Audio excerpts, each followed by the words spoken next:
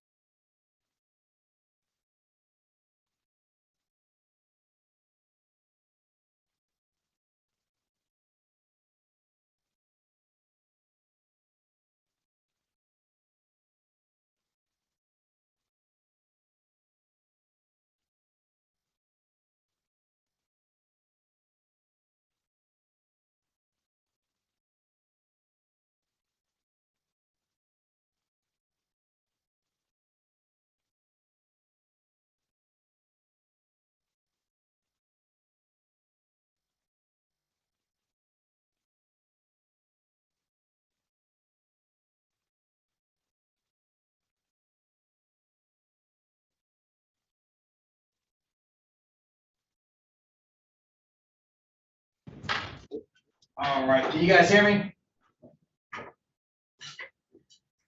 Yes, Hello? Mayor. All right. State of Michigan versus Terrence Jordan, case 2205882701. State of Michigan versus Marquise Washington, case 2205882702. And State of Michigan versus Tyrese Huffman, case 22058820. Strike that, 2205882703. Today is the date set for continued preliminary exam. Appearances, please. Good morning, Your Honor. Natia Scott on behalf of the people, P78816. Good morning, Your Honor. Edward Taylor, P class 7166, appearing on behalf of Mr. Huffman, sits behind. And good morning, Judge David Cripps, P 34972, appearing on behalf of Terrence Michael Jordan Jr., who's here in court. State your name, sir. Good morning, Your Honor. Terrence Michael Jordan Jr. Good morning. And good, I'm sorry, go ahead, Ms. Franny. thank you. And good afternoon, Your Honor. Attorney Kiana Frank, P73015.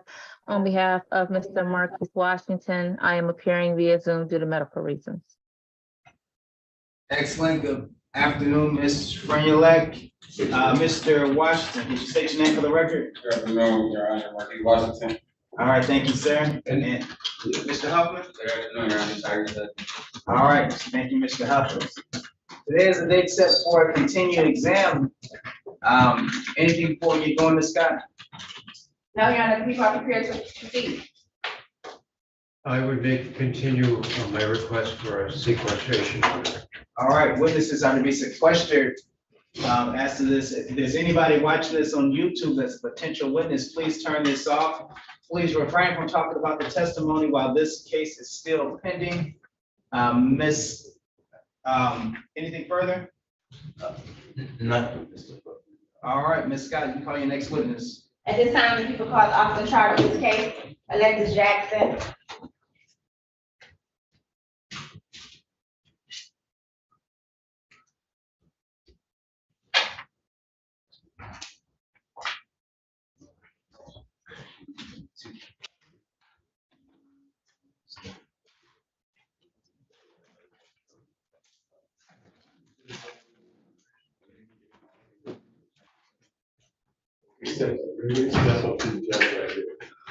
Where is the jury?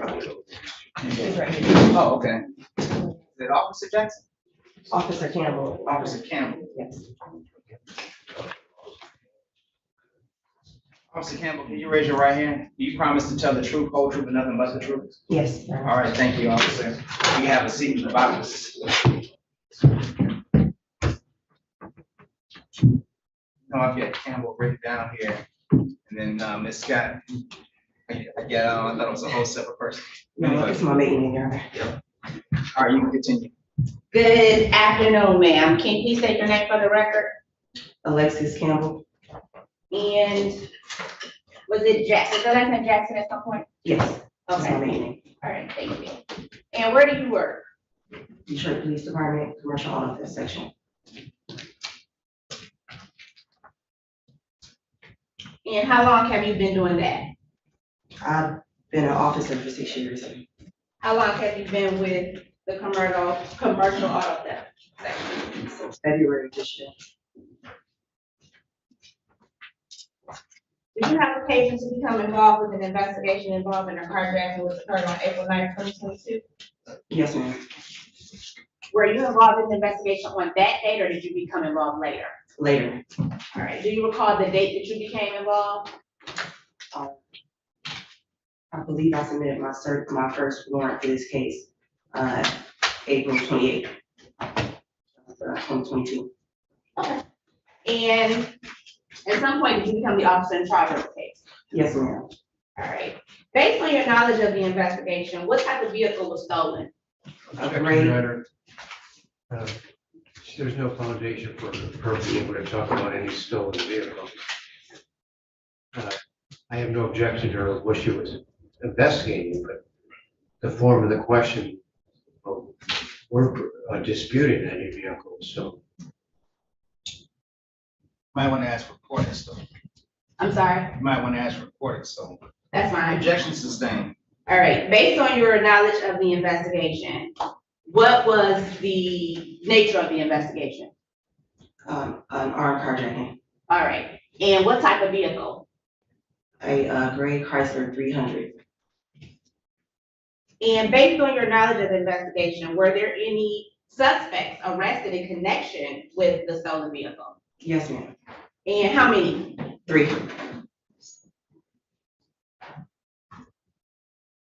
Did you come to know the names of those individuals? Yes, ma'am. And based on your knowledge of the investigation, was there any evidence taken from these individuals on the day? I do object to this, Your Honor. Unless she's the one who searched these suspects or saw someone else search the suspects, it'd be hearsay. She would have no personal knowledge of it. Your Honor, she can testify to her knowledge based on the investigation. As the officer in charge of this case, it is not hearsay because it's based on, it's for the purposes of its effect on the listener. If there's some evidence that has been taken, my question is what she's done with this evidence. It's not that this evidence is not hearsay, Your Honor. It's not for the purpose, it's not for the matter of the truth asserted. It's based on what she did with the evidence. But she can't testify as to what some other officers did in terms of taking property off someone. I didn't ask her. So this guy you just want to get to, was there some information, was there some evidence that you did an investigation as to where you need to go on this? Based on your investigation, were you, did you want to look into any evidence that was taken? Yes, ma'am. What did you want to look into? I wanted to look into the phones. So you knew there were some phones taken from where? From their person. Objection, Your Honor, again. Sustained. All right. So you were specifically concerned with cell phones? Yes, ma'am. How many cell phones? I was concerned about two of the phones, 2 of the 3 phones that were recovered.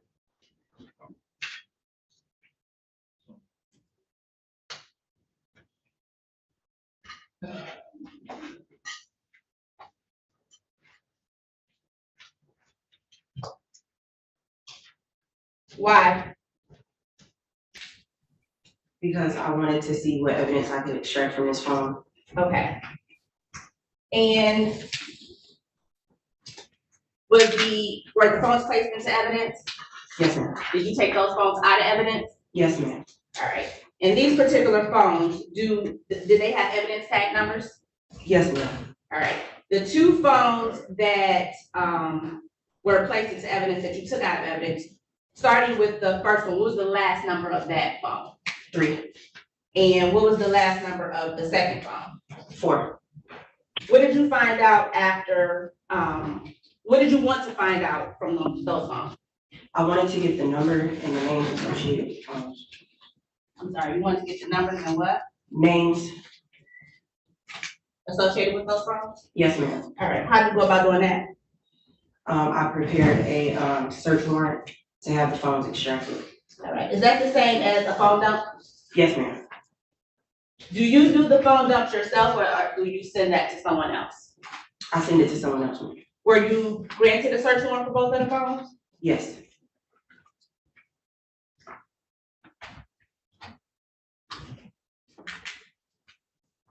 Once the search warrant was granted, what did you do with the phones?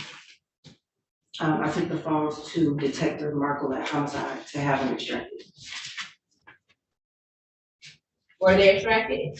Yes, ma'am. Did she provide you with the contents of the dump? Yes, ma'am. How? On this. Your Honor, at this time, and did you provide that this to the people? Yes, ma'am. All right. And did you have a chance to look at the contents of that disc? Yes, ma'am. And when you looked at the contents of the disc, was it purported to be the dump received from Markle? Yes, ma'am. Okay. Your Honor, at this time, the people move to admit People's Exhibits 4. I'm sorry. No, yes, 4 and 5, although it's one disc, These are the phone dumps from evidence tag number ending in .3 and evidence tag number ending in .4. On behalf of Mr. Jordan, Jeff, there's no foundation that has any relevance. And on behalf of Mr. Washington, I object as well, even though there's no foundation laid for Mr. Washington in regards to the cell phone dumps, as well as any alleged evidence on it that is even tied to this investigation, solely that there was some cell phone dumps. All right, at this time, I'm going to hear the evidence, the objections overruled. Thank you, Your Honor, and I would just like to make a record that Officer previously testified that Officer Stuckey is the one who testified and he put the evidence tag numbers. I'm only making a record because we've No, it's had fine. multiple, Making record, it's okay. we've had multiple, dates of testimony, but I'm just reviewing. Officer Stuckey testified and put both numbers, on the record that he, collected this evidence. Evidence tag number ending in 220409038.3, evidence tag number 220409038.4. He stated that he took those, two cell phones from Mr. Jordan's person on August 9th at the time of the arrest trial. So that's the .3 and the .4 that I was talking about earlier.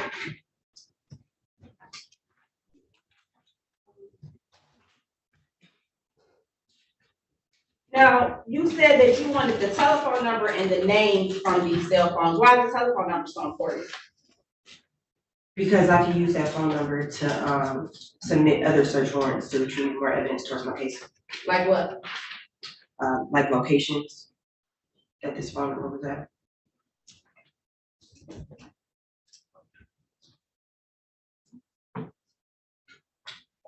What about subscriber information? Were you able to get that from, telephone numbers? Yes, ma'am. And did you actually, based on your investigation, were you able to get subscriber information from these telephone numbers? Yes, ma'am. How did you do that? I searched the numbers, in Clear Okay, and retrieved, the subscriber. so what did you do once you found out who the subscriber was for each phone? Submitted, search warrants. So let's start with, .3. You submitted a search warrant for the telephone, the cell phone ending in evidence tag number .3. Yes, ma'am. I thought we've been discussing .4 and .5. She said .3 and .4 were the evidence tag numbers, exhibits, exhibit 4 and exhibit 5. Correct. Or the exhibit numbers. 4 and 5, I see. Now, you said you, submitted a search warrant to get the subscriber information. Was the search warrant granted? Yes. All right. And for evidence tag number ending in .3, once you got that subscriber information, did you, what did you do? Once I received the subscriber information, Yes. I submitted a search warrant for the subscriber. To the subscriber? Yeah, to the subscriber. Okay. And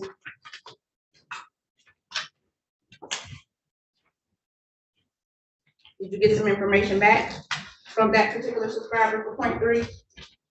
Yes, I got, Give me 1 second.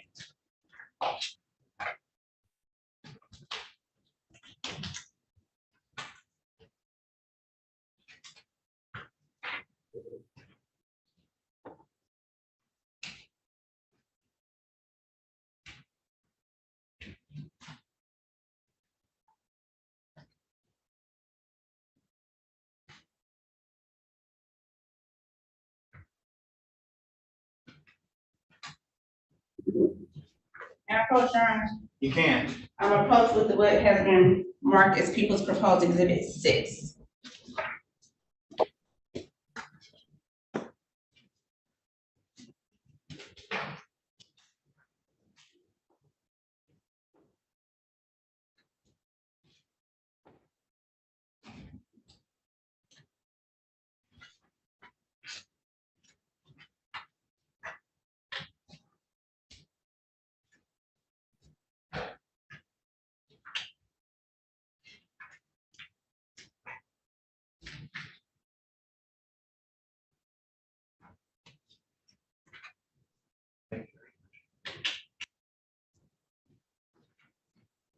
approach him with Mr. Honor? Yes. Officer Campbell, I'm gonna ask you to take a look at that document. Do you recognize that document? Yes, ma'am. What is that I just handed you? The certificate of authenticity from AT&T. All right, and what does that purport to be? What's a certificate of authenticity? It's just a letter from the custodian of records, authenticating the records that they sent to me. All right, so they sent you a certification, did they also send you some records? Yes, ma'am. All right, and who's the subscriber? AT&T. Now, did you review the information that was returned with the certification? Yes, ma'am. Let me ask you this, is it signed by someone who, the custodian of records? Yes, ma'am. All right, and, does the certification say that these records are kept in course, the course of regularly conducted activity? Yes, ma'am. All right. Did you, review the records that came with the certification? Yes, ma'am. All right.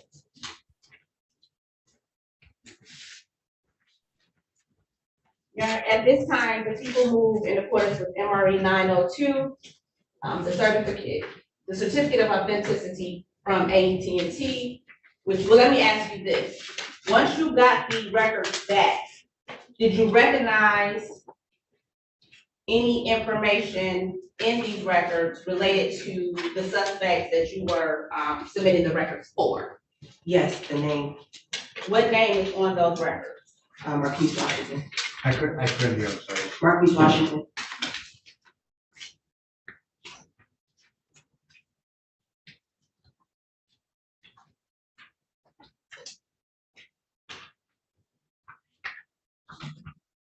And is there a telephone number associated with that, with those records?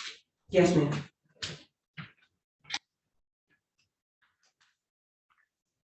What do you recognize about the telephone number? It's the same as the number that was extracted during the phone number. All right, move for the admission of people exhibit 6, Your Honor. This is a certificate of authenticity of business records, which the OIC has testified that these records are kept in a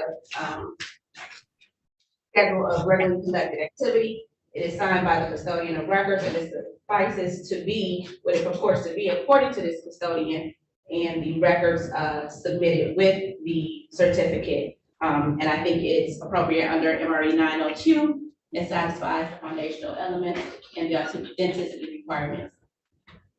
Mr. Cripps? Who's it being offered against?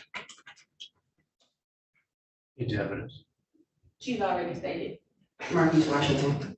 Okay, well, I would object to its use against my client, Terrence Jordan.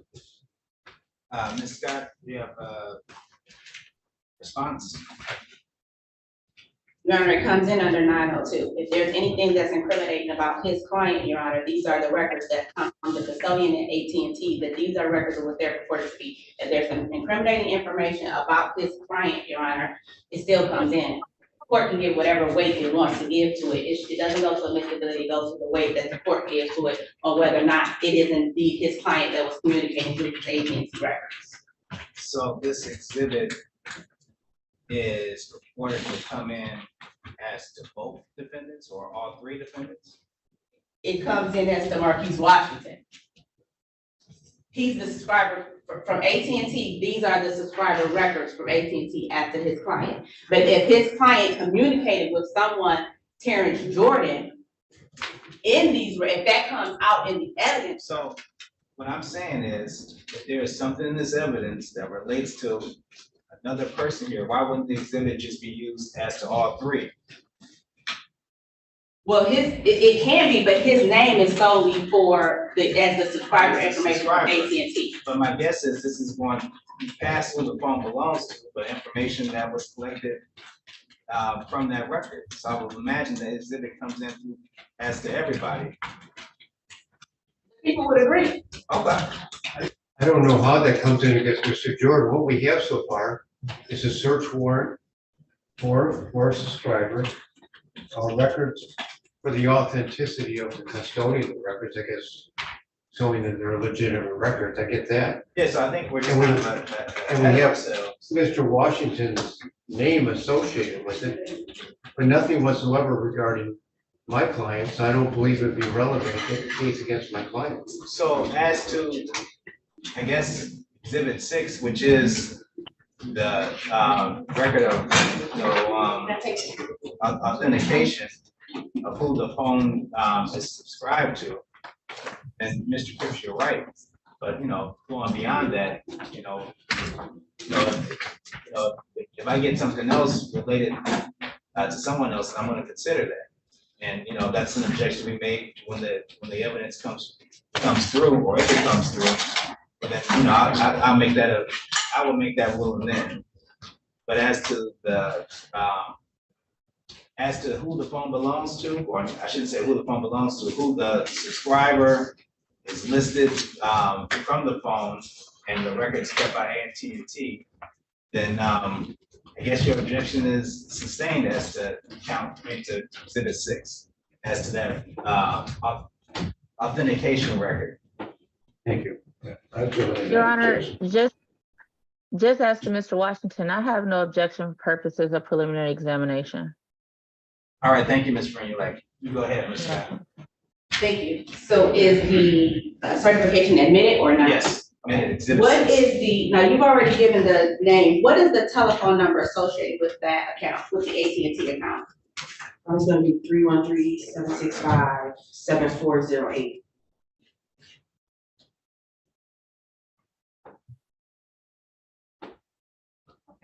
Let's talk about, I got one thing, I'm sorry to stop you, Ms. Scott. This is still as to the phone on evidence tag and then in that 3.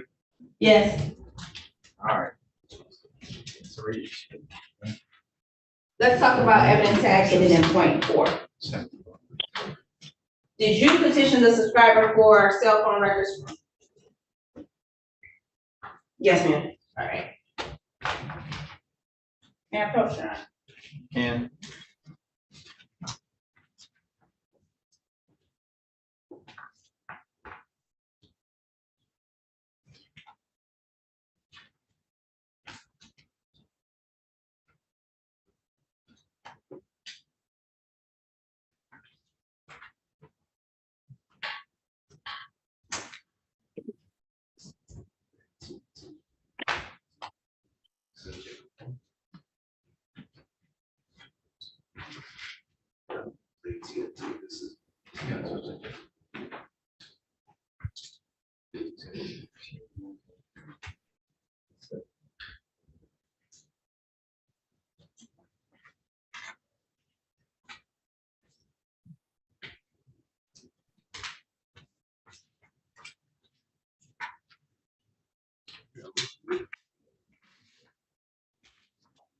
Approach witness. Yes.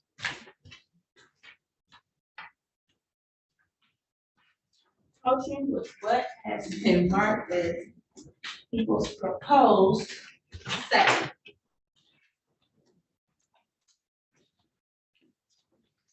Do you recognize the document I just handed you? Yes, ma'am. What is that? A certification letter from the custodian of records that she won. All right. And what is that custodian of records, what is it certifying? It's just it's just a record, a letter from the custodian of records authenticating the records that I received. So that's the authentication authoring the search warrant that you submitted to them to get the records for evidence tag number ending in point 4? That's a leading question, brother. Oh, go ahead. Yes, All right, and that's the certification that you received back.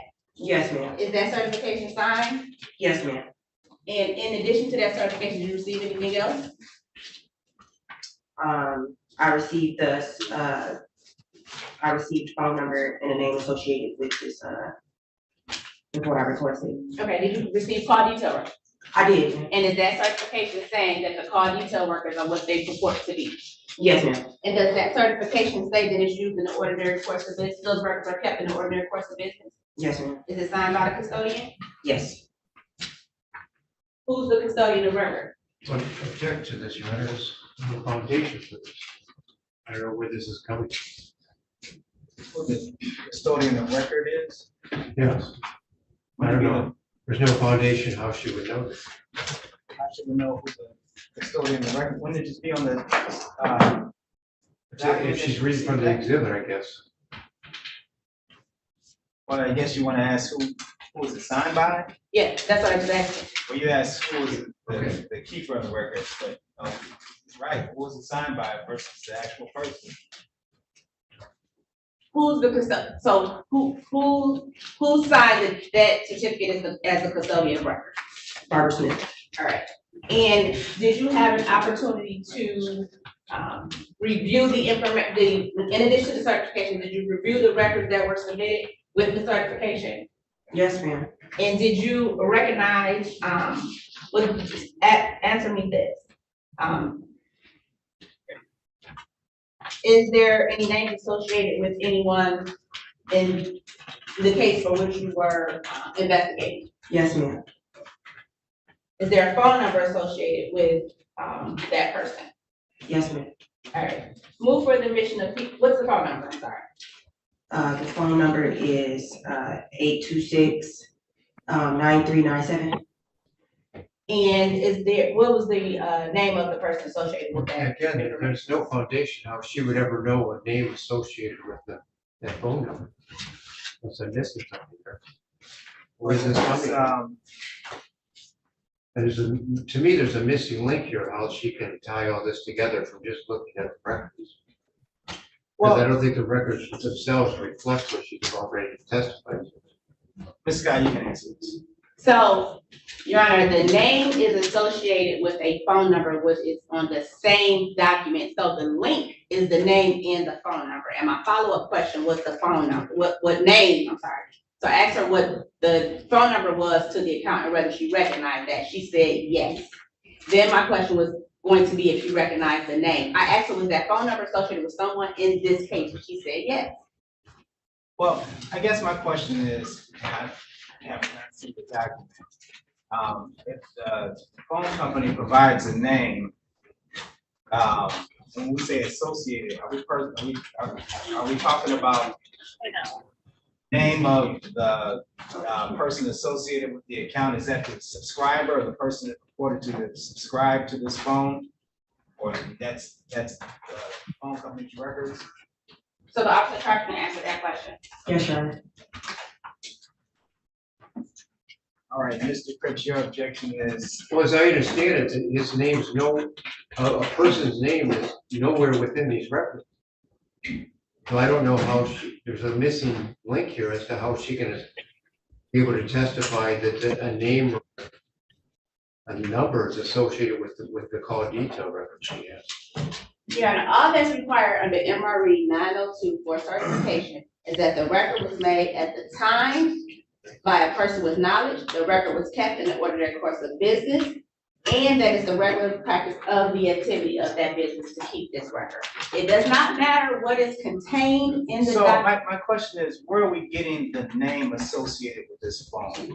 because that comes from the subscriber information that she's getting from T-Mobile. She's already testified that when she submitted the search. So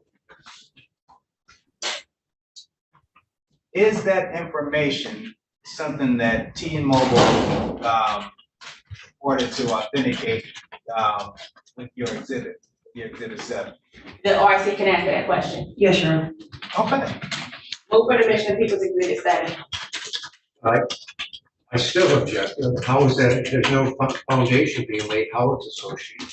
So That And Your contained Honor, within- I would object as well. So I I mean, guess- there's no link.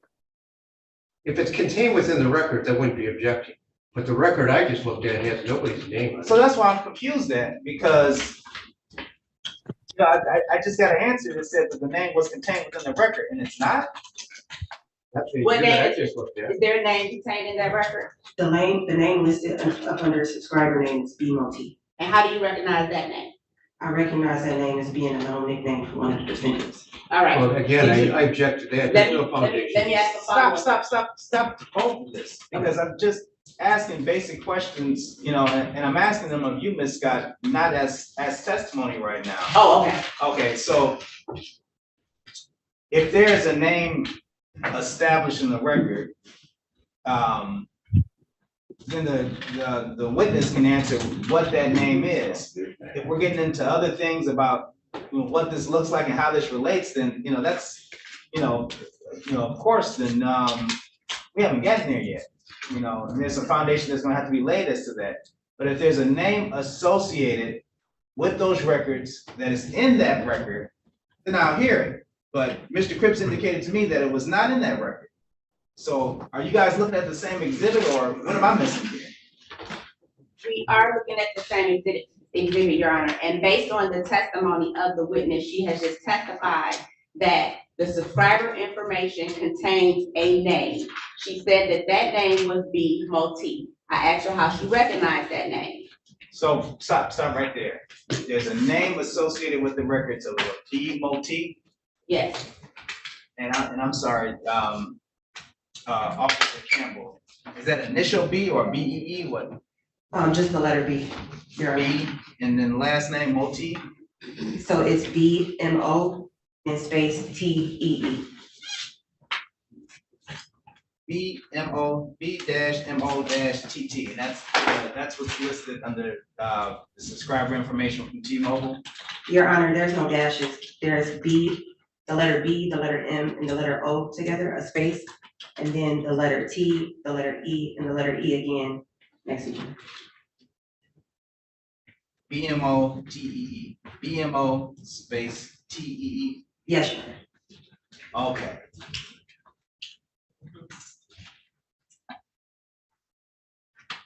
let's do this. So I'll hold the one second, courtroom. Ms. Scott. I'm sorry. So I got BMOTE is listed in the subscriber information.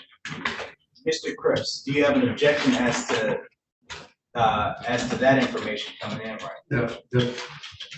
No, she said it's in the records of BMOT, and I don't object to that. All I right, do object to the follow-up question she asked. all right. What is the follow-up question? How this witness could ever associate that with any individual? Well, we'll see. We're about to-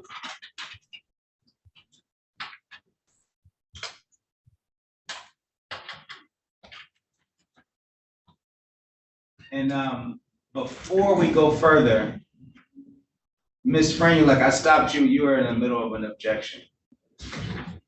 Yes, John, I mean, my objection was basically along with brother counsel in regards to not having a name in the record that ties to anyone. So for the purposes of exam, I mean, I don't object to the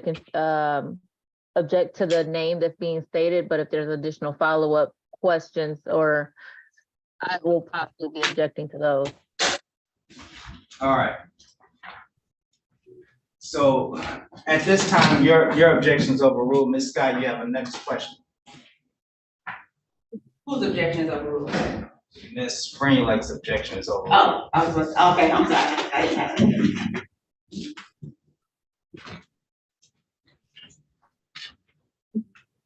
Thank you, Your Honor.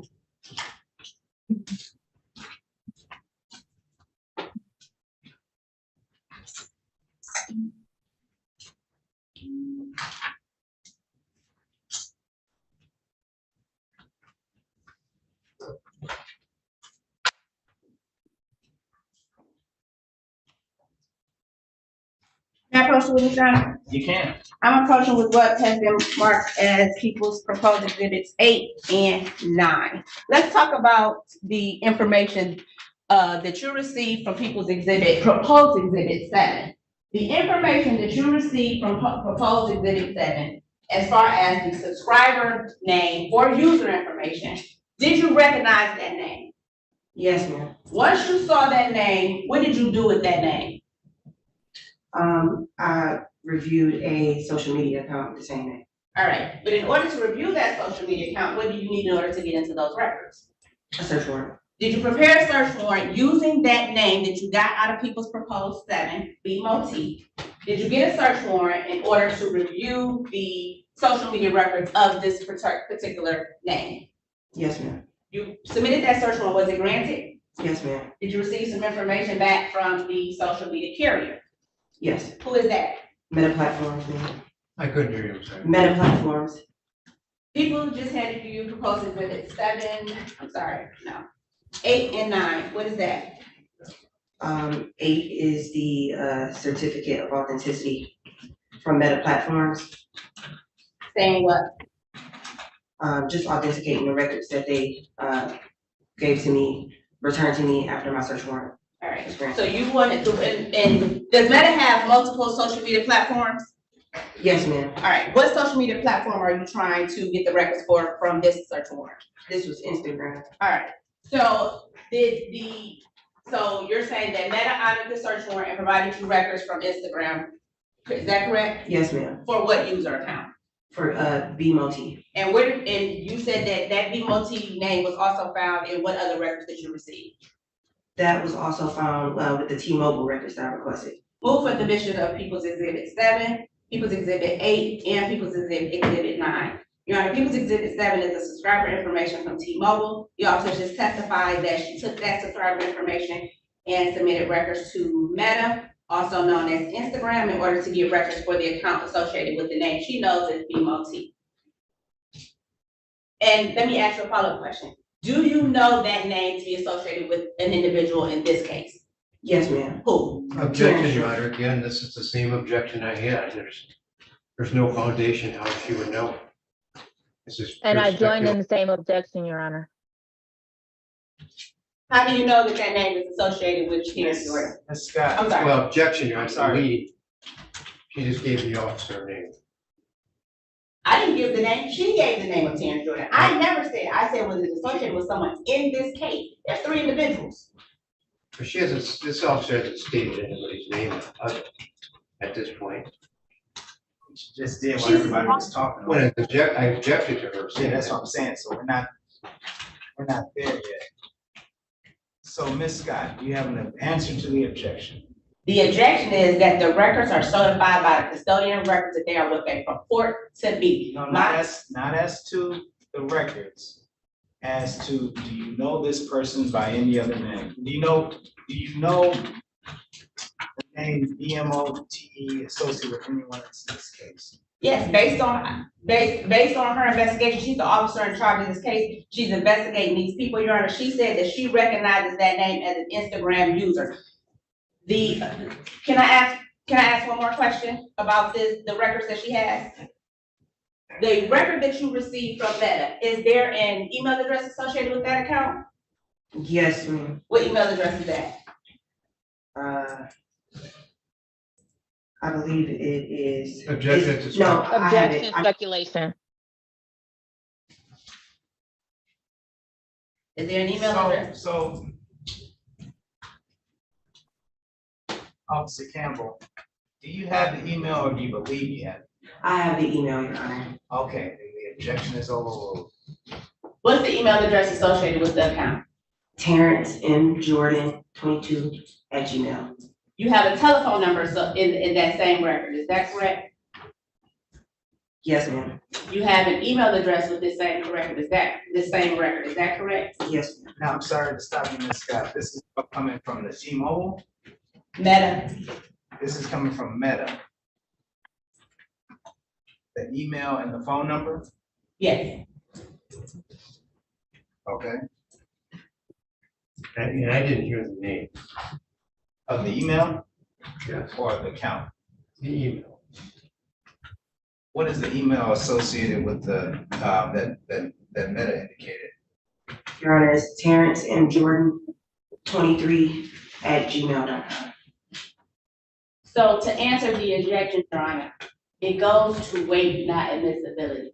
The evidence comes in, but the court can give whatever weight it deems appropriate to whether or not it is connected to any individual in this. Yeah, I'm not even talking about the actual exhibits. The email was to, I mean, not the email, the objection was to, the officer making the conclusion that she knows a nickname of somebody in the, one of the defendants.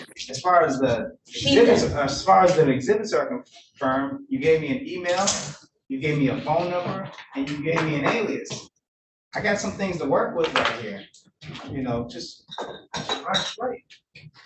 I get that, Your Honor, but, and she's the officer in charge of the case, she's done this investigation, so that's why, and she can testify to her opinion. If she believes that it's associated with him, she can give her opinion as to who it's associated to, as an officer of the court.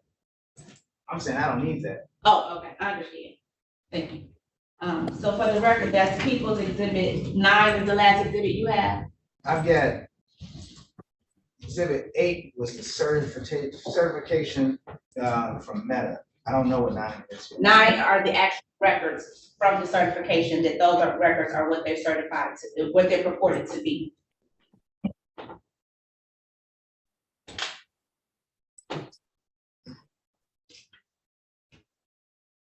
Okay.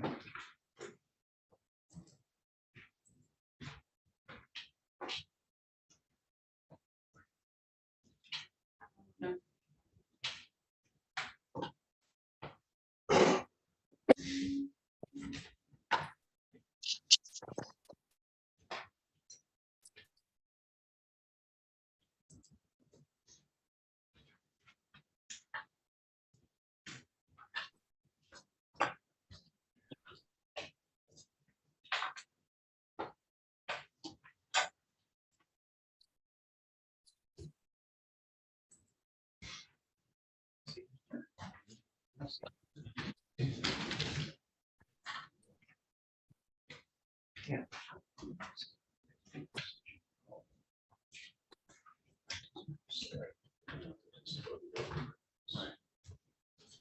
I approach, Your Honor? You can. I'm approaching what has been marked as proposed exhibits 10 and 11.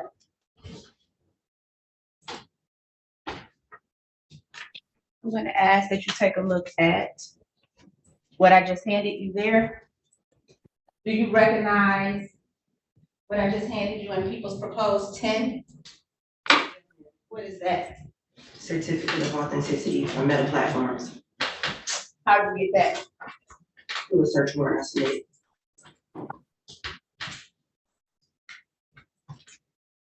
And what was the search warrant based on?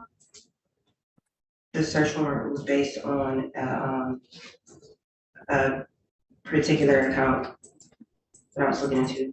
All right. Did you receive some records in addition to that certification? Yes, Based on the certification and the records that you received,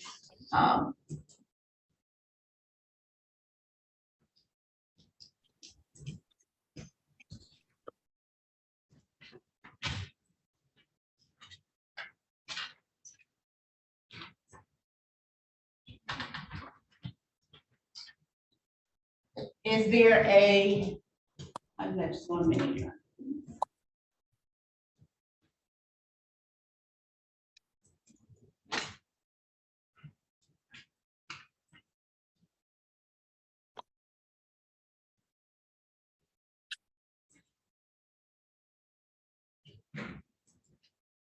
Is there a telephone number associated with that Meta account that you recognized? yes, ma'am. And how did you recognize the telephone number? So the telephone number was familiar to me through one of the phones that I had dumped in this case. All right. And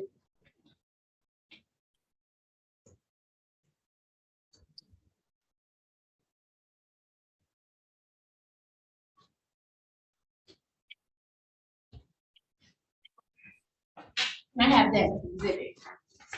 Madam Clerk, Your Honor. Can.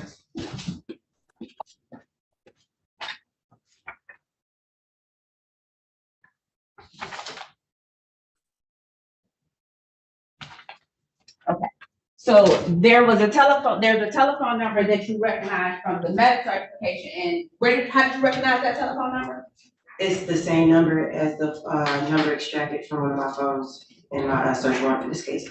Okay. And what phone was that?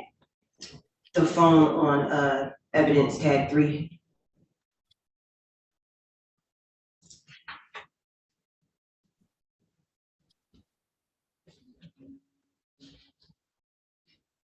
All right. Is there any other identifying information in those records?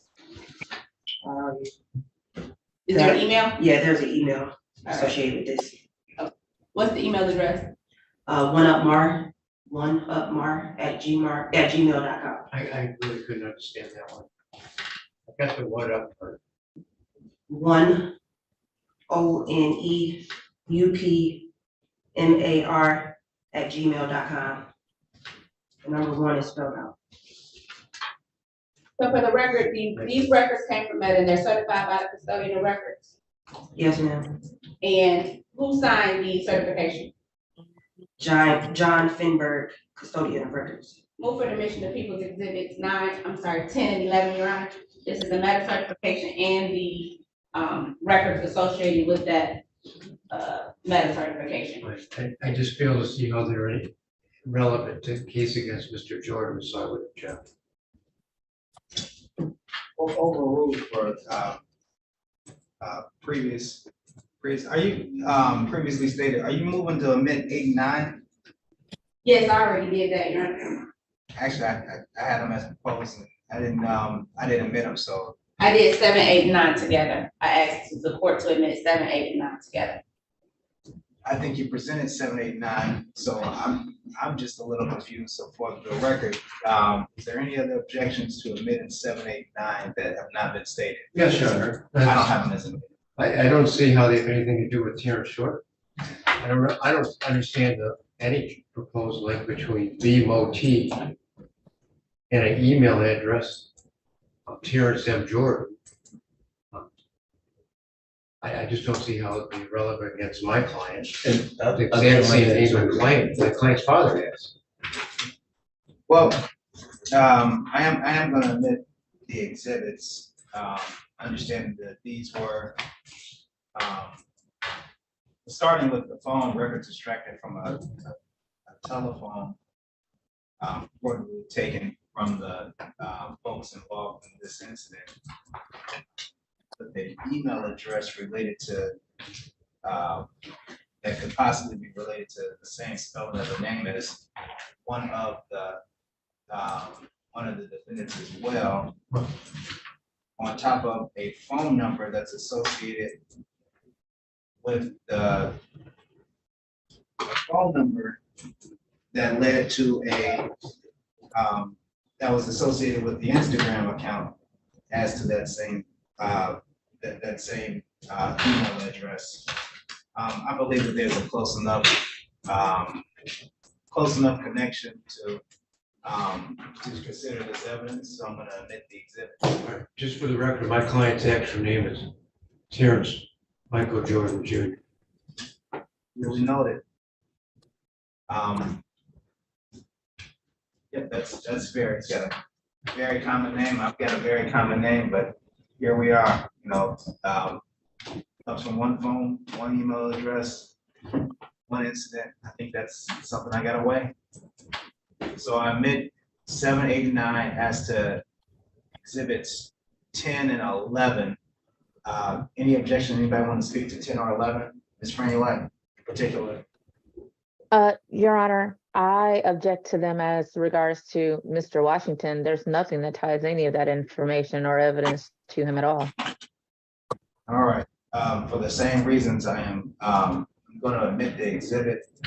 Phone number 7468 was, as we can tell from exhibit 6 and 7, was related to a subscriber by the name of Marquise Washington. This was the phone number from that that Meta indicated was associated with that account. So I'm going to admit the exhibit. Thank you, Your Honor. May I approach? And I just wanted to note my objection to the admission against Terrence Jordan. Yes. And I'm joining this objection. Objection is noted for both Terrence Jordan and Mr. Huffman as to exhibits 10 and 11. Thank you, Your Honor. May I publish to the court, Your Honor? Yes.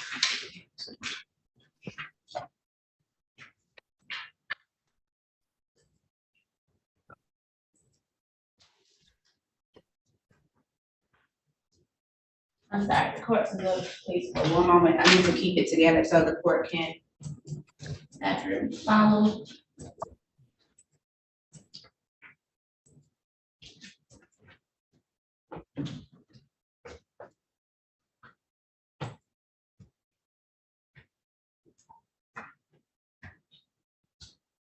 right, I'm gonna ask to share my screen. We're about to actually review. The meta records came with approximately over 1,000 pages, but I'm only gonna review specific pages for the court. You have those marked off for, defense counsel? I do, and I sent them to both in an email. But that's different than what's being admitted. I thought the exhibits were admitted. The exhibits these are the exhibits. Okay. It's the business record and the certification. The business record is the exhibit. I'm just saying that the specific, she said, I marked it off for specific areas for the court. The totality of the thousands of pages we received aren't specifically indicated. Hopefully, that was what I was asking. No, I sent a separate email to defense counsels telling them which pages out of that 1,000-page document I would be publishing to the court. Did you guys get a copy of that? I just want to make sure that we're all looking at the same thing. Yes, right. I've received all the emails from Ms. Scott. Okay.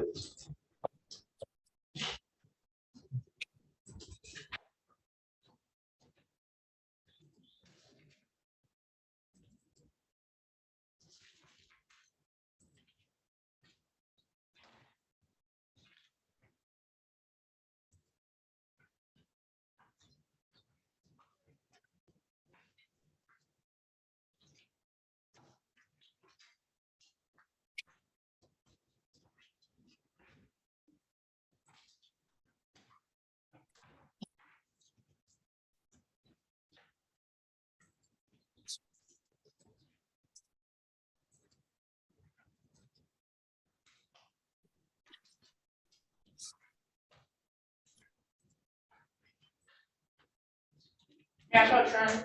You can. Thank you.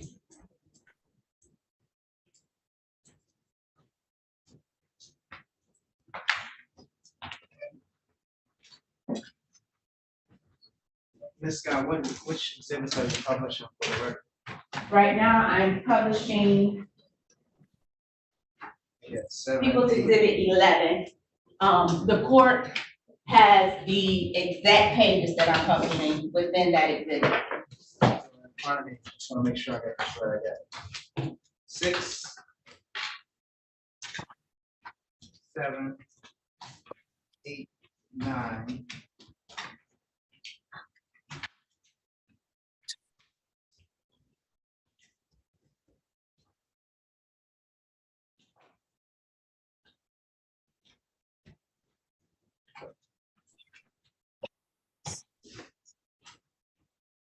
Six, 7, 8, 9.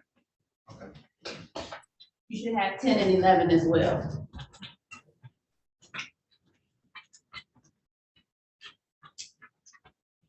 I put them under, I have point 3 and point 4 as to relate to the evidence tag numbers. Okay, so, yeah, great. Okay, I got it. All right. It actually should be under point 4. But if not, I might have. No, I got them under point 3. I didn't look there first. Okay. Yeah.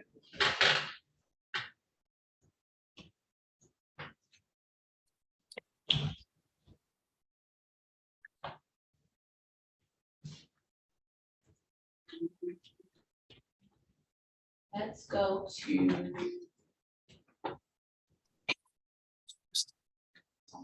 I'm gonna ask to share my screen.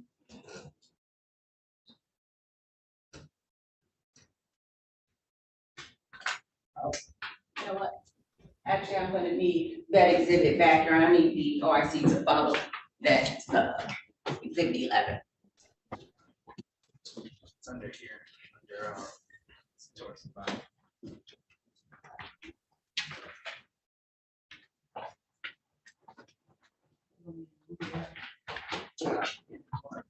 Oh, nope, you don't. Sorry, I don't have it. I'm sorry.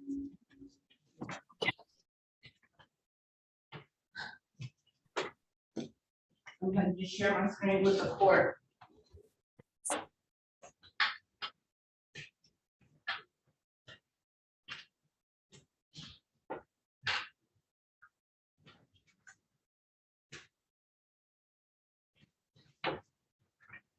And Officer Campbell, I'm gonna ask you to look at the screen. Can I move a little closer? I can't see. Sure, you can move as close as you move. And just for the record, these are the records associated with, which, Instagram user? BMOT, And, what was the, email address? Terrence M. Jordan, 23 @gmail. All right. And, you said there was a telephone number associated with that account. Do you recognize that telephone number? Yes, I do. From where? From another carjacking case that I'm the OIC of. Okay. Let's go to page 207. What do we have here? You have you have a handgun. All right. And, Well, Judge, I would object to the officer commenting on the exhibits. It's for the court to determine what's in these exhibits. Yeah, that's fair enough. Look at the exhibits okay. as they are. But I think I lost number 11. Still got that one or? No, Your Honor, I left it in the. Okay, you still need it. No, I put it up here, Your Honor. It's behind,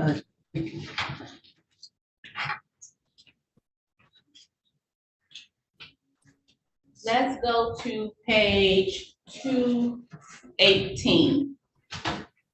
What's significant about this page? so at the bottom of that page, I observed, a username YTNR messaging the account BMOT. Do you know somebody that'll buy a 300S? All right. And that's at the bottom of page 218 or 219? That's the bottom of 218 now. All right. I'm And sorry. then how many messages is that down? I'm sorry, Ms. Scott. Yeah, give me 1 second. I'm trying to catch up.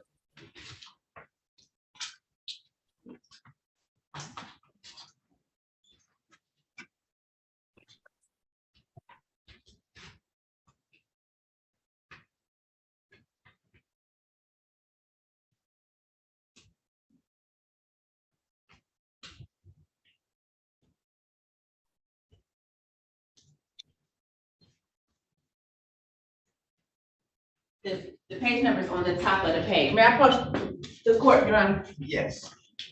Can I see the exhibit?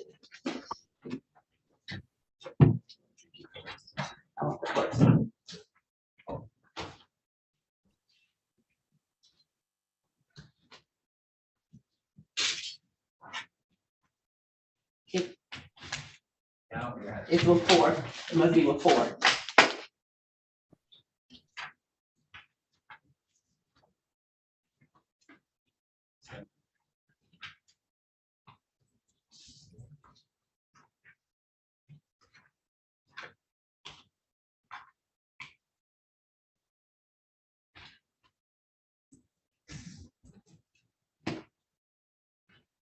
Okay. The page number is at the top, Your Honor, in blue.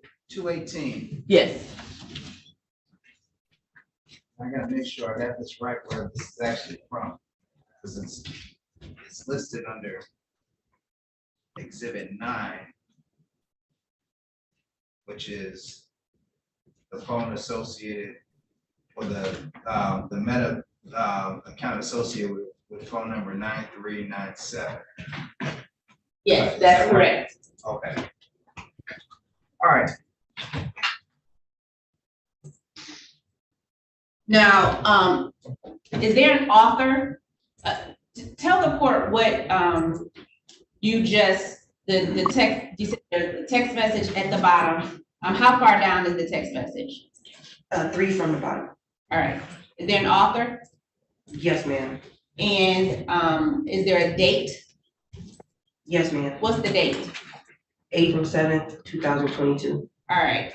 And what was the date of the, do you recall the date that the investigation is entailing regarding the stolen vehicle? April 9th, All right. 2022. All right. And what was the message that was sent?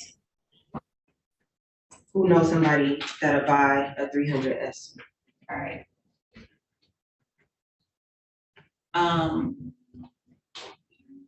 What other pages did you review in connection with this investigation that were of importance to you? 219,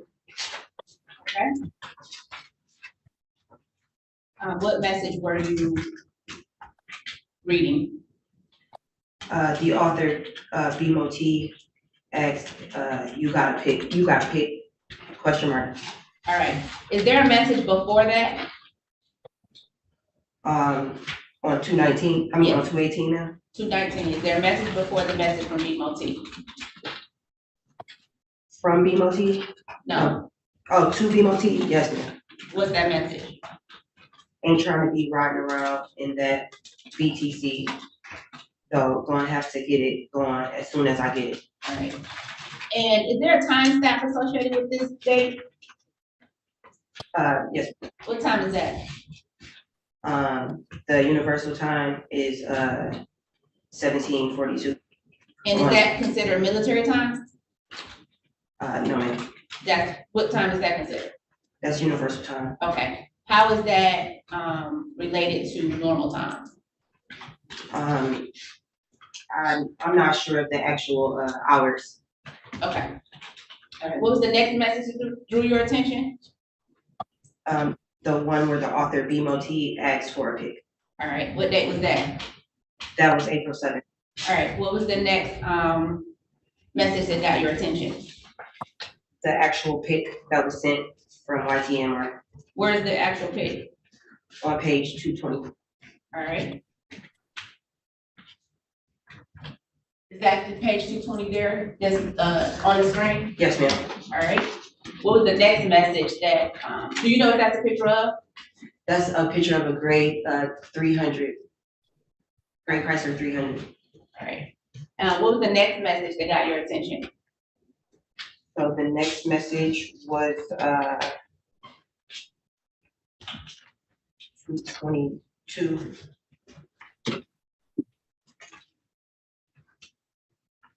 And what was there? It's a picture of a gray 300 All right. And that was sent from which account? that was sent from YTMR. All right, and that was sent to BMOT? Yes, ma'am. All right, what was the next message that got your attention? At the bottom of 222, it said from BMOT. A message from him caught my attention. I'm sorry, I can't hear you. A message from BMOT at the bottom of 222 caught my attention. And what was it? He said, BMOT says, yeah, I got some MF we could sell to. All right, what was the next message that caught your attention? 225. At the bottom. From Arthur, BMOT. At the bottom? Yes, ma'am. All right, what was the message? What's up with that 300? What date was that sent? April 7th, All right, what was the next message that got your attention? 226. Is that the page? Yes, at the top of 226. A message from YTMR. It says what? It's on the flow. FR, just gotta find a way to have them pop out. Wait, I'm sorry, I'm Okay, missing it. I think I must have skipped that page.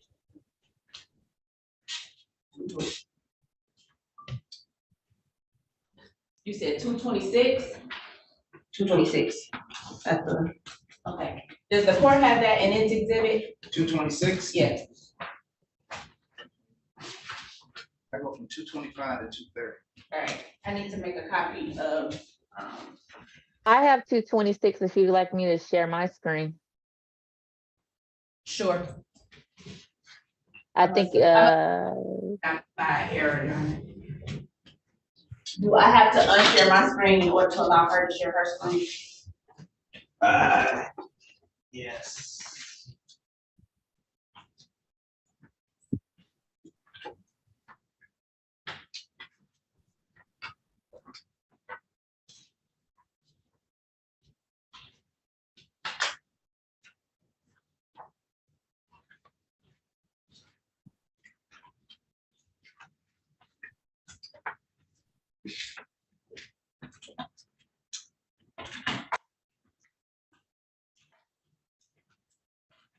Can everyone see Okay. it?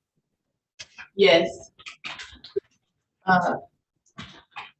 Officer Campbell, which message were you referring to on page 226? The one at the very top, it's sent from YTMR, but the name's on the previous page. Okay. And the message states what? It's on the flow, FR, just gotta find a way to have them pop out. All right. What's the next message that caught your attention? The author B Moti asking What page? 26. Open them up, just to- Go ahead with the order. QL78. Have a marble order? Yes.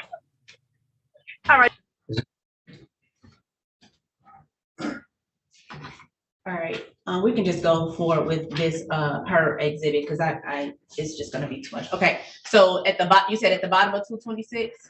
No, the message right up under there where he has, Oh, what does the message say? it's a little nigga, question mark.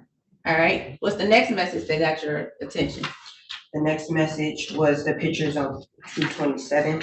Okay, can we go to 227, Attorney Franklin? I'm just gonna stay with this exhibit. Yeah, I'm scrolling. I'm just gonna scroll a little slower to make sure it doesn't skip. Thank you.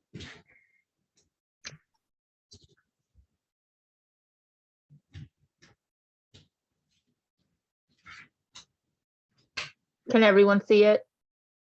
Yes, thank you, Ms. Franula. You're welcome. Do you have it, Officer Campbell? Yes, ma'am.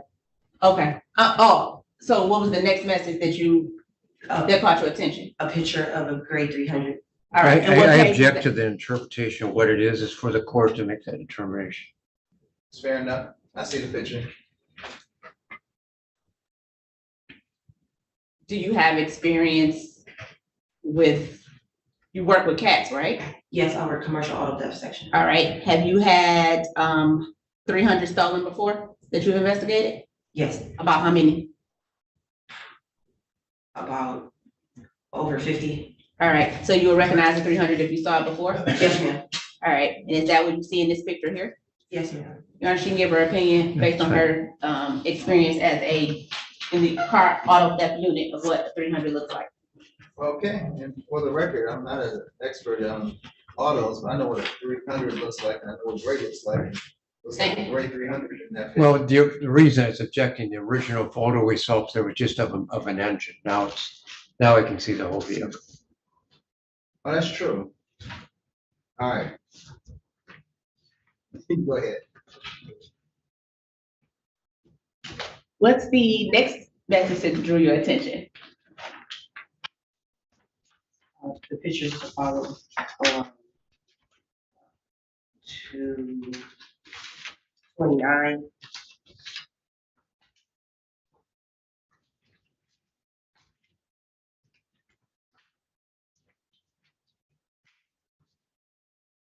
Okay. 229. All right, and what was the next message that drew your attention? 231. To say 271. 231? Is that correct, Officer Campbell? Yes, ma'am.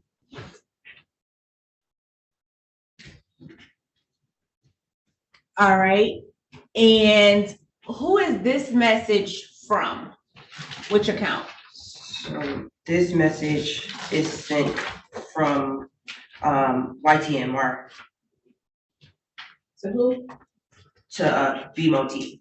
All right, what was the next one that drew your attention? The message is on page 232.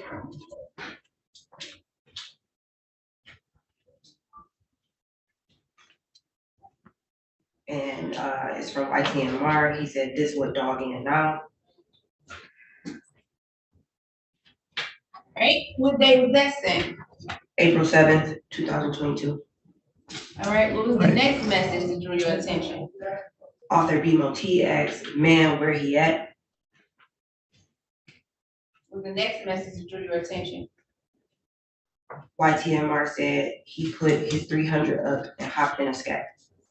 What time, what day was that sent? April 7th.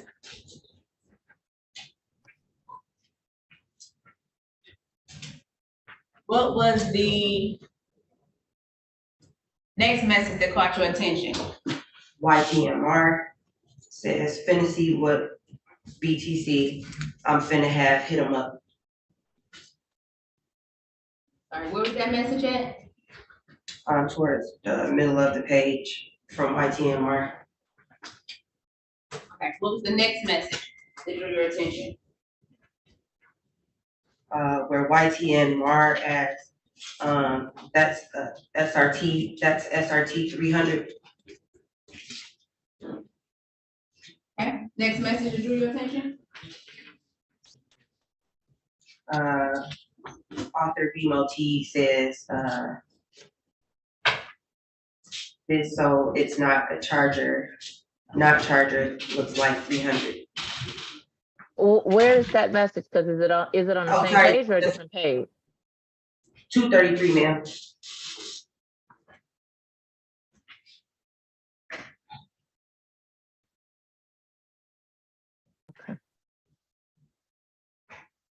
To what? 233, 233 at the top of the page. It's bottom or the top? the very top. Top. Okay, and the message said what? This, so it's not charger, look like 300. Okay, what's the next message that drew your attention?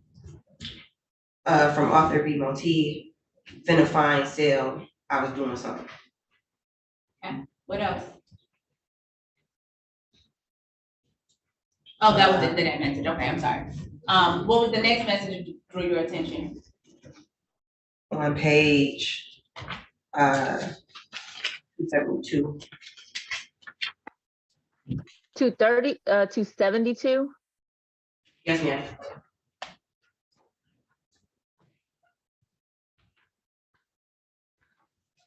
All right, which message drew your attention? From author YTMR, 3 messages down. It says 300 play in motion, What time was that, what day was that sent? April 9th.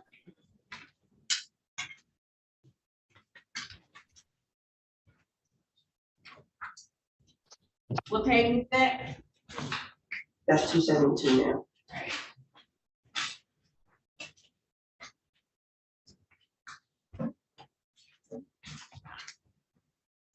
What was the next message that drew your attention? From YTMR, it said, if y'all trying to grab it. And what day was that? April 9th, 2022. All right. And what was the next message starting with the date that drew your attention? I don't have it. I don't have the, Rest of 272? yes, I have the rest of 272.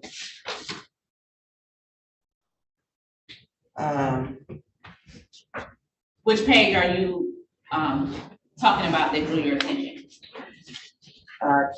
This was on pages 1267 and after. Okay.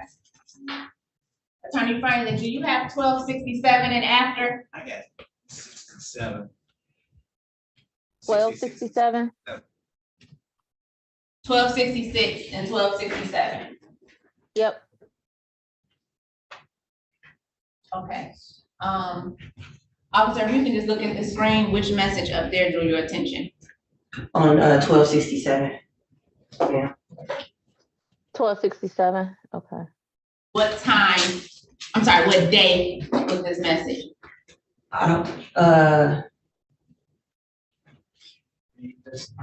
Can you see it on the exhibit? It's Yeah. on the screen? That's 67, I'm in the witness. so on here is a message from author BMOT that says SRT 300 OTF. And what day was that sent? This was sent, April Uh-oh. 10th, 2022. All right. What was that date again? April 10th, 2022, Thank you. Based on your training experience, do you know what OTF means? on the floor. What was the next message that drew your attention? Do you know what do you know on the floor means? Yes, I would object to this interpretation of this. It is what it is in terms of what OTF, I get that. But to have further interpretation of it is just wild speculation, Your Honor. I would concur without objection, Your Honor. I would just ask that plain language meaning be applied. Sustained. What's the next message that drew your attention? Author Boogeyman 2X says, "Let me see." What's the next message that drew you, what day was that? April 10th, Universal Time, 1:34. All right. What was the next message that drew your attention? The next message was a picture on 1268, sorry.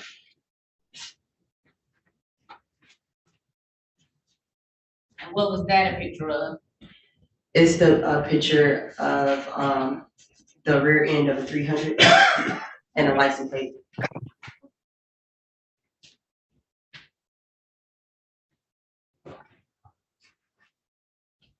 Based on your knowledge of the investigation, what was the license plate of the vehicle that was reported stolen on April 9th, 2022?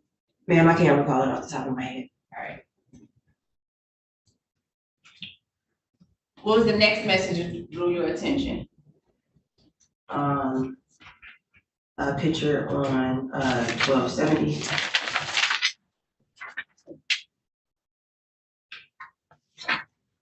$70? Yes, ma'am. Okay.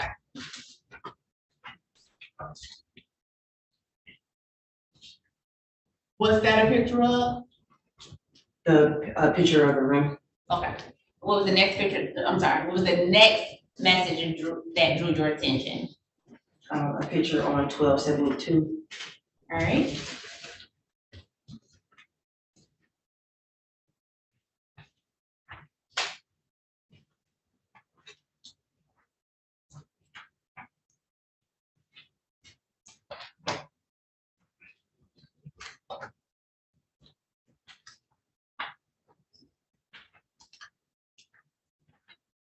And what else drew your attention?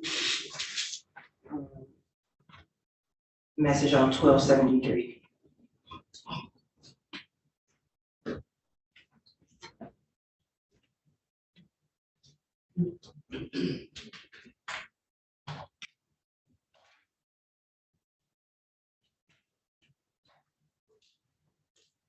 Do you have your investigative report with you?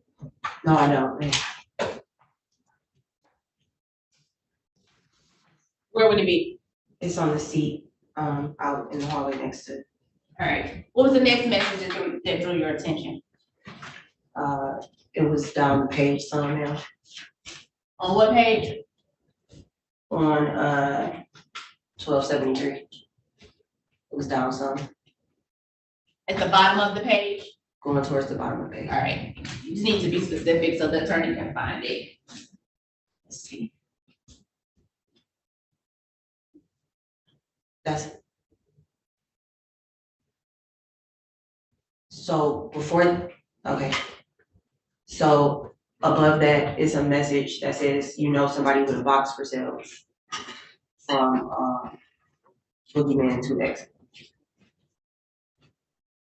A box for sale? Oh, there we go.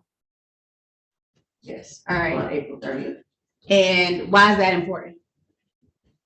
Because I know this to be a street slang for a pro bag. Objection, Your Honor. Objection. Well, what's the next message that caught your attention?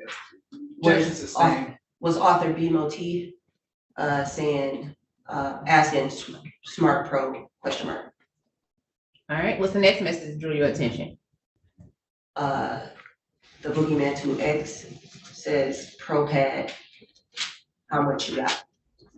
All right, what was the next message that drew your attention? A message from BMOT that says, oh no, I only FW smart girl.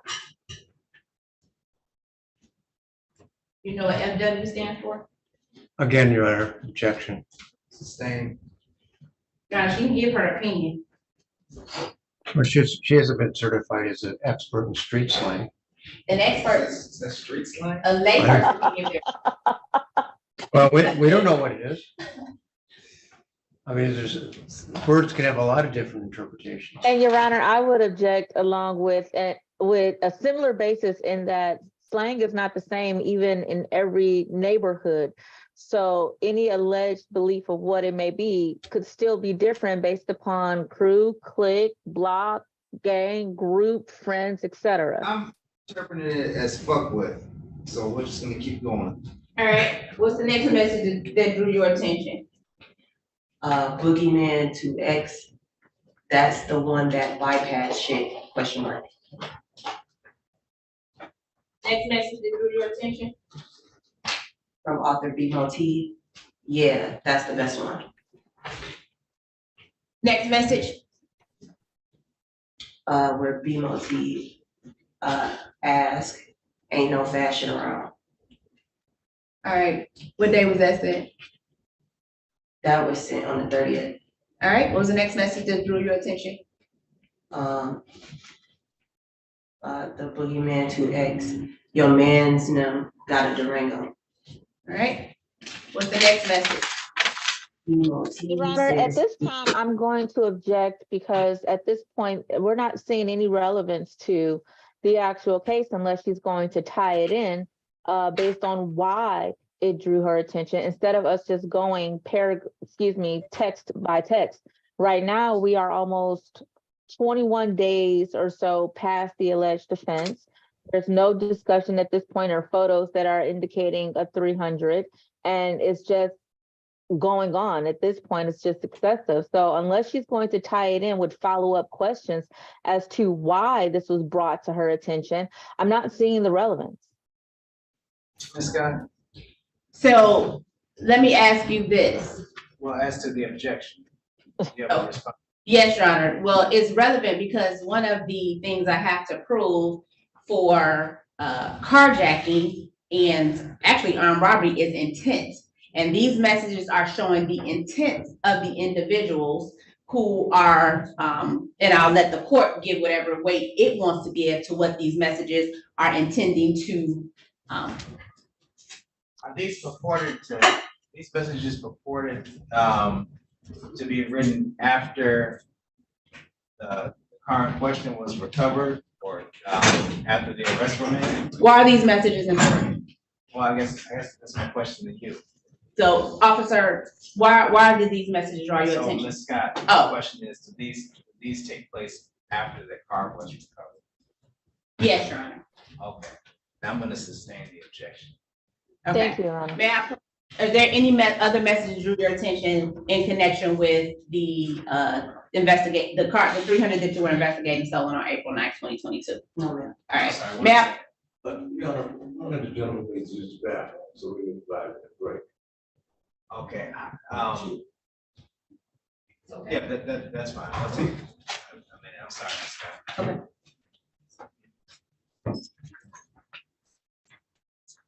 Thank you, Mr. Taylor. You can step down if you want to stretch away. you go ahead and my message.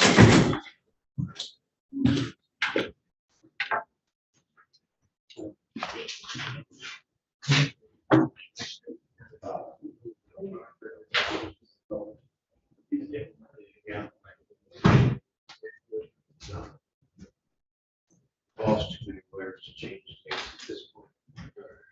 Oh, shoot. You will be submitted.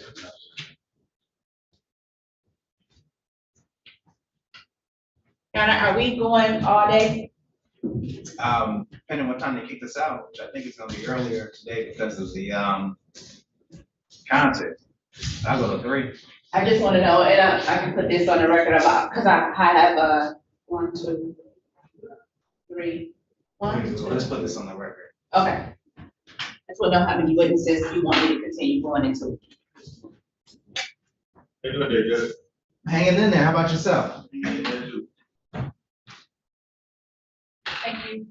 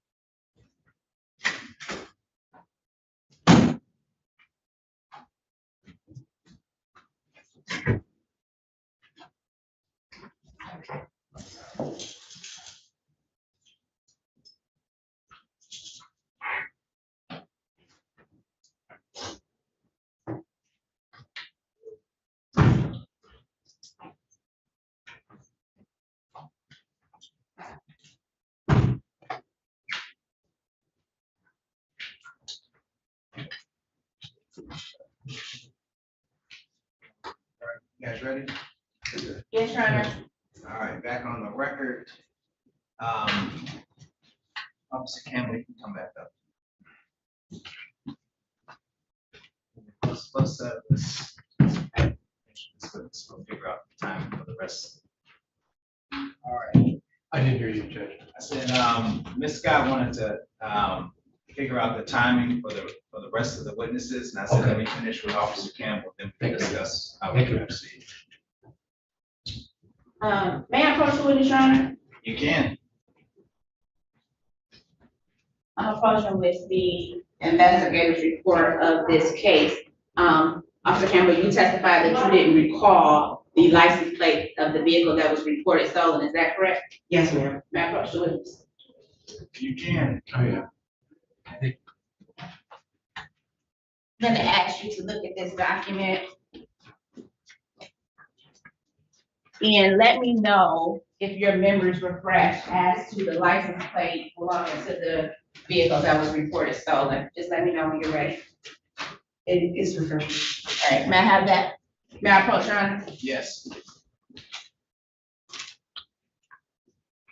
Officer Campbell, what was the license plate of the vehicle that was reported stolen? Edward Henry George, 8114. You repeat that, please. Edward Henry George, 8114. Thank you.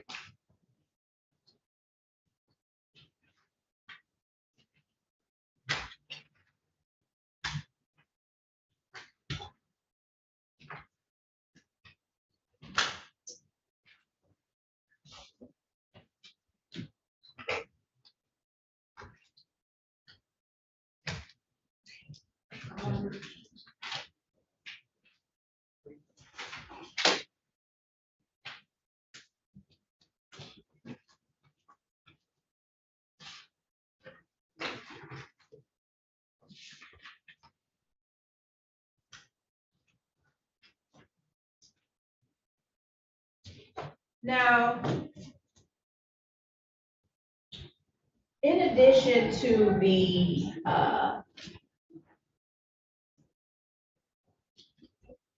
phone dump, did you want to do anything in regards to the records that you received from the phone dump for Marco?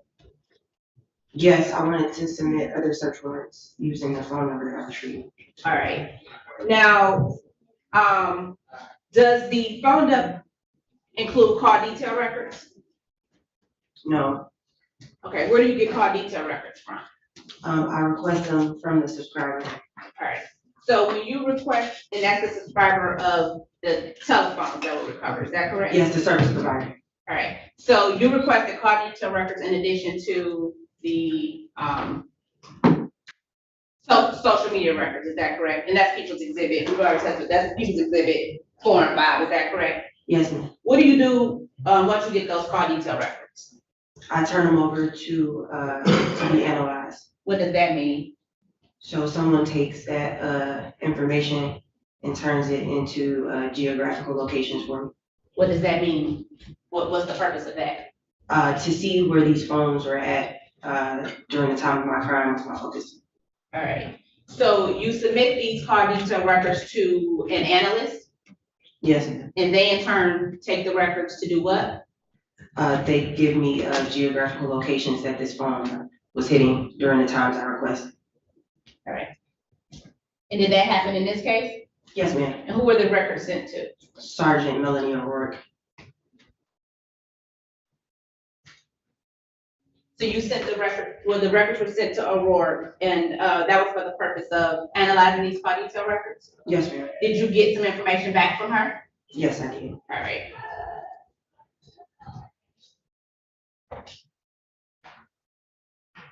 Did you have occasion to determine whether or not any of the suspects were untethered during the time of this carjacking? Yes, I did.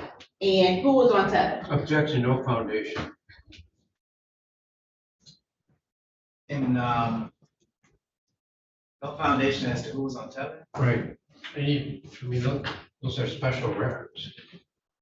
Contain Wayne County Sheriff's Department. Oh, how would you determine somebody was on tether or not? Yes. Well, I think, we're gonna get to that, I hope. So, I'll let Ms. Scott continue. I hope the objection. Go ahead, Ms. Scott. Did you receive information that anyone was untethered? Yes, ma'am. And were those records requested from the tether department? Yes, ma'am. And did you receive those records? Yes, And ma'am. who were those records for? Tennis Jordan. All right. No further questions of this witness, Your Honor. All right. Mr. Cripps, you're. I don't have any questions, Your Honor. All right, Ms. Franklin, do you have questions of this witness? No questions of this witness, Your Honor. And Mr. Taylor. No, Your Honor. All right, Officer Campbell, you can step down. Thank you, Your Honor. All right.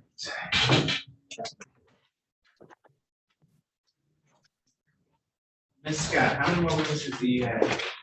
Yes, Your Honor, I have 6 more witnesses, all of which are here with the exception of one person who's on call. So I wanted to know All right, if I should call them. let's start with offer of proof. So I'm trying to figure out what you need 6 witnesses for. But go ahead, who's your first witness?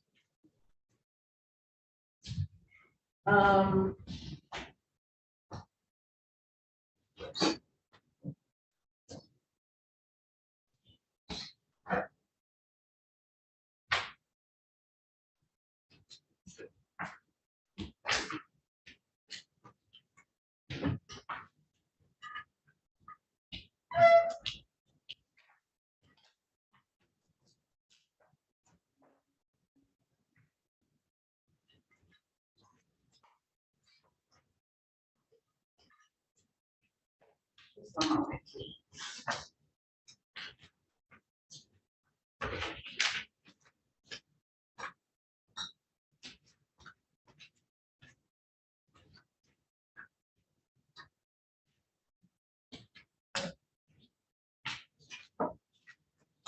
Well, Your Honor, in lieu of my next witness, we have the phone dump that's already been submitted into evidence for phones 3 and 4.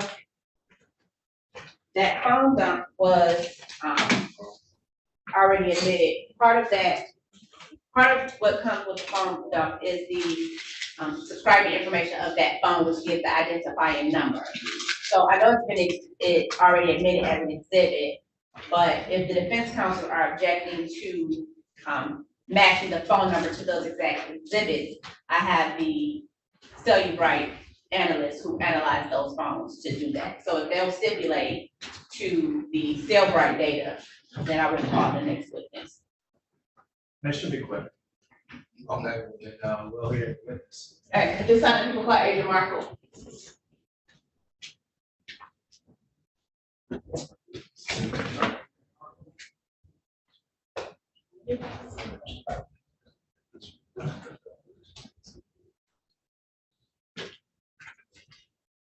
What do you get after that?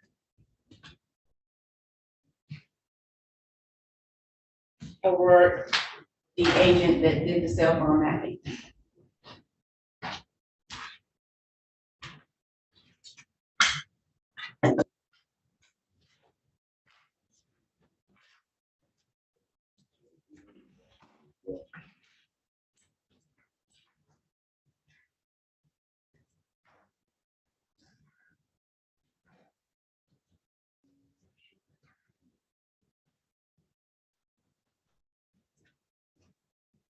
How you doing? Good, how are you? I'm good. You raise your right hand. Promise to tell the truth, whole truth, nothing but the truth. Yes, sir. All right, thank you. Put your name on the record. Sarah Markle, Sarahmarkel. Good to see you. You too?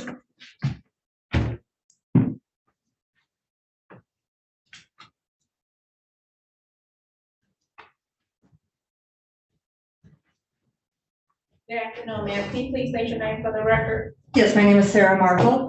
All right, where do you work, Sarah? I am a detective with the Detroit Police Department. I'm currently assigned to our homicide unit.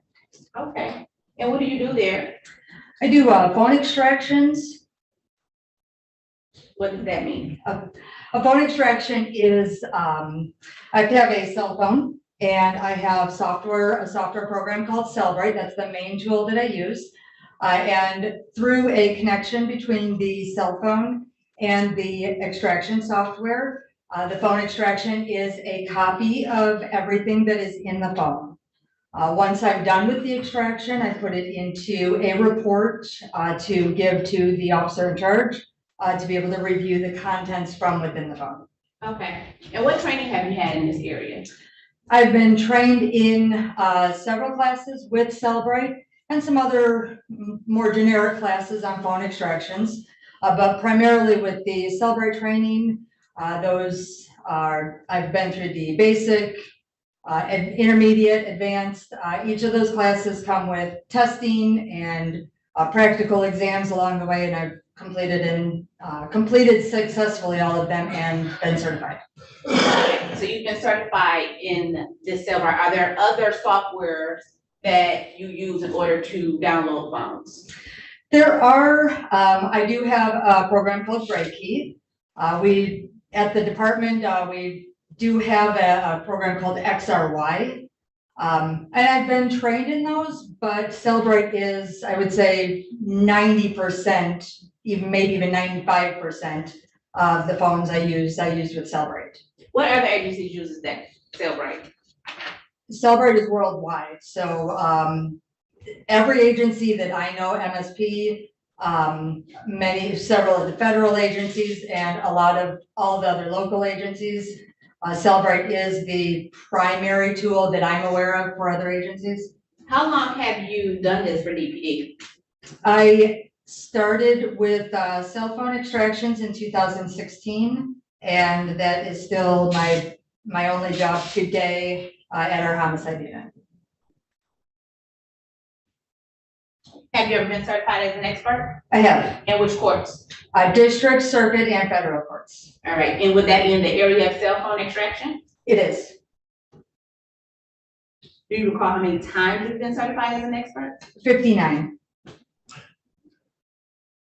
Let me ask you this, do you need a search warrant in order to do these extractions? There are 3 ways to have legal authority to do an extraction. The first, because I work in homicide, if the owner is deceased. The other way is a consent from the owner, and the other way is the search warrant. Now, the past over a year as to her qualification as an expert, Expert in, cell phone extraction. no objection, Your Honor. I'm well aware of Detective Marco's credentials. I have no objection. All right. Ms. No Gunn, objection. All right. Got to move to have Ms. Marco certified as an expert in the area of cell phone extraction. It will. Thank you. Agent Marco, were you asked to extract phones for an investigation on April 9th, 2022? I was. And how many phones were you asked to extract? Do you recall? I don't recall the number off the top of my head for that, Okay. for that case. For your testimony today, how many will you be testifying to? The reports that I reviewed included 2 phone extractions. All right.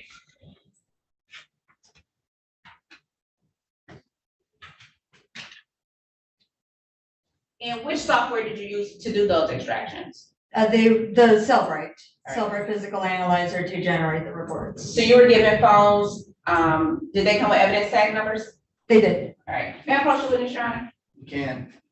I'm approaching with what has been marked as people's proposed exhibits 12 and 13.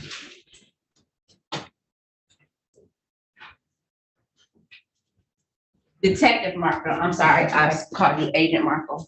Apologies. Can you tell the court what I presented to you when people proposed 12 and 13? Yes, 12 is the first 2 pages of an Apple iPhone XR. Do you want me to read the evidence tag number? What is it for? The evidence tag number for this device was 2204090328-4. And these pages are the device information sheets from an extraction. This just gives me the identifying information about make, model, phone number. So is that taken from Cellbrite, or is this something that you input into the system in order to get this information? The device information is included in the Cellbrite extraction report. So this information is from Cellbrite. How do you get that information? That's through the extraction, through making that copy of the contents of the phone, using Cellbrite, and then generating into the report. So the information is generated by the software program, and it's the copy of the device. So how do you hook the device up? The connection? Yes. The connection is it's through a cable. It would resemble a phone charging cable. Okay. The difference with the software programs is that the cables that are used are called read-only, meaning that the information or the copy of data can only go one way, from phone to computer. These cables are constructed in a way where the information cannot go from computer to phone, and this just ensures the safety of the extraction methods to make sure that we're making a copy of that device and not being able to go by, both ways. All right, and so the extraction data that you have for point 4 came specifically from that particular phone, is that correct? Correct. What other identifying information does this phone give you through that Cellbrite certification sheet? So on this sheet, this is what would be the first page of an extraction report. Okay. And this has the identifying information about the device that was extracted. So this gives me the make, model, phone number. In this case, it was an iPhone, so an Apple ID, account number, email account. This is just limited to the device-specific information though. All right, so for that device, you have a telephone number? Yes. What's that telephone number? Can I ask which device we're talking about? Under exhibit, evidence tag ended in 4. Exhibit 12, proposed 12? Is that evidence tag point 4 or point 3? Is this exhibit 12? Yes. Okay, Thank you. thank you. So which evidence tag number was that This- Cellbrite report for? This is on the phone that was on evidence tag item number 4. 4. Okay, got it. All right, now you said there's a telephone number that's generated, is that correct? Correct. And so item number 4, once you did the phone extraction, what cell phone number did you get for that phone? 313-826-9397. Move for the Mission of People's Exhibit 13, Your Honor. Is that 12? I'm sorry. 12, Your Honor. Any objections? I have no objection to the mission of 12. No objection, Your Honor. All No right. objection, Your Honor. All right, the exhibit's admitted. Can I publish to the court? Yes.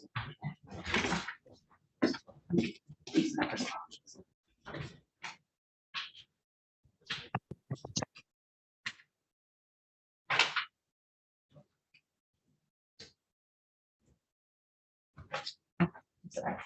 You said that there was an email address extracted from that cell phone as well. What email address did you have? That's the Apple ID address. Oh, what's the which Apple? is an email address, and that is, I'm gonna spell it. It is TEEMO264@icloud.com. All right. May I publish to the court, Your Honor? Can you just hand that document to the judge? Now, the second document that I handed you, what is that? This is similar information. This is the device information, but for this device is for a cell phone that was on evidence as item number 3. Okay, and is there a telephone number associated with that item number? There is What telephone number is that? 313-765-7408. And is that also known as the MSISBN number? Yes, Okay. And is there an email associated with that telephone? yes, there is an Apple ID Apple listed ID. in the device information. What's that Apple ID? That is ONEUPMAR3@gmail.com. And again, that's the Cellbrite information that you received from the from dumping that particular evidence item associated with point 3, is that correct? Correct. Move for the mission of People's Exhibit 13, Your Honor. Any objections? No, no objection. No objection, Your Honor. Be admitted as People's 13. May I publish to the court? Yes.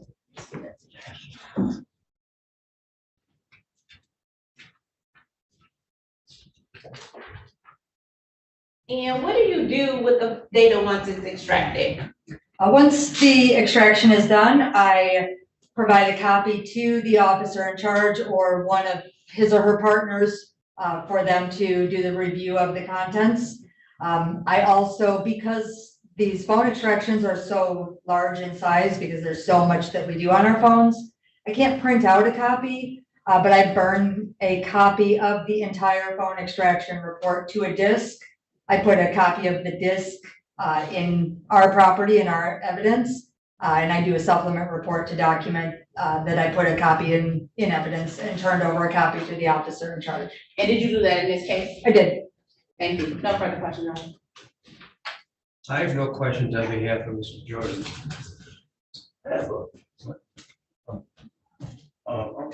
Marco, when you do this phone dump, what is the range? You had several numbers on it. How do you differentiate? So- When you do the phone dump, I'm assuming all the numbers that's on the phone comes out, right? So are you referring to like the phone number assigned to that phone or the phone? Cell bright, the whole process. You use a program to dump the numbers off the phone, is that correct? Can you be more specific? Which, I'm not sure, are you talking about a call log or Yes. contacts? I'm not sure which When you do numbers. the cell bright, Right. you are going in to find all the numbers on this phone, is that right? Well, it's making a copy of all the contents within the phone, so that would include like a call log, contact list, text messages. It's taking everything from the actual phone and making a copy of it. So it would, in the extraction process, it would get those numbers, those calls and all that information. So it gets everything. Yes. Okay, all right, thank you.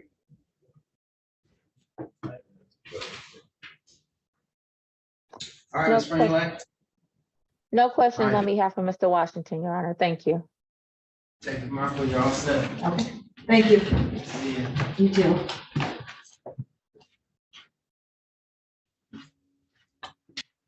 Thank you. At this time, I just need to make sure my next witness is out there. Aurora.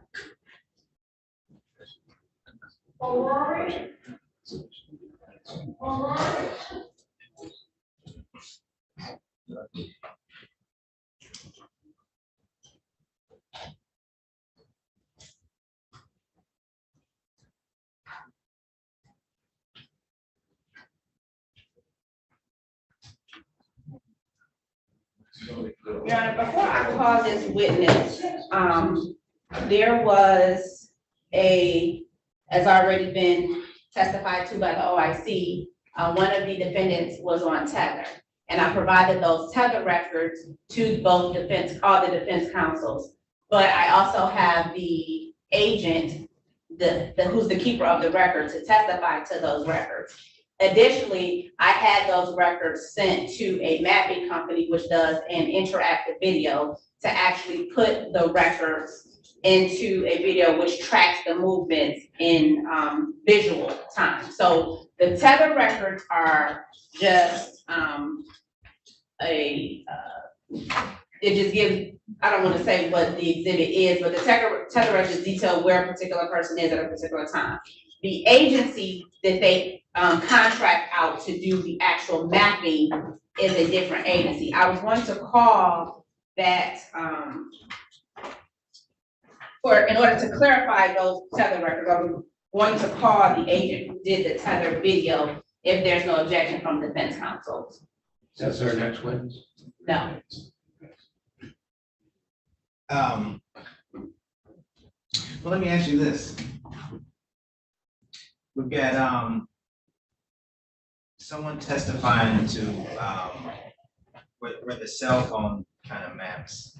and then someone testifying possibly to where the tether hits in time. Do you have any other witnesses, yes, that's gonna, talk to the criteria as to the armed robbery and the carjacking? Yes, I have the keeper of the records for the 911 call, that was, made on the day of the carjacking, and also the person authenticating the voice on that call. Okay. Is there, as to the, I guess, Ms. O'Rourke, you're the next, I'm assuming you're the next witness. So the reason I was asking about the person that did the video, if the defense counsel had objection and the court was going to grant those objections, I was not going to get that person here. That person is on call for purposes of this exam. I'm more, just want the witnesses as to the, as to probable cause for the carjacking, receiving, concealing, fleeing and eluding, and the CCWs. At some point we're, it's just cumulative. It's not getting to the point where what we need. So, I'll let you call Ms. O'Rourke next because she's sitting in the courtroom, but that's fine. we gotta get this going as to the elements. It's a number of witnesses. It should not take this long. But I understand. do what you gotta call who you have to call, but I don't need 3 witnesses that they're gonna say the same thing because it's probable cause. It's not beyond a reasonable doubt. Yes, Your Honor. At this time, people call Sergeant O'Rourke, Analyst O'Rourke.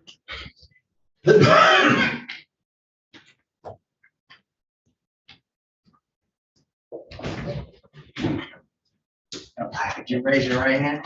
Do you promise to tell the truth, whole truth, and nothing but the truth? Yes, All right, thank you. Tell me your name. Melanie O'Rourke. All right, thank you, Mr. O'Rourke. Thank See the box.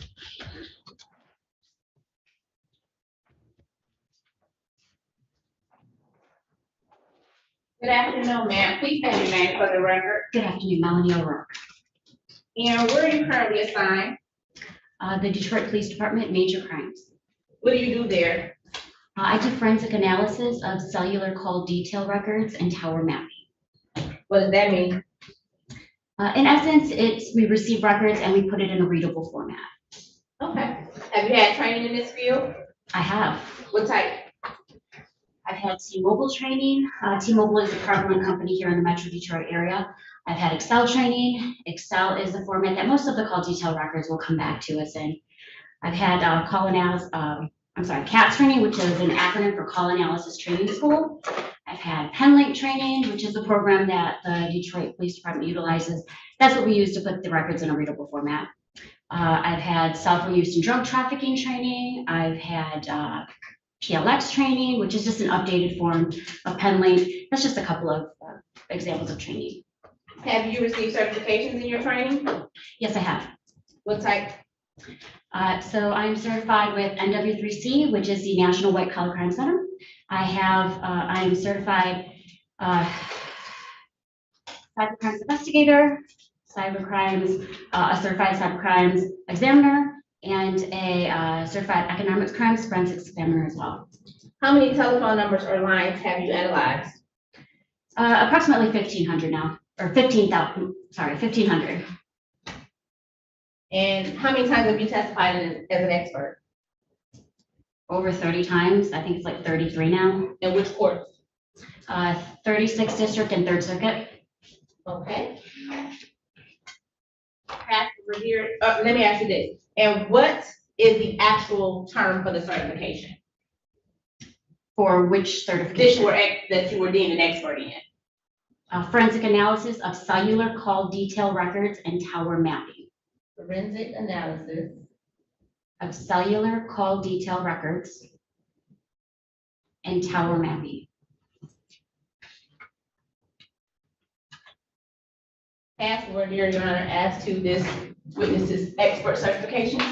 I don't have any questions. Ms. Greenlight? No questions, Your Honor. All right, Ms. Scott?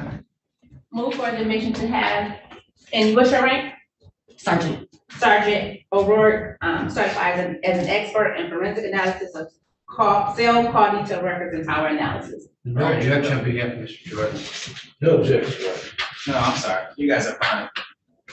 No objection, Your Honor. All right. Yeah, the record will reflect. So, you're giving call detail records, is that correct? Correct. And then what do you do with them? We input it into a system called PLX or PenLink.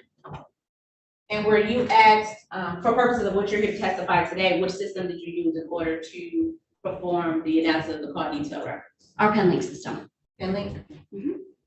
And does PenLink create a map for you? It does. All right, so you don't do the map, PenLink creates the map. We create the map and then we will, PenLink will create the map and then we will peer review and make sure all of the information from our system is correct with the raws. So what's all included in the call detail records?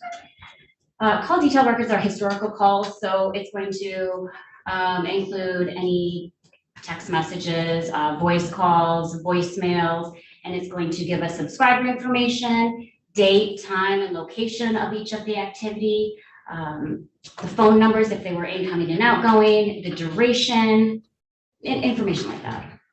Were you given call detail records for telephone number 313-765-7408? I believe so. Can I refer to map? May I approach the witness? Yes.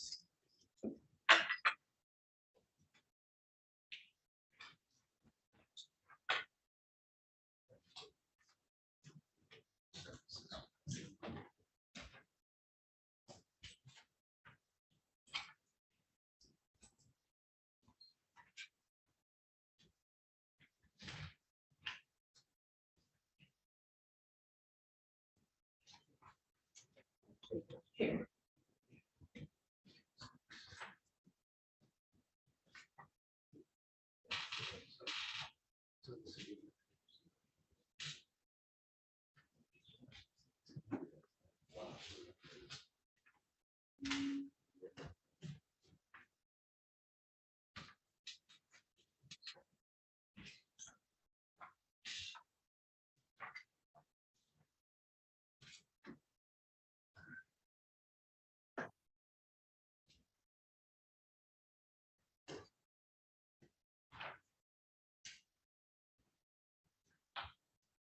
May I approach the witness, Your Honor? You can. I'm approaching with what has been marked as people's proposed exhibits 14 and 15. Starting with people's proposed exhibit 14.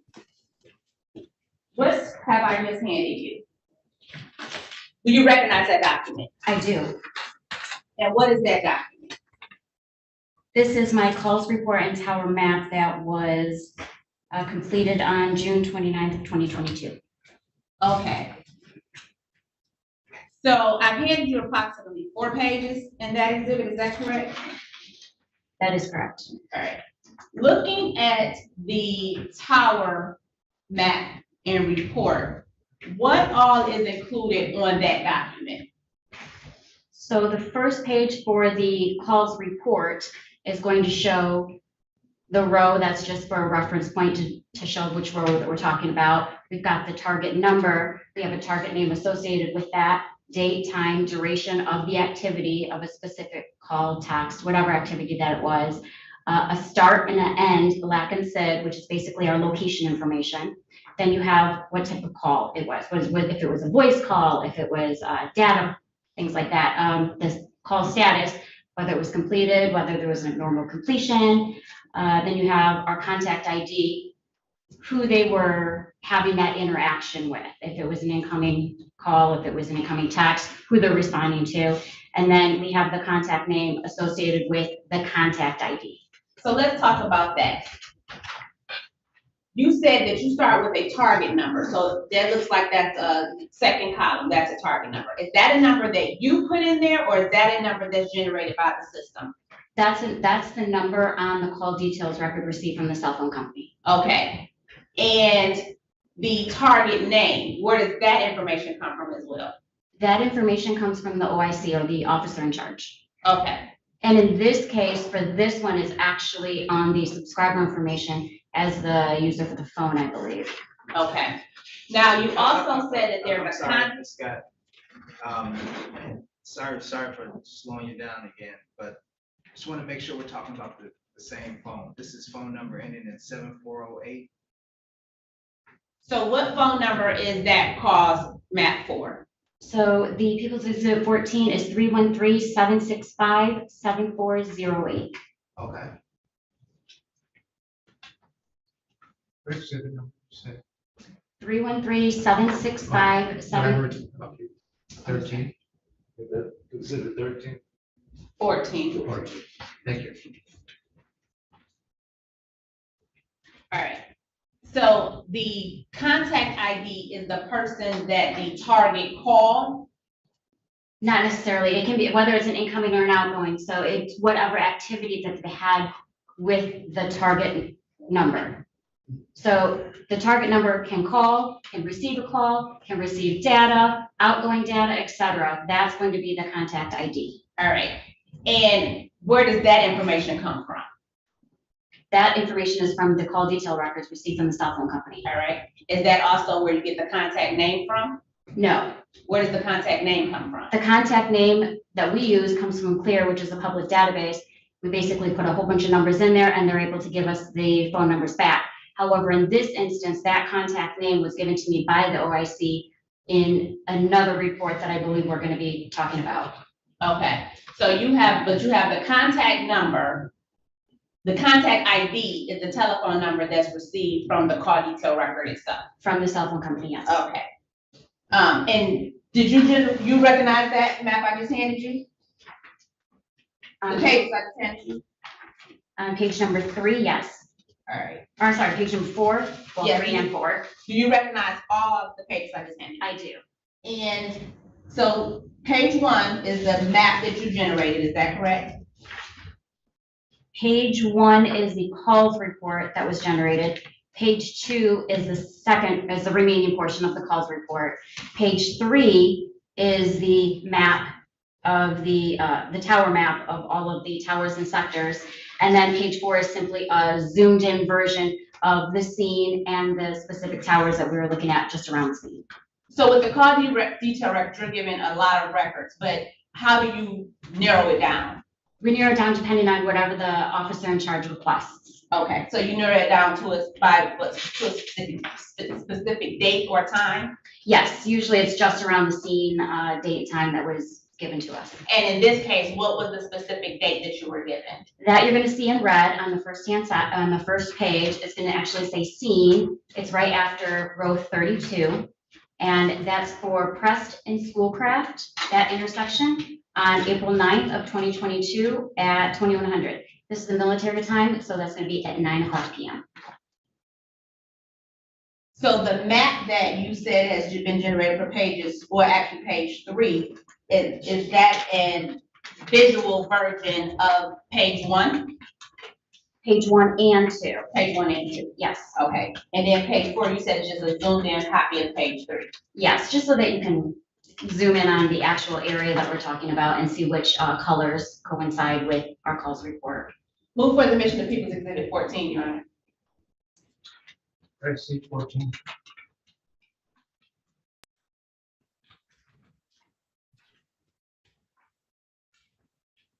I have a copy if you want to let them keep this. Oh, yeah, I'd like a copy. And that is if I have my own copy. Oh, Well, I just have a couple quick questions. Are you saying that exhibit 14, all this data that's on, everything that's on here came from the extractions? No, it did not.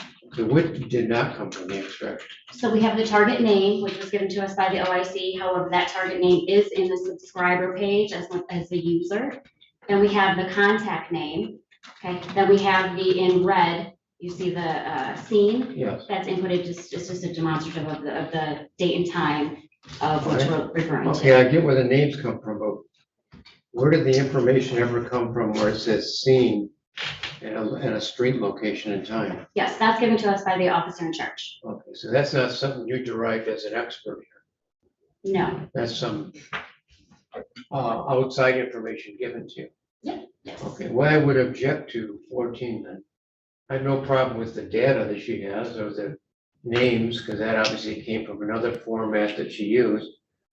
But just to put information there that she received from the officer in charge, I don't think would be something that should be part of this exhibit, Your Honor.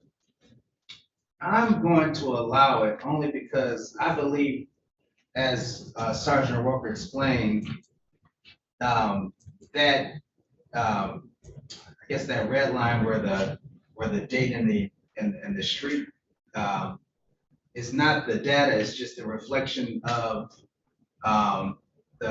the area that she was focused in on, but the points from the phone would indicate where the actual hit was. So I don't believe that that particular line is being used as evidence. But it's my understanding that everything else that the report generate would be considered evidence. If I'm wrong on this. Well, no, it's really blatant hearsay received from the officer in charge with their speculation at the time and location of some event. Yeah, that does not matter to me, and that's not taken as evidence. You know, the date and time has to come from actual testimony. Yes, Your Honor. Or. Well, subject to that objection. Or waive the court's ruling. All right, so, I'm gonna overrule the objection as to that, but, you know, I would note that, you know, as Sergeant O'Rourke explained, that red line was not generated, from anything related to her investigation. It was just the input that the officers gave. Other officers gave, excuse me. Thank you, Your Honor. May I publish the report? Yes. Can you pass that to the judge? The next document that I gave you is People's Proposed Exhibit 15, Sergeant. Can you tell the court what the telephone number that call detail, that call report tower map relates to? Yes, that number is 313-826-9397. Now, does that have a particular date that you wanted to map these calls for? It would be the same date and time that I had on the previous one. It's going to be for April 9th of 2022 at 2100, which is 9 p.m. Okay, and that's the target number that you have on there, is that correct? Correct. How many pages is that document?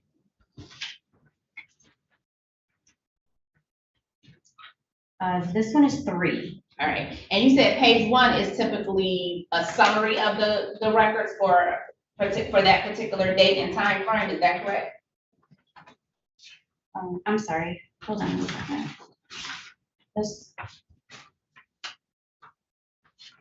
This is actually 6, but I think this is just a duplicate. Oh, yeah, there's a copy in there. Okay, may I approach, Your Honor? Yes. Thank you. So yes, there's 3 pages now. My apologies. Thank you. Sorry. So the first page is just, you said, it's not a voluminous document, it's just a summary for that date and time frame that you were asked to map, is that Yes. correct? Yes. that is And what's correct. page 2 and 3? Page 2 is going to be an overview of the cell towers and the sectors that I mapped on the calls report. And then page 3 is just, once again, a zoomed up version so you could see just around the scenes section. And again, this was generated using the pen link. It was. Move for the mention of People's Exhibit 15, Your Honor. Judge, I would just have the same objection I had in relation to 14. I am going to overrule the objection for the same reasons, but it's noted in the record. Thank you. Exhibit is admitted. May I publish to the court? Yes. All right, we're going to start, actually, I'm going to share my screen, I'm going to publish these.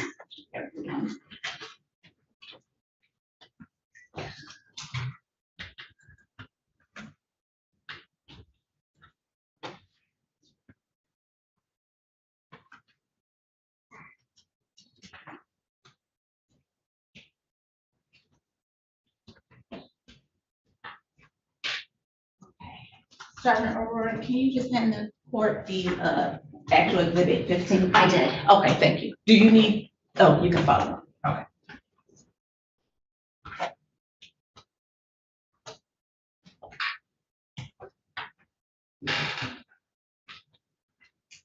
Now, you've already said that the target number is the number that you received from the car detail records, is that correct?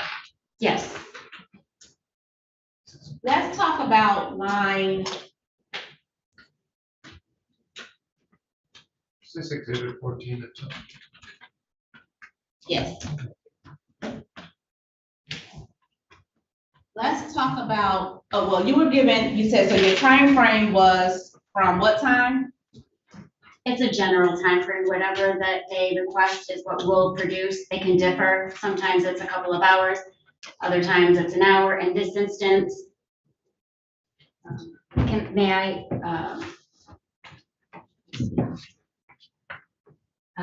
in this instance, it was from 2011 through 2109. Okay, and what time is that approximately? That's going to be at 8:11 p.m. through 9:09 p.m. All right, so explain the activity at that time.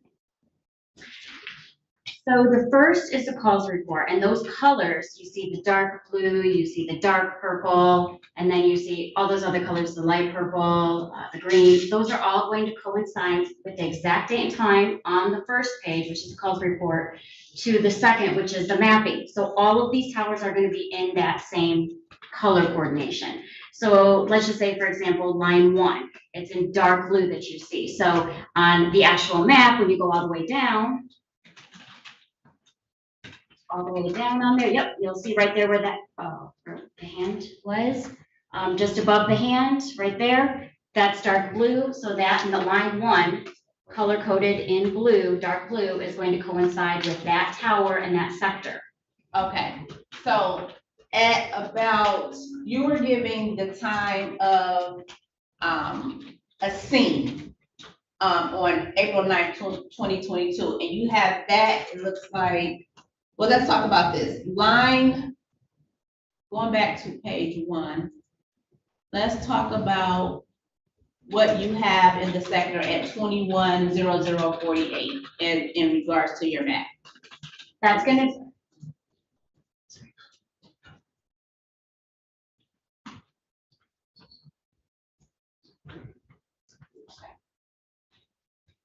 that's gonna be a data hit, which is going to show in the light purple.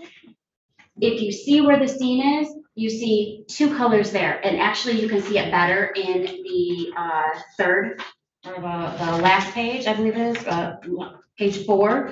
You can actually see the 2 colors on page 4. You see the dark purple and the light purple.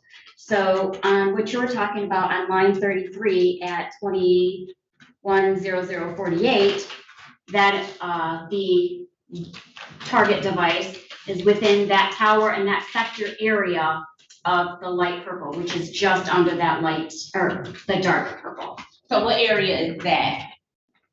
That covers the area of the scene. Okay, and what is the location?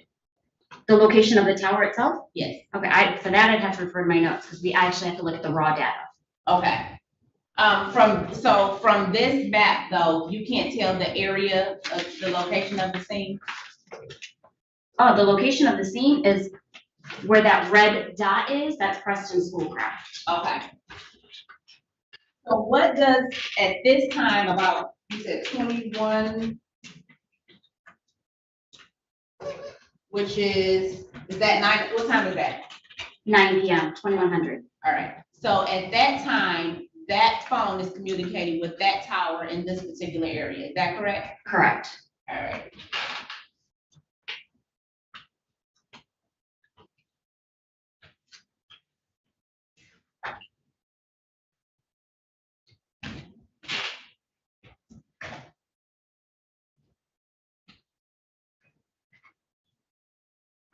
Now, also at that time, which is what, line 33, is that correct? Yes, that's what you had asked about, line 33. Line 33, what is happening as far as the call type with that particular device? Line 33 says data. Okay, what does that mean? That's just gonna be the information.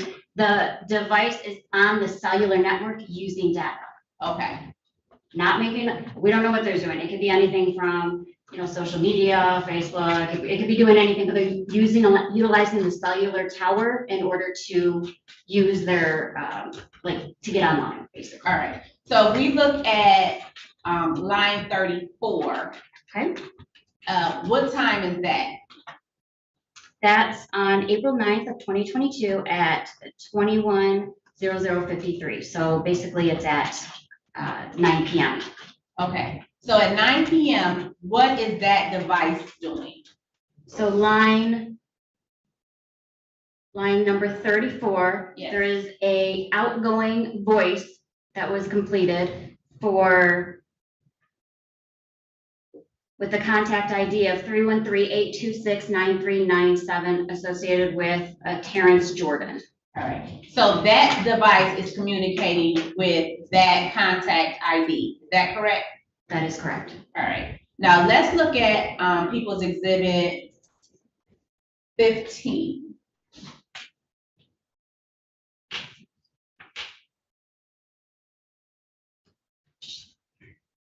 In between lines 8 and 9, you still have the scene, is that correct? Between 8 and 9, yes. All right, so going to your map, tell us what's going on your map at that time from this device. So actually, it's the same as the Exhibit 14. The colors on the calls report coincide with the map that we're looking at. And in this instance, the before and after activity is in the green area. And you see that the green tower facing south, just north of the scene sector. Okay, so it's in the same area? The same area as People's Exhibit 14. Yes, it has the same coverage area, yes. All right, and what area are they in according to this tower map? So that scene is Prest and Schoolcraft.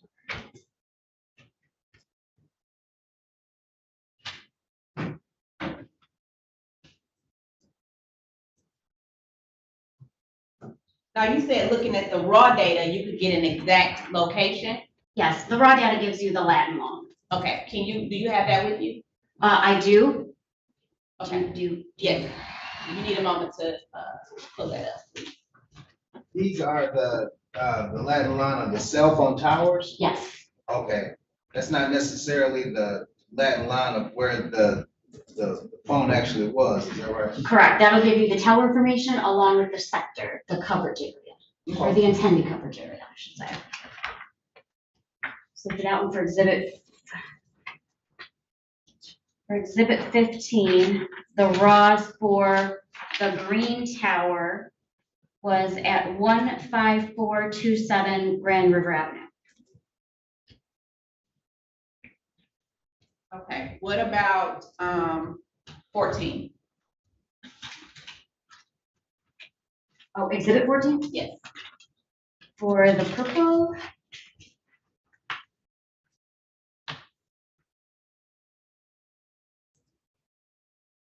Okay, for the light purple, that's going to be Greenfield and Fullerton facing north.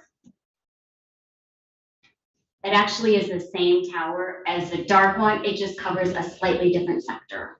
Okay. So that's why you see it, they're kind of on top of each other, but one's like this, one's like this. So is your testimony, Sergeant, that at the time that you were given, which was that 9 o'clock frame, a little bit before and a little bit beyond, that on April 9th, 2022, both of the phones were in that area of the Preston Schoolcraft. Is that correct? Is that what the tower, that's what this data is reflecting? It's consistent with, both of them are consistent with being at or near the scene location coverage area, yes. Okay.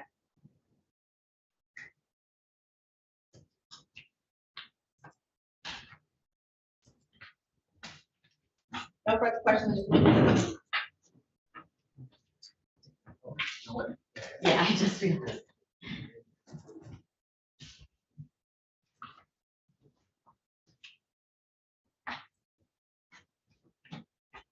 All right, good afternoon, Sergeant. Good afternoon. Just so I understand this a little better, first of all, as to these charts, you have outgoing and outcoming and outgoing, is that right? Incoming and outgoing, Incoming, and some outgoing. unknown, yes. And those, you have names up there. I On do. the chart. You can't say based on this data that any particular person was actually using the phone, is that No. right? You just put the names up there for convenience, then, is that right? If that was provided by the officer in charge. Right, so anybody in the world could be using that given phone. Yes, So the fact that those names are on there doesn't mean that person was using that phone, no. correct? All right. In terms of, the cell towers themselves, you very carefully answered the judge's question, that those exact locations on there were just for the cell towers themselves, is that right? Correct. You cannot put a specific location as to where a cell phone is that correct? Or any device, correct. Right. And in fact, those towers have certain zones, is that right? They have intended coverages. The coverage area, What was the word?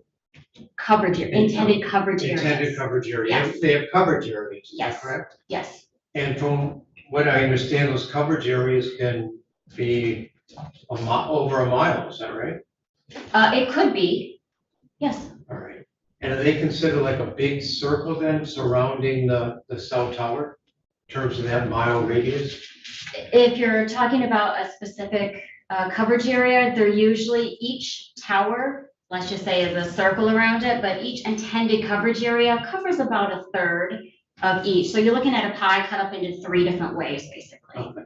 So, all right, so that tower would be in the center of that pie? Yes, And that pie, as you just said, could be a mile radius. yes, So all your records can really show honestly is that a phone was somewhere within a mile radius within that pie, well, it could be a mile, it could be a little bit more, it could be a little bit, yes, but yes, more or less. yes. All right. And those, as I understand cell towers, they can only hold so many calls at one time. Is that right? What do you mean? Oh, have you ever, Hold so many calls. well, if a cell tower can be overloaded from time to time? Oh, it could, yes. And does a scientific study show that if a cell tower is overloaded, that an actual call could be transferred from one tower to another if it's overloaded? Transferred from one tower to Yeah, another? or give an indication of bouncing from one tower to another. Well, it could, but here in the Metro Detroit area, especially with, T-Mobile or AT&T, one of our prevalent companies, we have, the cell phone companies specifically will put that into an effect. For example, they may have one tower, but on this tower, maybe 22 antennas, and each antenna may cover this area, this area, this area, this area, this area. They overlap in that one general area, but they can overlap so that, there's multiple calls. When you're talking about, I think you're talking about overloading a specific tower, for example, if there's like Ford Field or Comerica, where there's a ton of towers, they have larger antennas for that specifically designed, and it doesn't have to go further out. It could, but we have so many towers that are prevalent here, especially in the Metro Detroit area, that going anything over a mile is very unlikely. That's why we put this as a generalization for a mile radius. Is each tower unique to each carrier, or do multiple carriers use a given tower? It depends. If they purchase, depending on which cell phone, like Sprint, for example, there's a bunch of Sprint towers. T-Mobile purchased them, so now we have Sprint merged with T-Mobile. You can have other towers that are, that cell phone share or cell companies share, but they pay for it. So it just depends. Do multiple carriers affect like the data that you receive from time to time? The data that we receive is the data that we receive. How or how many, how much information, overloads, all that stuff, we don't receive. We're only getting from the cell phone company that this device connected to this tower and this sector at this time. I don't think further judge. I have no questions. Ms. Brunelak? Just a few, Your Honor. Okay. Now you indicate that you get information from the officer in charge or officer in this case, correct? Yes. And what specific information do you get from them? So we're in an office, so we don't go out to the scene. So they're going to give us the information that they do in their investigation, the date, the time, you know, what victims' names, suspects' names, things like that. Because like I said, we're literally in the office. We don't go out to the scene to get that information. Okay. And is there any means for you to verify any of the information that's been given to you, such as a phone number or contact information, spelling of a name, anything like that? No, we don't verify that information. A phone number is given to us, provided to us in a search warrant. That search warrant is sent to the cell phone company. That cell phone company returns the call detail records to us. We load it, map it, make a report, send that out. So essentially you have to trust that the information in the investigation is accurate in order for you to complete your portion of your, expert investigation, correct? Your report. Yes, we're given a search warrant with that information. Yes, you get a search, again, you get a search warrant for it, but you have to trust that the information that you've been provided with is accurate, correct? Yes. And about how long does it take for you to compile your report after you review the phone log, the records from the cell phone company?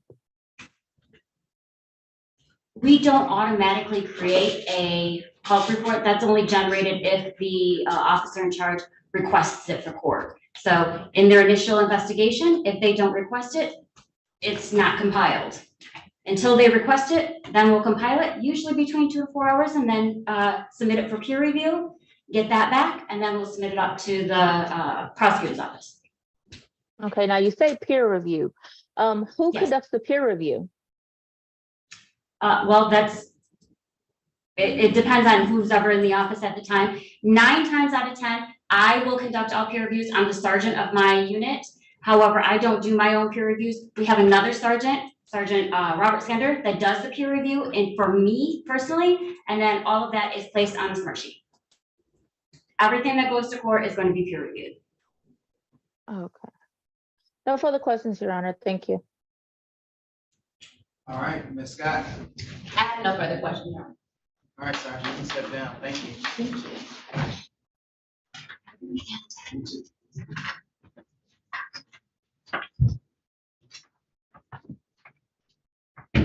At this time, if you call Kenya Flowers. Kenya Flowers. Ms. Scott, there's an offer of proof. For Kenya Flowers, Yes. she can keep her the record at 911 dispatch. Okay.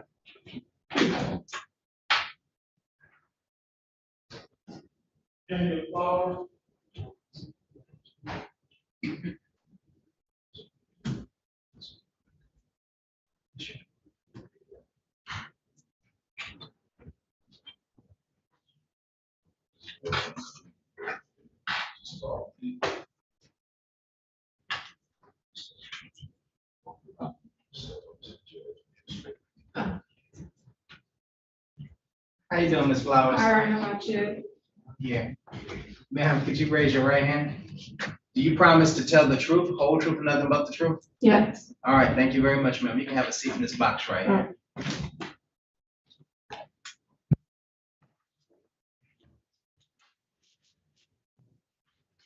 Good afternoon, ma'am. Please state your name for the record. Kenya Flowers And Ms. Flowers, where do you work? for Detroit Police Department, 911 Communications Department. How does the 911 system work? When someone calls 911, the call is automatically recorded as our Intrado system. It stays in the system for 90 days.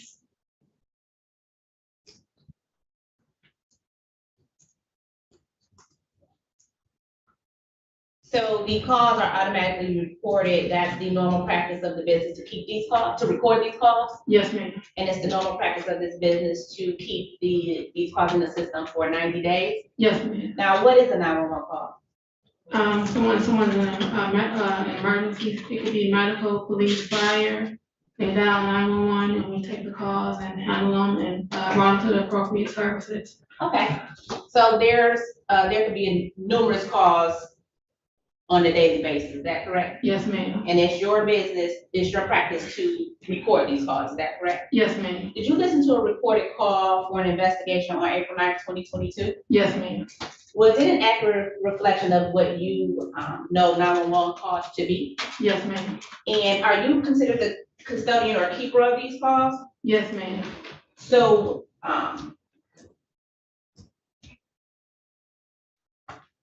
the call that you are here to testify today,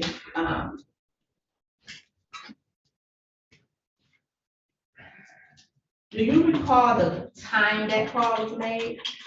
Around 2110.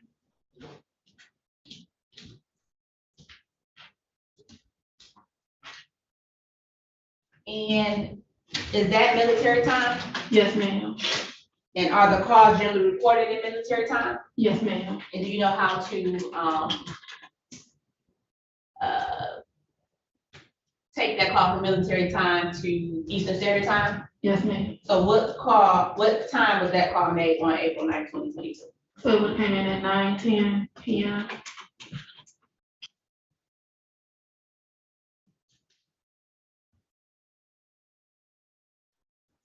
And you said you listened to that call, is that correct? Yes, ma'am. And was there a location given in that call, or is the location, so let me ask you, was the location given in that call? Yes, ma'am. Do you recall the location? Objection, Your Honor, hearsay.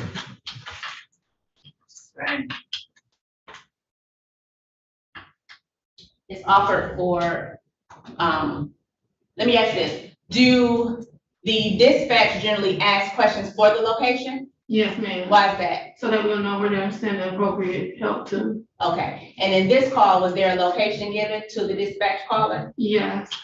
And what was the location? Again, Your Honor, same objection. Same.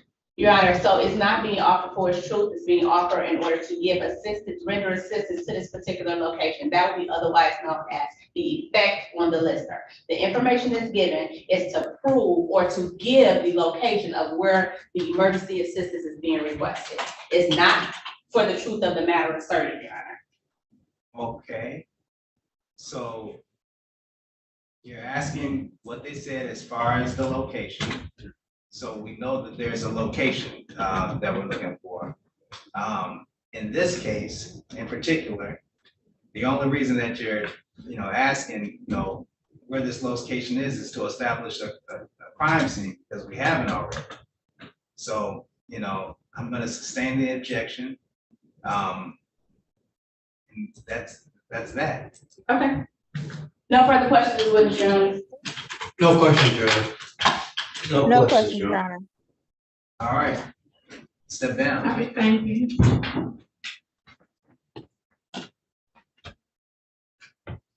At this time, if you could call Alita, ma'am, 1 second though. Yeah, sure. What was his name? Sorry. Alita Smith.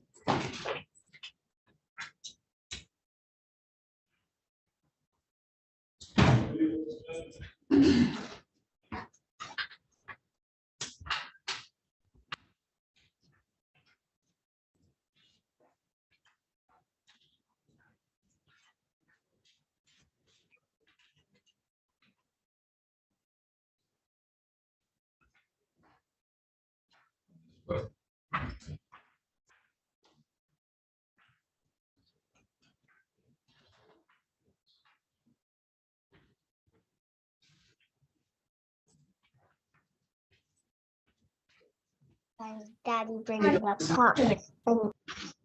1 second. All right. Ma'am, can you tell me your first name? Oh, yeah. Okay, Ms. Olivia Smith, could you raise your right hand? Do you promise to tell the truth, whole truth, and nothing but the truth? Yes. All right, thank you, ma'am. You can have a seat in the box.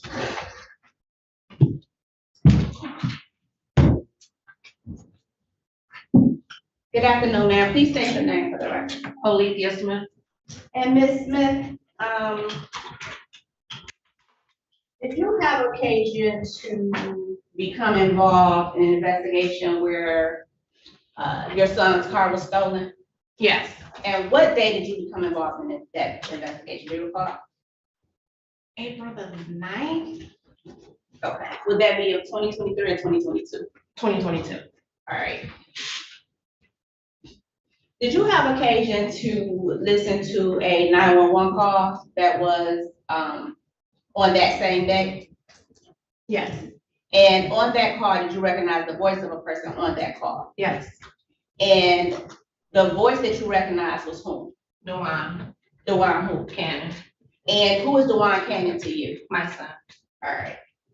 And so you listened to a 911 call that was made on April 9th, 2022, and you recognize that voice to be that of your son, is that correct? Yes, Got to move for the admission of People's Exhibit 1. The people have laid a foundation for the custodian of record that is what it purported to be, which was a 911 call. In addition, this witness listened to that 911 call and stated that she recognized on April 9th the voice of her son. So for authentication purposes, it's two-part. There's foundation and authentication. I'm sorry, for MRE 902, there's two parts, authentication and foundation, Your Honor. I believe that the people have met that burden from both witnesses that have just testified. So I think we're just jumping around a little bit, Ms. Scott. We've got, Ms. Flowers who's testified that, she works for, 911, keeper of those records with the police department. But I don't have a specific 911 call that she's addressing. At some point, somebody asked her to pull a particular call. And that same call was, I'm assuming, listened to by Miss Smith. And she's gotta have these both together so we know exactly what we're talking about and how this lines up. So I think we're there, but maybe you wanna call Miss Flowers to nail down exactly what call we're talking about. Your Honor, she testified that it was on April 9th, 2022 at 21:10.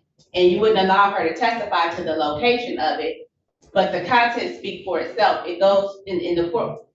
She was given she pulled a particular 911 call. She had to get this from somebody, in relation to something. And that's all I'm asking. It's just that she's just established that.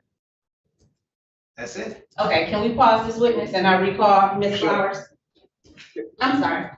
Yes, recall Ms. Flowers. Ms. Smith, you can step down.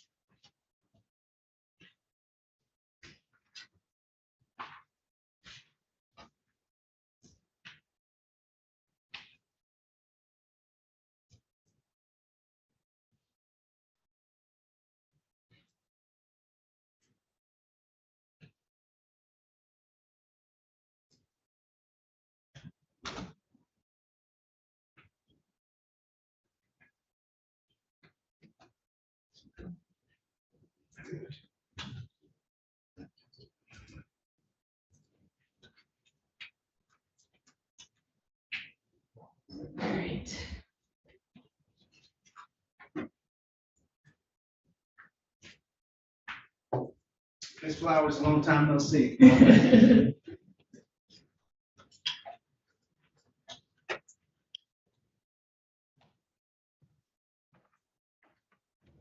Back on the record, Ms. Kenya Flowers was previously sworn in. I'll let you continue, Scott. Thank you. So you previously testified, and I'm just gonna apologize if I'm re-asking you the question, but let me ask you this. You said that 911 calls are reported. Yes, ma'am. Where is the 911 call center? At 1301 Third, at the police headquarters. Okay, so at this center, people use 911 to do what? We take police, fire, and EMS calls. We get the address where the location where the emergency is. We get the description of what the emergency is. We use an appropriate nature code and then send it over to the police, fire, or medical services so that they can dispatch them out to the location that was given. Okay, so these calls are recorded, and then what is required in order for you to give these calls to, say, police or prosecution? We would need a location, the nature of the emergency, and then we route it over to the appropriate services. Okay, and was that done in connection with this case for April 9th, 2022? Yes, ma'am. All right, Your Honor, does the court have any further, I don't know if I'm No, I think misunderstood. you're close. Ms. Flowers, you indicated that you give this information to route it to police, fire, or emergency, is that correct? Yeah, the dispatcher. Okay, is there any way that you identify that call? Do you have a number or something associated with? When the each actual call call? comes in, once it's given a nature code, it gets an event number, and each event number is unique. Okay, now, when, Excuse me one second, Your Honor, are you on mute? no, I'm not on mute. Okay, I just wanted to make sure Ms. Franklin could hear. Oh, Ms. Oh, Franklin. I can hear everything. I'm not, I'm here. I can hear it all. Okay, now, ma'am, when police or fire department or anyone are asking for a particular record, what information do they give you to get that record?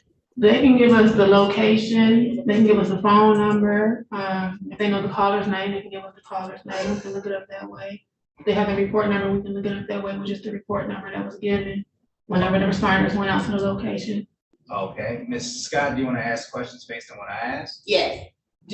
So in this particular case, were you said that the police also may ask for a particular 911 call based on location, is that correct? Yes, ma'am. Is it also based on, did you say time? It could be based on time and the date.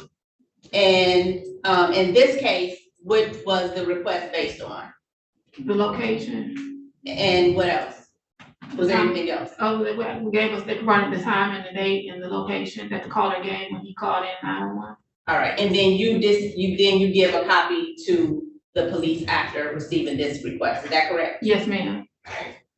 All right, Well, so what was the date? And so that I asked her for the location, Your Honor, but the court said it was hearsay. okay. Now, as to this, do you want to ask a location and the date? So what was the location that you were requested for to dispatch this 911 call? Schoolcraft and Greenfield to the Citgo gas station. I couldn't hear, I'm sorry. To Schoolcraft and Greenfield, I believe, to the Citgo gas station. What was the street, Schoolcraft and what? Greenfield. What date for the particular crime? April 9, 2022. And what was the time that you were asked to pull this particular call for? The time the call came in, or Well, did the police give you a time? Did the police ask you the time for a particular call, or was that time just within the call itself? the call, when the call is recorded, it becomes date timestamp automatically through the Right. system. So did the police ask you for a particular time for a 911 call? So say for instance, you may receive dozens of calls on a particular day, is that correct? Correct. When the police requested this particular call for April 9th, did they also include a time stamp of what they wanted the call for? Yes, ma'am, they normally do. And what time was that? For 2110. Okay. And I'm sorry, you said it was a Schoolcraft, In Greenfield, I believe. all right, and was that did you name another street? No, I'm sorry, what was the place that you said? Citgo gas station. Gas station, okay.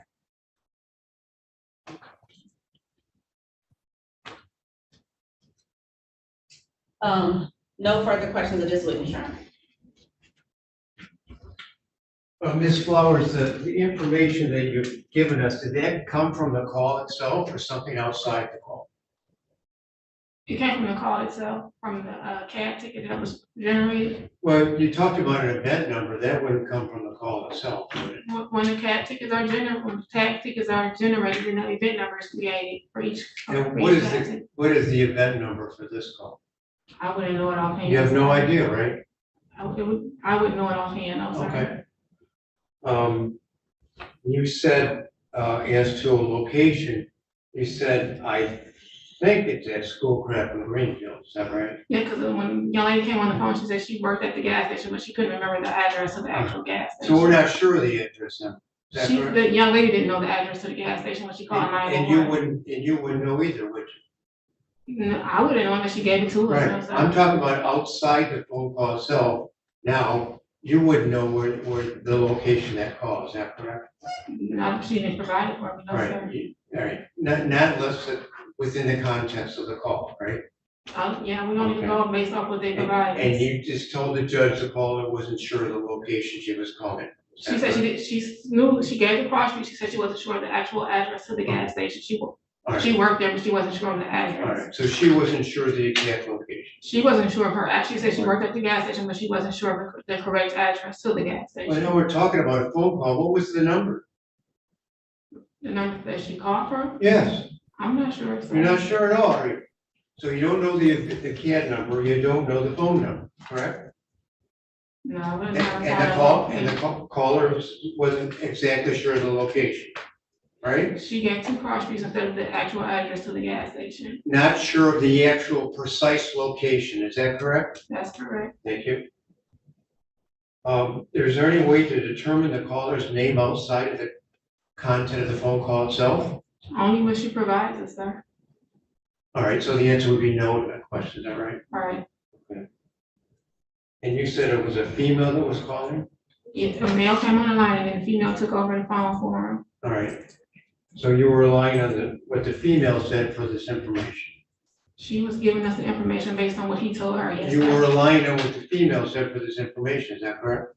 Based on what she get, based on the information Now, I'm that gonna object to Oh, argumentative. stop, man, it's just a yes or no, it's okay. Yes.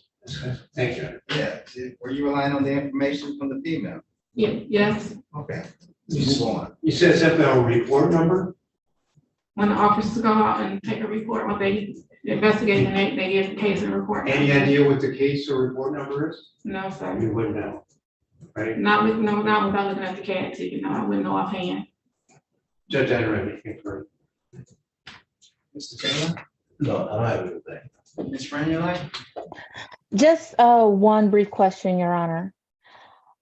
So ma'am, to be clear, the information that you used for your, from the call was not from an alleged complainant. It was a third party that gave you information, correct? He was standing there with her. Ma'am, it Right. was a third party you were speaking to, a female, correct? Yes, No, wait, ma'am. stop, Ms. Flowers. Mr. Cripps, you have an objection? Yeah, my objection is she visually can't say who was standing anywhere, Yeah. so it'd be pure speculation of her. Yeah, so, Ms. Flowers, we're really not interested in the content of the call, because that's gonna, if it comes in, it's gonna be in itself, whatever those folks say. So we're just trying to figure out, how we got there and what we got there, so. Ms. Franulli, and I just wanna make sure that, we understand your question. Did you ask it again one more time? Absolutely, Your Honor. So again, ma'am, you received information from a female in this case, not a third party, not the actual complainant, correct? Correct. No further questions, Your Honor. All right, I got a question. You said something about, you couldn't, make the determination of the phone number without the ticket in front of it. Is that right? Well, the CAD ticket, yes, sir. What's the CAD ticket? When we put it into our CAD system, it automatically generates a ticket. And we input the location, the caller's name, the notes that's necessary for the dispatcher to read off to the officers or whoever the responders are to go out, so they'll have a basic idea of what's going on. Okay, you keep that in the normal course of your records? Yes, sir. All right. Any questions based on what I asked? No, you're not. No, Your Honor. Let's try But I would ask to, admit the 911 call. Any objections? Yes. Yes, Your Honor. Okay. You can go ahead, Mr. Prince. Okay. I don't think there's a proper foundation here. We don't have an event number, we don't have a CAD number, we don't have a report number, we don't even have a precise location as to where this call came from. There's just not a proper foundation to be laid for this document, for this 911 call to come in. On top of the whole basis of it, it would be a total denial of due process for us lawyers to be able even to confront who the purported caller is. We already know there's been an assertion that where the complaints refused to testify in this case. That's the background to this. So this is a backdoor attempt to try to get in what I believe to be testimonial evidence through the back door, where we would not have a right to cross-examine, Your Honor. So that's my second objection. And Your Honor, I would join in with Mr. Cripp's objections, but also add in regards to the objections that even under best evidence rule, the best evidence will be the third party that she actually spoke to. Because right now we have hearsay that is being presented. We not just hearsay, we have hearsay within hearsay that is being presented or trying to be brought in. Secondly, we haven't even heard the 911 call to actually ascertain that it is truly the 911 call that was that is the subject today. We don't know who it is. We don't know who the third party is. We don't technically know the location. We don't technically know the phone number. There is nothing to identify and verify that this actual 911 call is a product of the allegations in this case. So yes, I object to it as well. All right, so this is, May I respond? oh, no, that's what I'm gonna do. I'm sorry, go ahead, Mr. I'm sorry, one more time. I'm joining in with the objection. Okay. I am not gonna admit the 911 call right now, only because, I guess first we need to figure out, because at least from my guess at this point, there are at least two people on that call, and there's a witness that we're waiting to possibly identify the voice on that call. And I'll make my ruling as to that part of the objection after I hear that evidence. But as far as the backdoor nature of getting in this testimony, I'm just gonna hear the call, and if I admit it in the evidence, I'll weigh it like I would anything else. That's where I'm at right now. Do you have any, so I'll hear the, actually, I guess we should hear your next witness, and figure out if that's the call, so. Yes, Your Honor. Ms. Flowers, I'm gonna ask you to stick around just a little bit longer, and then hopefully I can let you go soon.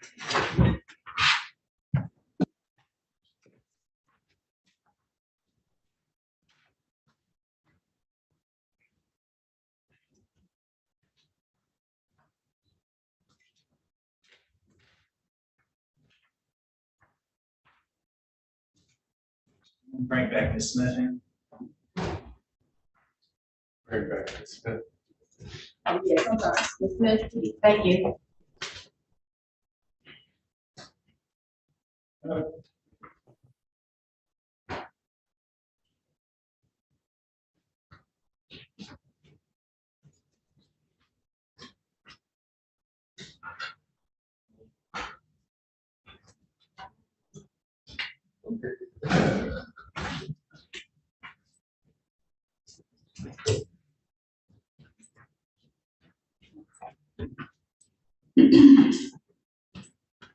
All right, man, you can come back on.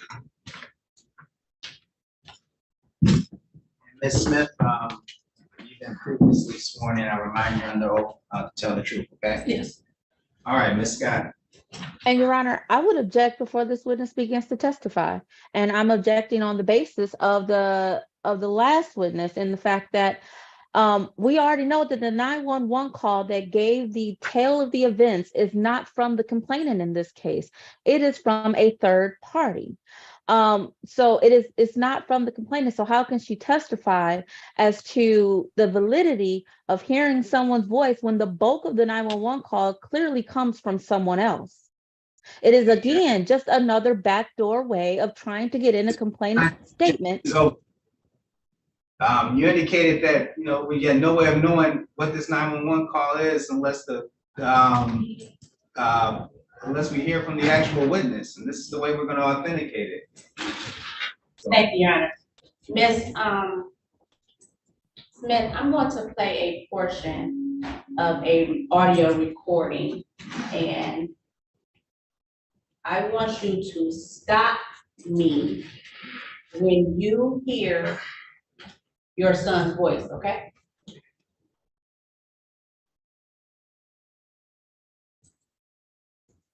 I object to leading the form of that. What's your name and number? Dewan. Sorry. Judge, I think that's a very leading question. You're already telling the witness on the stand as to. You know the telephone number you're calling from, sir? I'm sorry. Okay, and you said that the RAM is described as what?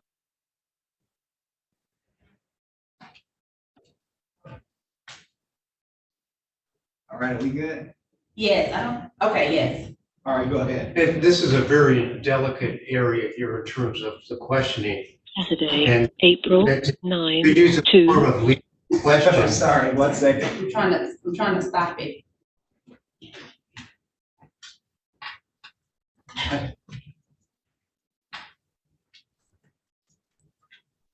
Go ahead. I object to the leading nature of the question. So, Telling the witness what the answer is ahead of time. it is a leading question. Ms. I would pray. I'm going to play a recording for you, okay? Yeah. I just want you to listen. Saturday, April 9, 2022, 21:10 and 03 seconds.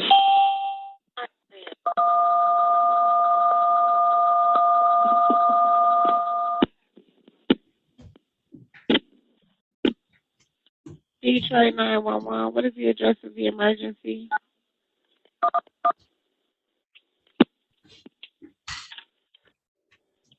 Detroit 911, what is the address of the emergency? And you know what? This is my job, and I don't even know the address, but I got a customer here.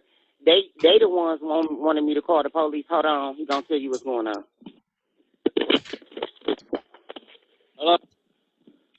Detroit 911, what is the address of the emergency?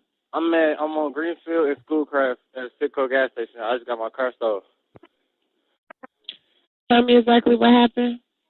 I was at a stop sign, and a car pulled in front of me and told me to hop out. They had the guns drawn on me. I couldn't do nothing, so I just got out the car. What kind of car pulled in front of you? It was a black Ram, I believe. What kind of car you have? A Chrysler 300. It's like a gray. LEDs on the bumper, on the back and front bumper. While at a stoplight? It was at a stop sign. A stop sign? Yes. How many people got out armed? 3. Are you okay or injured at all? I'm okay. Stay on the line, I'm requesting police. Okay. And these are meals?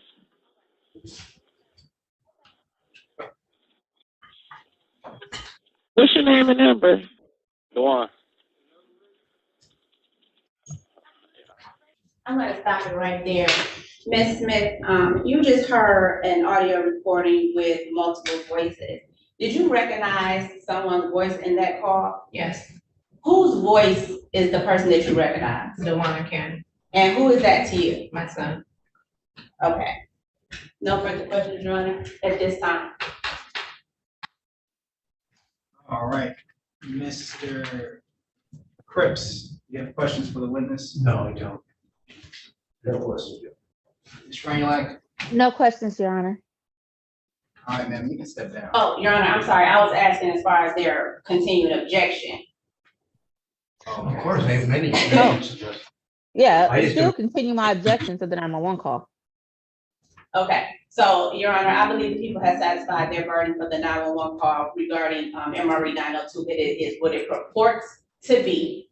The court can give whatever weight it determines, and the Supreme Court has ruled that 911 calls are non-testimonial, so they're not subject to confrontation. And also that the evidence goes to weight and not admissibility. The court can determine that that was not him on that call. The court can determine that that was Donald Trump. The court has to weigh the sufficiency of the evidence and give it whichever weight it wants to, but has nothing to do with its admissibility. All right, anything further? Oh, yes.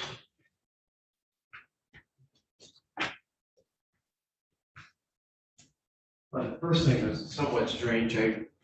Obviously, we don't have the location nailed down. And then I heard the caller say something to the effect that I have a couple in here, or something of that nature.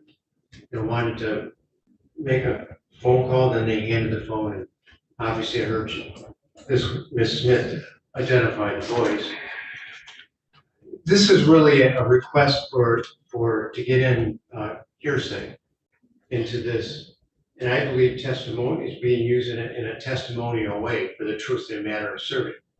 Because it's undeniable the background to this is Mr. Cannon has asserted the Fifth Amendment in terms of not testifying in this case. Why would somebody assert the Fifth Amendment? Because they know they're not telling the truth, my opinion. And how do we know that? And I think I can make this argument to the court because we're at this phase here that if they're showing that hearsay is inherently unreliable, it should not be allowed into evidence. Now, I've been provided a police report in this case, signed by the complainant, in which he says that the way it went down is he pulled up to a chick's house, got out of the car, walked up to the house, heard something shaking in the bushes, turned and I see someone come up and said, come. This statement is hearsay. Correct, Your Honor. Yeah, but she's offering a piece of evidence that I know based on discovery flies in the face of believability, Judge. Well, you know, Mr. Cripps, I'm gonna have to make a determination of believability in this case. And as it stands right now, I had a witness who decided not to testify for a number of reasons. Yeah. So I'm gonna have to make that determination when the time comes. But as far as this 911 call is concerned, you know, it purports to what it says it is, so I'm gonna, I'm leaning towards admitting it. And I'm gonna say this, I think you're being somewhat hoodwinked by the fact that there's a statement signed by the complainant where he gives a totally different version of events of how this alleged robbery occurred. Okay. And I think I should be able, if he's gonna take this. So I got a statement, a purported statement from a 911 call. I've got, somebody who was on the stand who told me a third thing, and then you're gonna tell me something else. I got a million different versions and I'm gonna have to weigh all of these. I mean, what are we doing here? That's right. What are we doing here in terms of this piece of evidence? Because I know that the statement given by this complainant totally is the opposite of how. The 911 call is gonna come in as to how I'm using this. It's a totally different, it's gonna be a totally different calculus. All right, the last argument I make, I do believe is testimonial. And it's a denial of due process because we cannot cross-examine the purported caller. The objection is noted.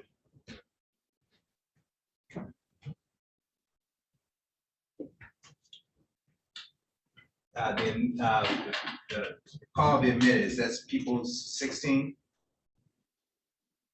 Yeah, No, 911? one. People's 1?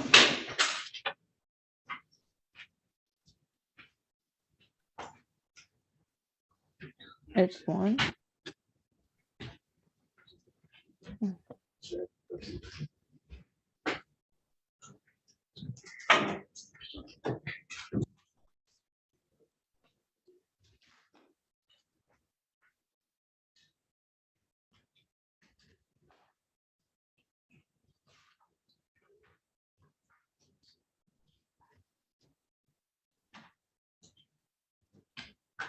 And let me ask you this while I have you here, Ms. Smith. I thought we were done with it. You asked whether we had any cross. No, because when we stopped, Right. I thought we were done too, and Miss Scott let me know that this was as to the exhibit. So she can continue. Thank you. It was only to the objection. Yeah. Thank you. Ms. Smith, did you go, let me ask you this. How were you involved in the investigation? I'm the one that spotted the vehicle. Where did you spot the vehicles? When you say vehicles, is that plural? Vehicle, one vehicle, All right, and which vehicle did you spot? the gray Chrysler 300, And who does that belong to? DeWine Cannon. How did you spot the vehicle? Driving up Grand River. Okay, is that in Detroit? Yes, Is that in Wayne County? yes. And do you recall what time you were driving up when you saw the vehicle? Maybe about 10, 20-ish. All right, now when you spotted the vehicle, was your son in the vehicle? No, So this would have been after you received some information that let me ask you this. Did you see anyone in the vehicle? yes. Who did you see in the vehicle? The gentleman here with the white shirt on, The gentleman with which white shirt? with the sitting right behind the. Can you name is he in all white? All white. He's in all white? Yes. Okay, so you saw him in your We should son? indicate for the record who she's identified. Your Honor, let the record reflect that the witness is identified defendant number 3 in this matter. It will, the record will identify that the witness is identified defendant. Okay, now, Well, the person that I saw driving the vehicle, light skinned with braids and had on a red or orange hoodie. okay, so that's when you saw the vehicle. Yes. And then what did you do next? I immediately called Officer McKinley, Okay, stayed on the phone with him until the officers got together, followed the car to Montgomery Street off of Grand River. and you stayed with, did you stay with the vehicle? I stayed with the vehicle. All right, and did police, meet you at that location? Yes, All right, and did you see your son's vehicle at that location? yes, Do you know your son's license plate? yes. What is it?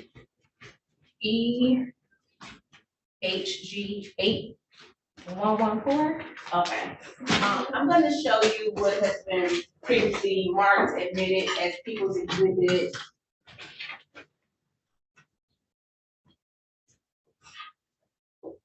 Two.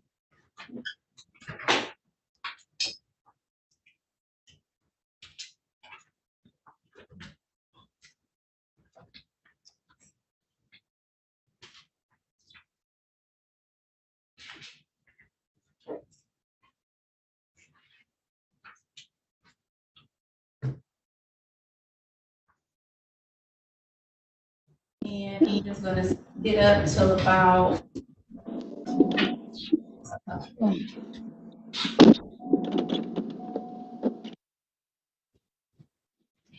(7 minutes and 48 seconds into the video.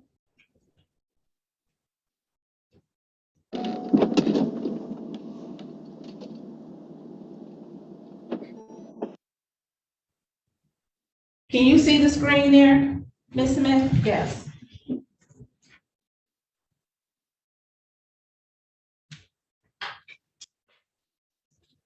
I'm gonna ask you, do you recognize anyone in this pane?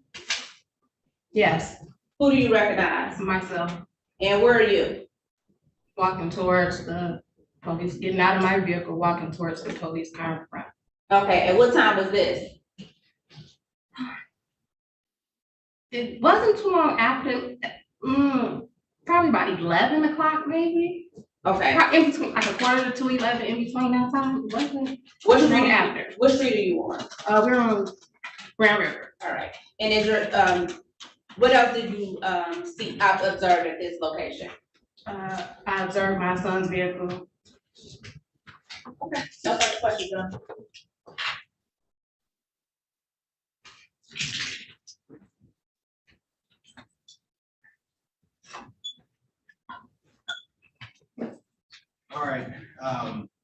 That's your witness. I don't have any questions.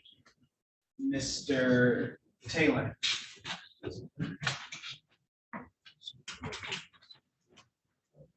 Ms. Smith, when you first spotted this car, how long did you have an opportunity to observe the person driving? I was sitting at the stoplight, give or take, so they was coming across me. Maybe 10 seconds, maybe? So with that amount of time, you was able to identify my client? I can identify the structure, what they had on, what their hair was. But you're not certain who it was?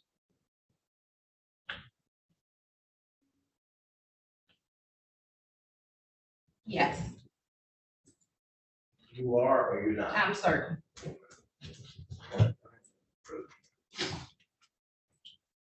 Ms. Greenlaw? I don't have any questions for this witness, Your Honor. Thank you. Ms. Scott? I have a follow-up question. You said they, so how many people did you observe in the You know, I'm vehicle? gonna I didn't ask any questions, so if it'd be follow-up, it'd only be to whatever cross Mr. Taylor. This is going beyond the scope of. Well, Mr. Taylor asked her how long she had an opportunity to observe the vehicle. And then her question was they, and although she only identified his client, but she said they. So I just wanted clarification on how many people she observed. Okay, how many people? I'm sorry, I didn't mean to, only observed one, and that was the driver, because I'm sitting at the stoplight and the car turned in front of me, so I saw the driver, and my lights was flashing on the driver as it was turning in front of me. Okay. All right. We go with Ms. Smith? Yes, Your Honor. All right, Ms. Smith, you can step in. Thank you.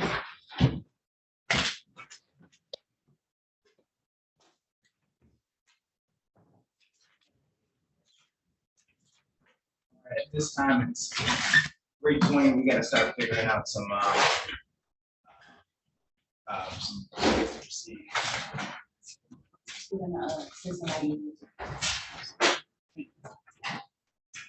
So the offer of proof, my last witness is, the keeper of the records for the tether system, Your Honor, Corporal Loftus. Well, So if the court wants. is that your last witness? Sure.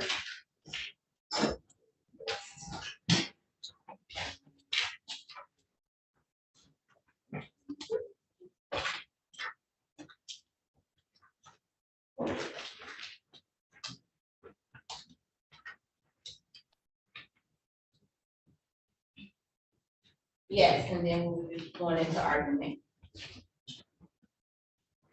You guys want to hear the last witness? Finish it up today? I am, Your Honor. I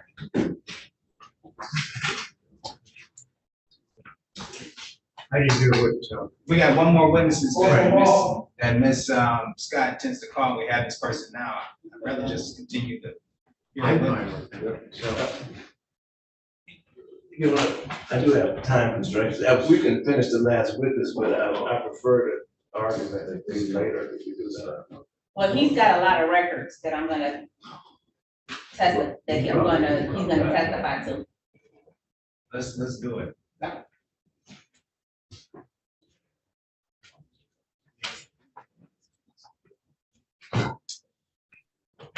Corporal Loftus, I'll take that. Michael did it. Sorry about the hairdo, Judge. It was a hat day. All right, sir, could you raise your right hand? Promise to tell the truth, whole truth, and nothing but the truth? I do. All right, sir. Could you state your name for the record? Corporal David Loftus, LOF as in Frank, TIS as in Sam.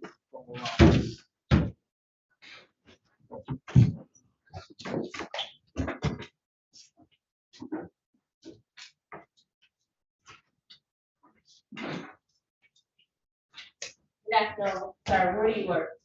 Wayne County Sheriff's Office. I'm sorry, what's your name? David Loftus, LOF as in Frank, TIS as in Sam.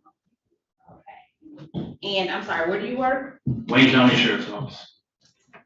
What do you do there? Police officer.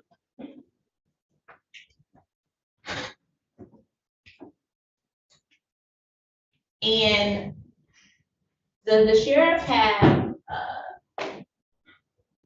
jurisdiction over tracking, suspects or defendants? Yes. How so? When persons get arraigned or come in front of a judge will set a bond, and some provisions of it will be personal or cash with a GPS tether attached. That's where the Wayne County Sheriff's Office comes into it. All right, so what's a GPS tether? GPS tether is a tracking device that goes on, from my experience, on either one of the legs near the ankle, and they're tracked by satellite. And we can monitor them from 2 different platforms, IntelliTrack and OmniLink.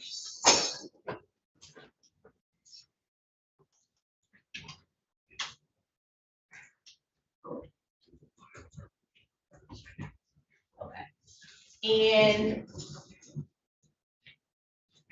when these individuals are tracked through this particular, you said IntelliLink, or what was the other one? IntelliTrack and it's called Focal Point. Like the main company's Focal Point, excuse me, and OmniLink is like the company that runs it. Okay. They're 2 different tethers. One's a little bigger and bulkier, the other one's a little skinnier. All right, so if someone's on tether and the police suspect that they committed a crime, do they petition you for any information? Yes, they have many times in my time at tether. What type of information are you asked for? It depends. Sometimes it'll be fresh. They'll be like, hey, man, we just had an incident at this address. Can you run to see if anyone's on tether? Or could be a bunch of things. Hey, we got a picture of someone looks like they got a tether. Can you run, see who this might be? And then they'll have someone in mind.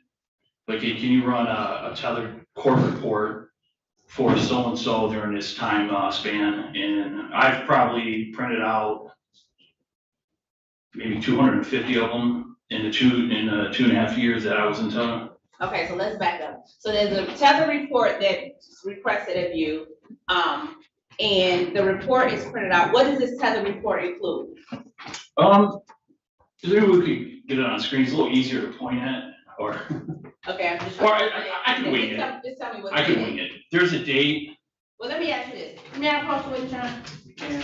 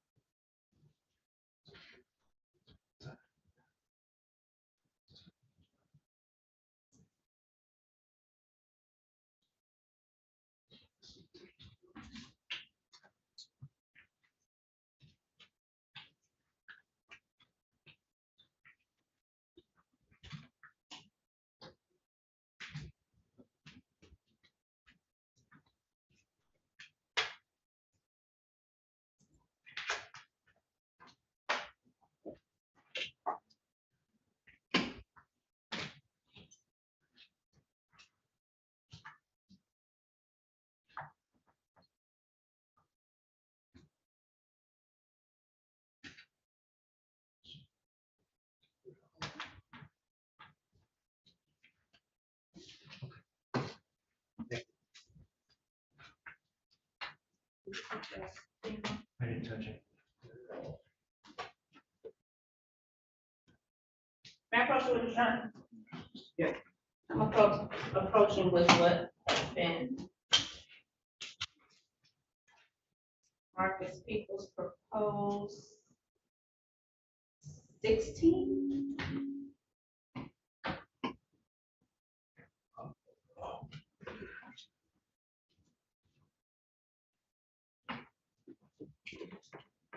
Corporal, I'm going to ask you to take a look at that document, and first let me know if you recognize it.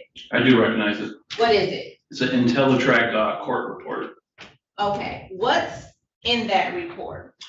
For, certain time, like if someone asked for like 3 days of tracking, we type in the dates and it'll show the person's tracking, starting with the event number, trace, how that traces, the quality of it, high or low, the date and time of each starting point, and where it's at the location, what city and state. All right, so this particular report is generated in order to track whom? The person that we've been asked to, track. If someone calls, like say, Detroit detective calls us, say we have a suspect, his name is this, we type it in our database, it shows the person's untethered. And we would usually ask, what dates are you looking for? They say this one. We print this out and email it to that officer or prosecutor or whoever's requesting it.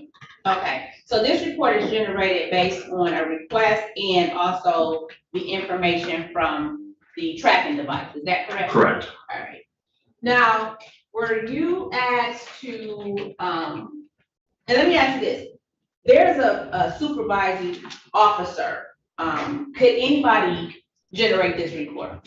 Yes, anyone could generate it, but at this time, Mr. Jordan, his case officer was Leo Powers, but any one of us, including that fast base, violent crimes, they can go into the teletrack and print out this. It'll still show Leo Powers as a case officer, that never changes.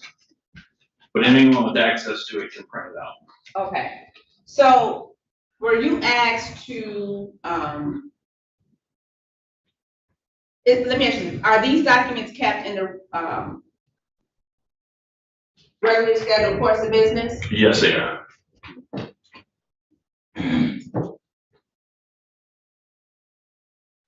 Is there a particular time frame these records are kept for? From my experience, we can go back a few years. I've went back 3 years on some. I don't know exactly how far you can go back. Okay. Are you given a particular date for the tracking? Yes. And is that in the report that you have there? Yes, it is. Are you considered the keeper of the record of these reports? Yes. So do you testify about the findings of this report? Yes. About how many times have you testified? Tethers, maybe 100 times, including Zoom. Okay, so you testified that this record, this particular tether record is kept in the normal course of the Wayne County Sheriff's regularly conducted business, is that correct? That's correct. Move for the admission of People's Exhibit 16, Your Honor. Objections? No objection. No objection, Your Honor. All right. The admitted is People 16. May I publish to the court? Yes.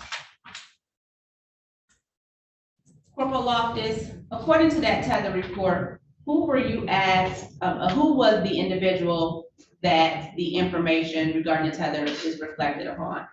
Mr. Terrence Jordan. Okay, what's the time frame of the report? On the front page, it says from April 4th, 2022, 12 a.m. to April 11th, 2022, 11:59 p.m. All right. For the record, Your Honor, the entire document is 101 pages. I am going to put it on the screen, but I'm only going to a couple particular pages. I'm not going through 100 pages. Okay.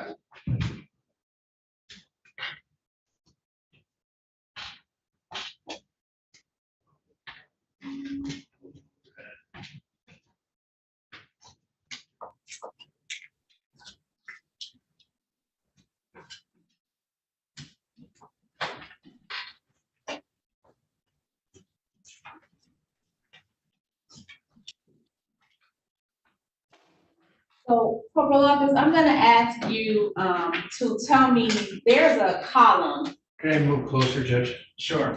The first column that you have there, what is it titled? What's the first column entitled? Event. What does that mean? So when someone inquires about a court report, you put in the time, like I was saying, and the event starts. So it usually start at 1 and it go up to to the end number, which there might be 5,000 points in a request, there might be 5. And this one, a bigger request, I see it in the 2000s. Okay. What does the trace mean? Trace means it's just being traced.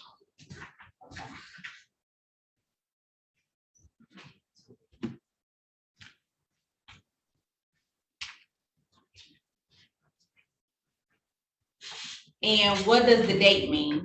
The date means that the date that this, where that date is where he was on that date, and there's a time next to the date too. All right, so let's look at event number 1741 of the People's Exhibit, which would be page 23. If we're looking at event number 1741, what can you tell me about that event? Well, it says event 1741 trace means it's, and then where it says high means there's a good trace on it. And it says the date 4/9/2022 at 9:01 p.m. shows that tether at 4056 Kendall Street, in the area of 4056 Kendall Street in Detroit, Michigan. Okay. Do you know where that is? That location is? I do. Objection, Your Honor. He's here just to talk about the tether records. It's true. Sustained. Yeah. All right, let's look at 1742. What can you tell me about that trace? That's the same thing, event 1742, the trace is high. It's at 4/9/2022, 9:06 p.m. It shows it at 15821 Grand River Avenue in the city of Detroit.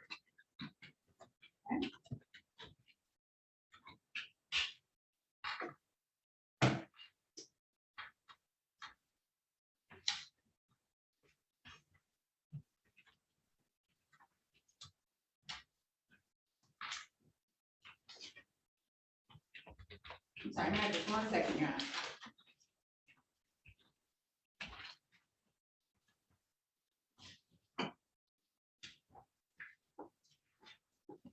All right, so we're looking at event 1764. What can you tell me about that event? 1764 shows trace 1764 with a trace high 4/9/2022 at 10:56 p.m. Shows it at 10123 Grand River in the city of Detroit.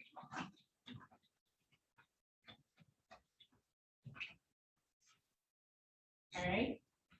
Looking at event 1775, what can you tell me about that trace?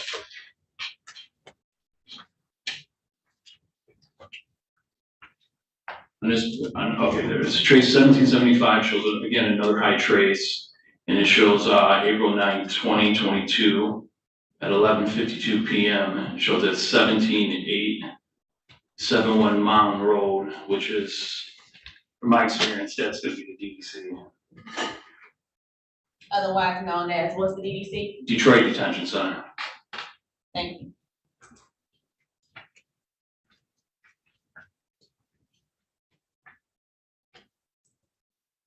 I'm sorry, what time was that on April 9th? 11:52 p.m. No further questions of this witness, Your Honor.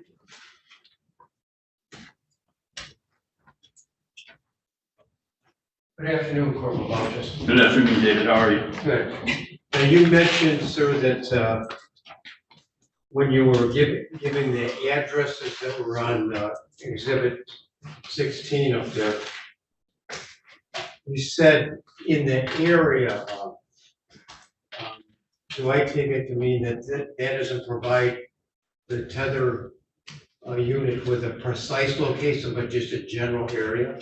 No, it's pretty precise. I mean, it could go, he could be in the street in front of, let's say, I'm just gonna pick any address up here, 17589 Gable. It could mean physically, he wouldn't be in the house, he could be in the front, or he could be in the house. That's why I say like approximately or in the area. I don't mean no more further than where that point is. Like anytime I've ever had to go look for someone or search for someone where I'm using tether points, they're always right there. They might not be like exactly where the point is, but there might be 5 feet to the left or right or 10 feet. So there is a radius.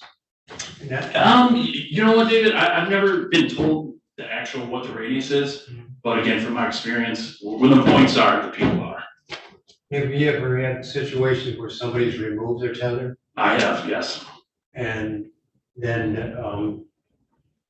what you're tracking here is the location of a tether itself and not really a person, if that tether became detached from the person. That's correct. Nothing further.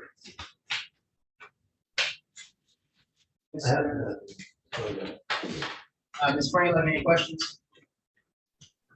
No questions, Your Honor. Thank you. I have a brief redirect, Mayor. Yes.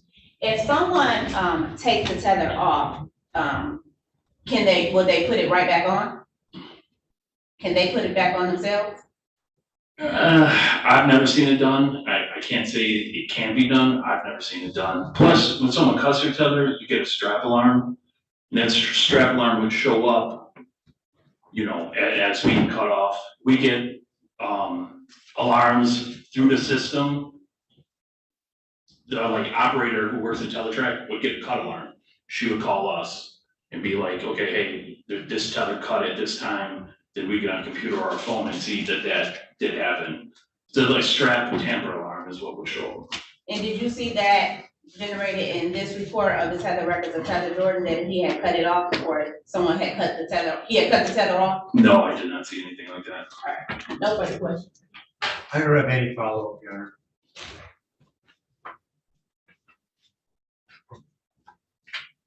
So you can step down. Thank you, Judge.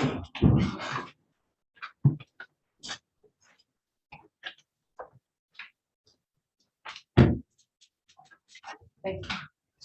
All right, it is 3:41. I'm not gonna hear any more witnesses. Ms. Scott, do you have any other witnesses? I did, but, Your Honor, I believe that I have enough for the record. Okay.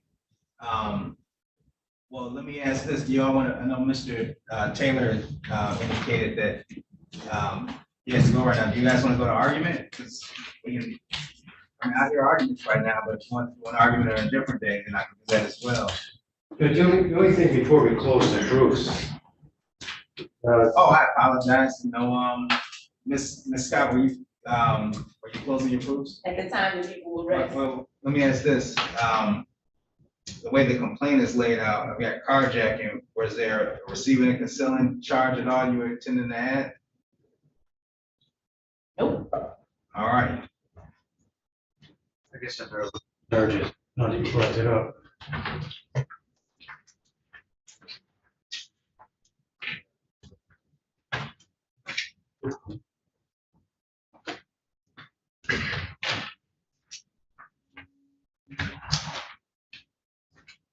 Judge, I have in my possession as a part of discovery a statement that was purportedly taken from Mr. Cannon.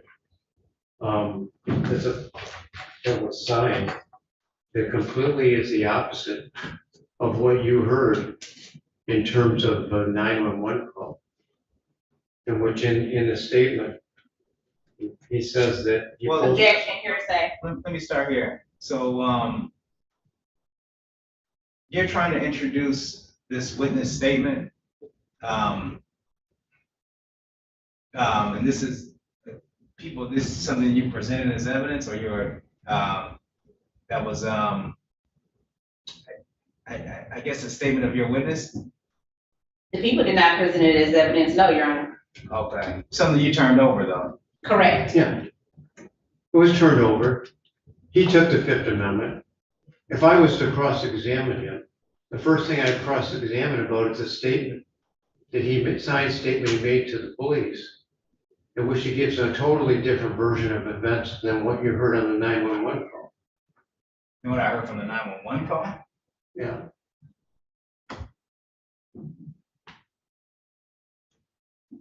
And this court ruled to strike all of his testimony with the exception of impeachment if the people so pursued that area.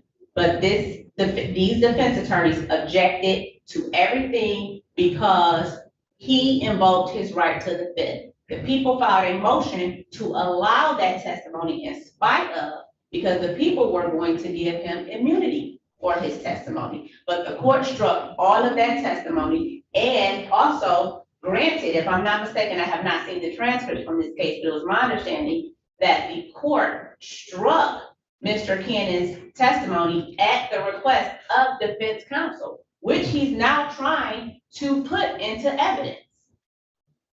No, I'm trying to undercut the credibility of that 911 call that was put into evidence. Are you sure?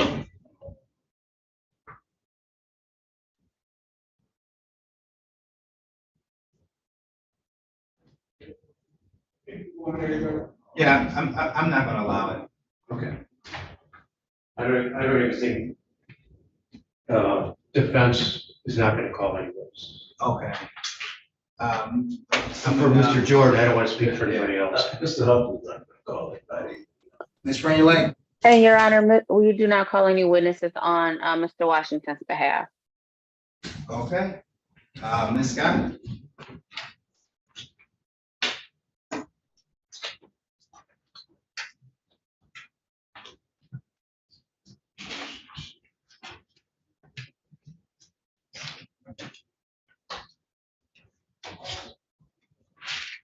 I have one more, Your Honor. Sure.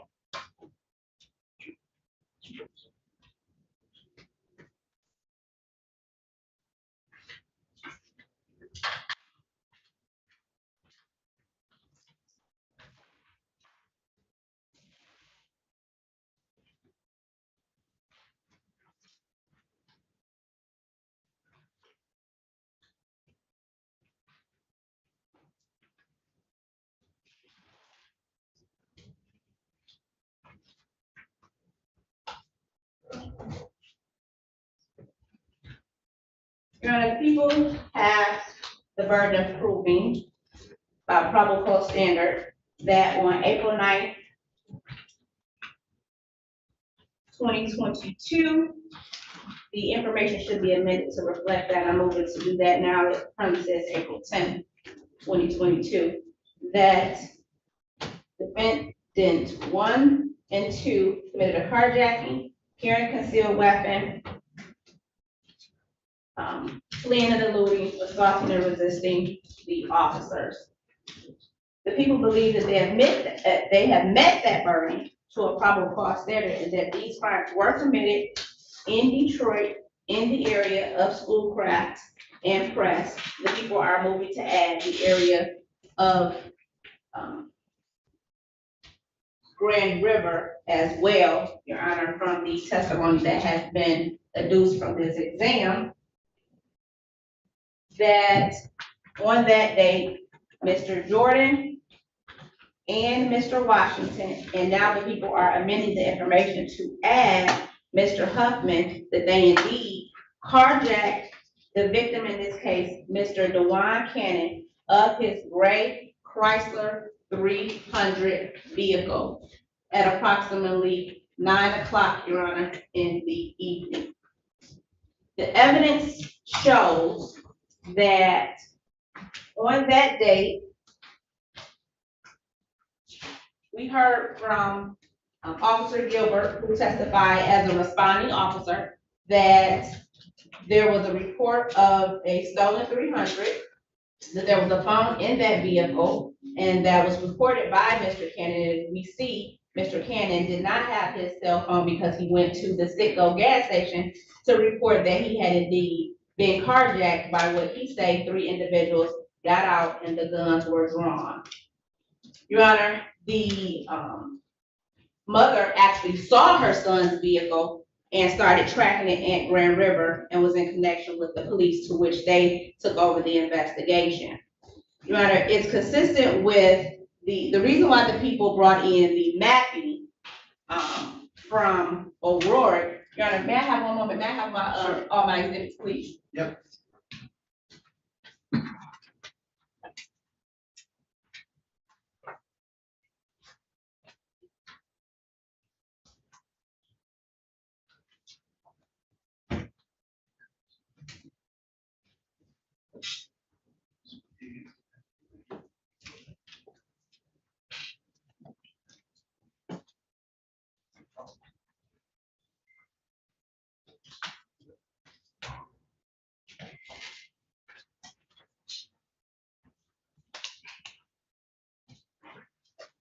I'm sorry.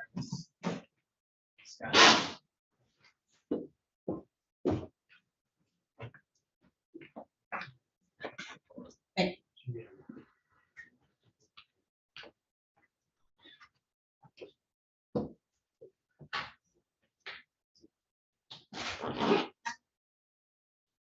Before I go there, I'm going to show the court people's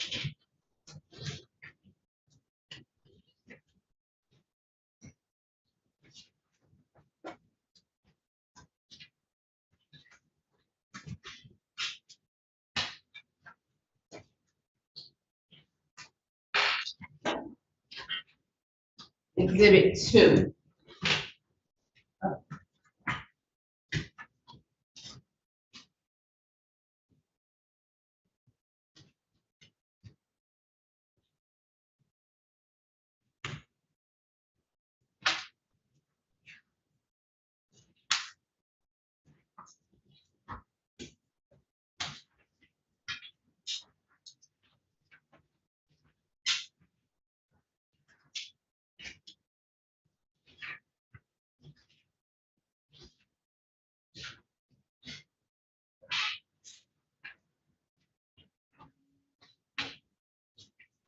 So, Your Honor, we have the tether records of Mr. Jordan, which places him in the area of Grand River at the time of this carjacking and subsequent fleeing and eluding.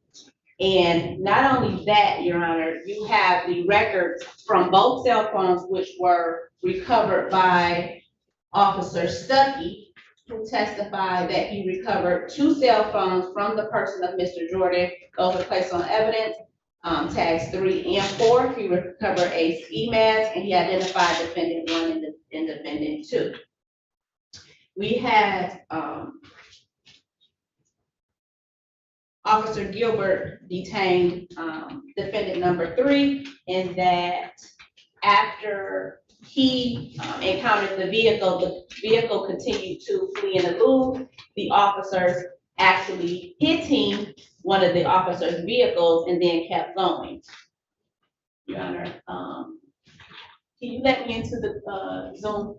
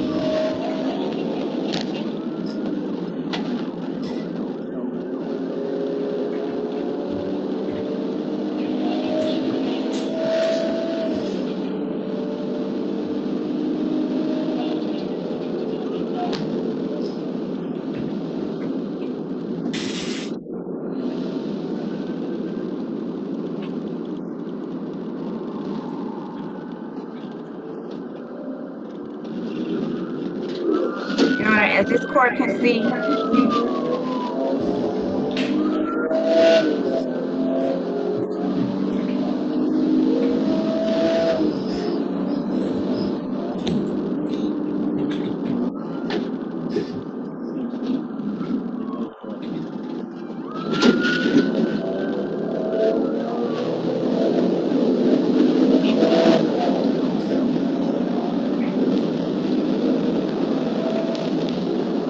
don't know if the court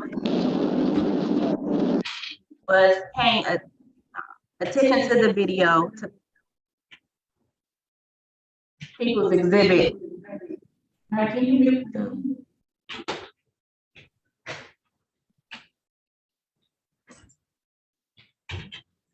Just gonna have to pause it.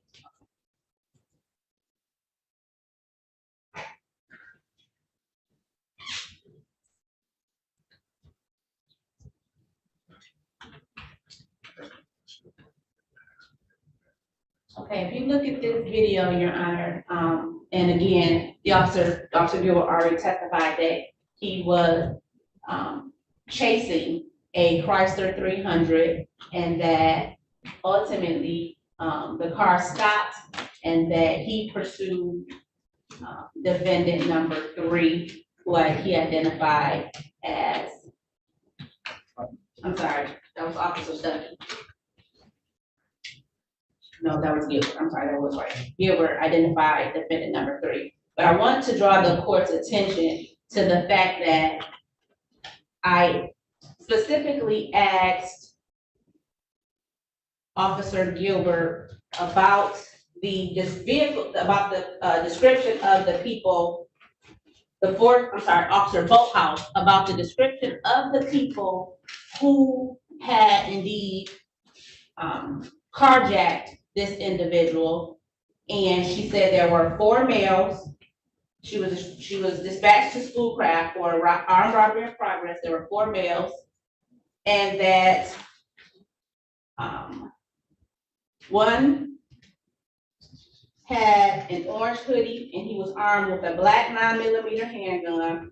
There was another suspect described as a black male having a black ski mask, and 2 other suspects, Your Honor. But what's notable about the person in the orange hoodie is that if you look at this video,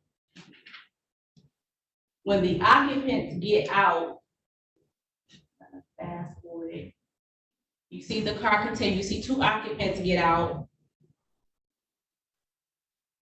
Then, fast forward to about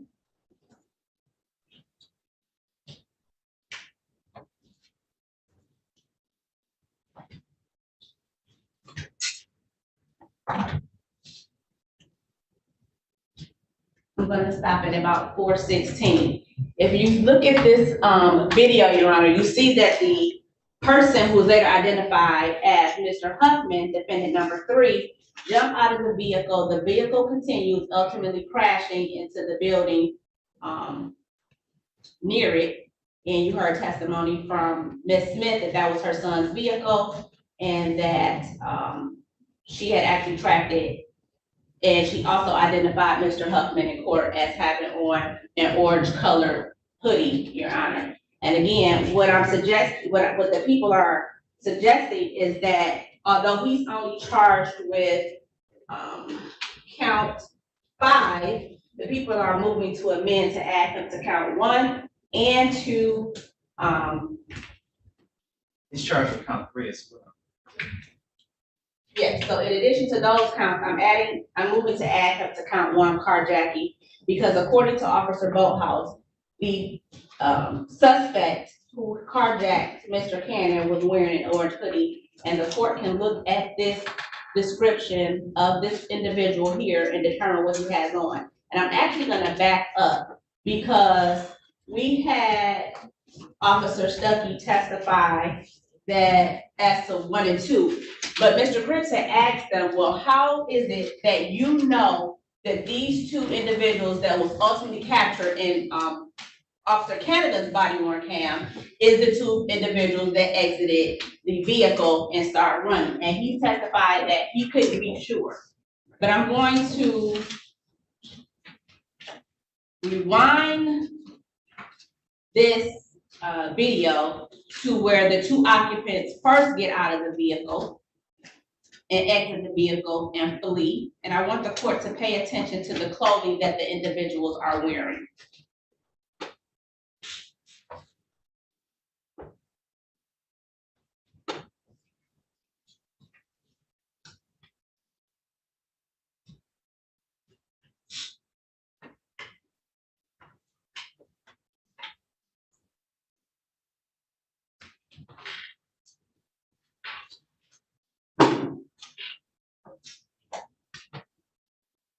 gonna stop it, it's approximately like 3:30.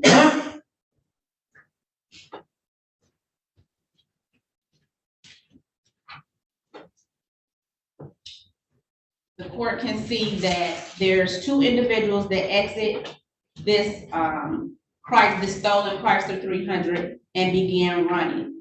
I'm going to now show the court People's Exhibit 3, which is the body worn cam of Officer Canada.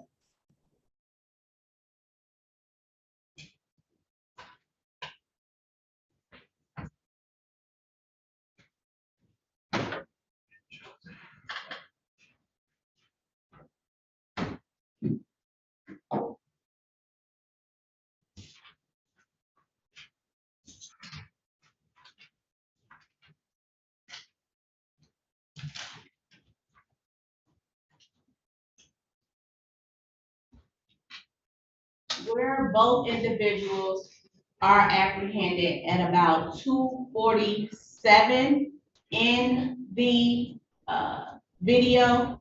You have two individuals there. And if the court was looking at the body, the scout car cam, the court can see that the person who exited the left side of the vehicle had on a sort of a blue light t-shirt. We don't have the video up. Okay. Stop it here. Yeah, it's not on the screen. Oh, I'm sorry.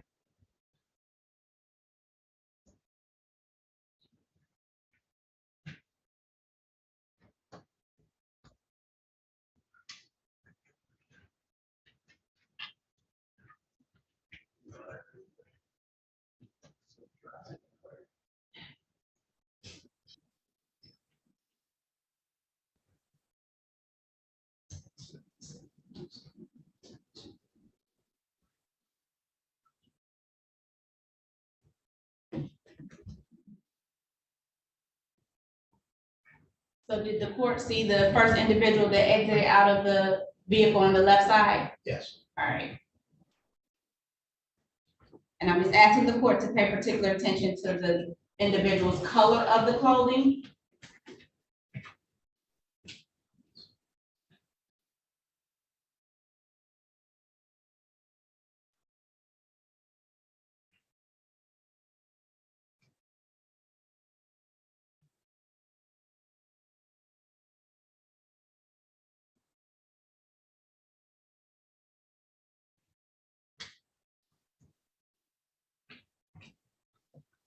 And I'm gonna ask the court to pay attention to the right side of the 300 and the back pocket of that individual. And I'm going to cross-reference that with the body worn cam of Officer Canada at the time that he encounters both defendants behind, hiding in a bush.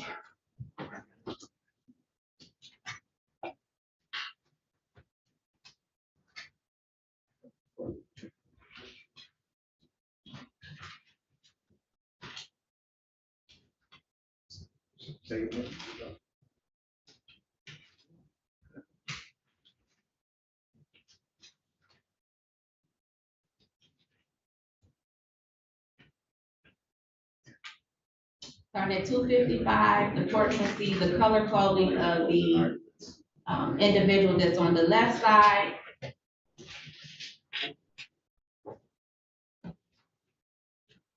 And I'm going to fast forward to 5:17 of this video, where the court can observe after both were apprehended, they were identified as Terrence Jordan, defendant number 1, and Marquise Washington, defendant number 2. And I'm asking the court to pay attention to, in this particular pane at 5:16, the clothing of the individual that was identified as Mr. Washington, the back pocket of Mr. Washington. And I was specifically asking the court to look at the color of the shirts that the person exited out of the left side of the vehicle. So what we have there, the people believe there's enough evidence for the fleeing and the eluding. The court was able to observe this particular vehicle with all three individuals constantly speeding up and, trying to avoid the police. The issue in this case, though, is the carjacking, which is the most important charge. What we have is People v. Bass, which is 317 Mishap 241.264. It's a 2016 case that says reasonable inferences arising from the evidence or circumstantial evidence can be sufficient to prove identity. So how has the people proven the identity of the carjacking individuals, specifically Mr. 1 and Mr. 2? The people believe that their circumstantial evidence that not only places defendant number 3 at the scene of the carjacking, but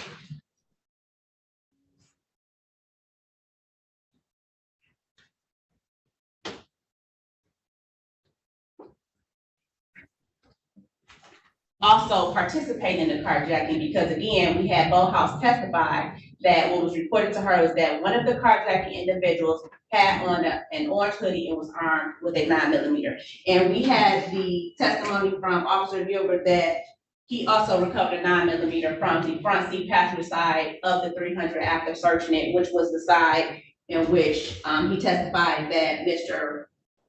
Washington had exited from. In regards to the carjacking, Your Honor, people go where their cell phones go. The cell phones that were taken from Mr. Jordan, people's evidence, well, the exact phones weren't placed into evidence, but the evidence tag numbers of 3 and 4, those phones were dumped, Your Honor, and you heard from the testimony that these cell phones had identifying information matching to both Mr. Terrence Jordan and Marquise Washington. Those phones were also mapped, Your Honor, and those mappings coincide with the location of the carjacking scene being at Preston Schoolcraft. And if the court looks at the map, the people's map, that where the towers were hitting, the map is in the area of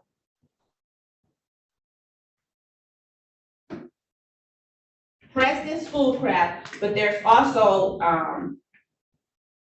Schoolcraft and Greenfield.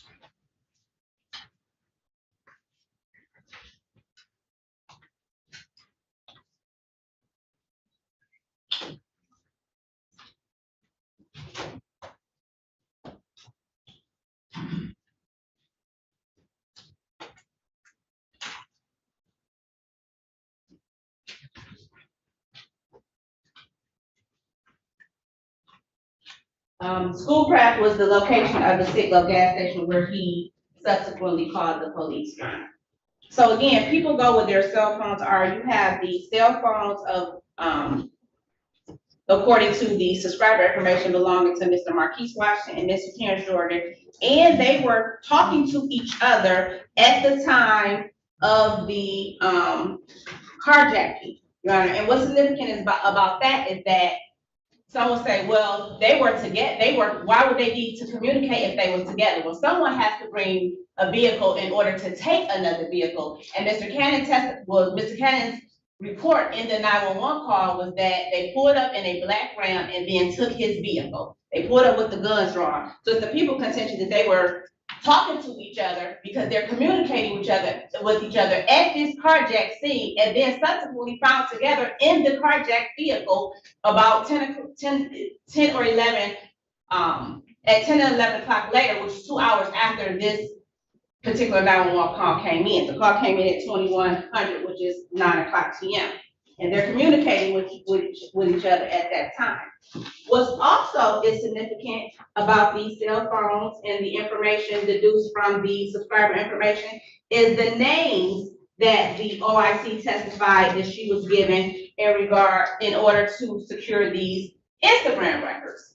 And I was specific about the dates and times because if you look at it, Your Honor, Mr. Jordan and Mr. Washington were communicating with each other on April the 8th. Prior to this carjacking, someone from the account YTM Marquise Washington is communicating with B. Moti, Terrence Jordan. B. Moti is the name that the officer testified that she knows from Terrence Jordan, and he has the same email address as that's the email address, terrencejordan23@gmail.com. That's the email address that's affiliated with the Meta account. So defense counsel wants to say, well, hey, that may be his dad. His dad was not seen exiting that vehicle, jumping out of that 300, running from the police at 10 o'clock at night, Your Honor. That is Terrence Jordan. The people believe that circumstantial evidence that both of them are conspiring. This is actually a conspiracy. If someone, Mr. Washington said, is there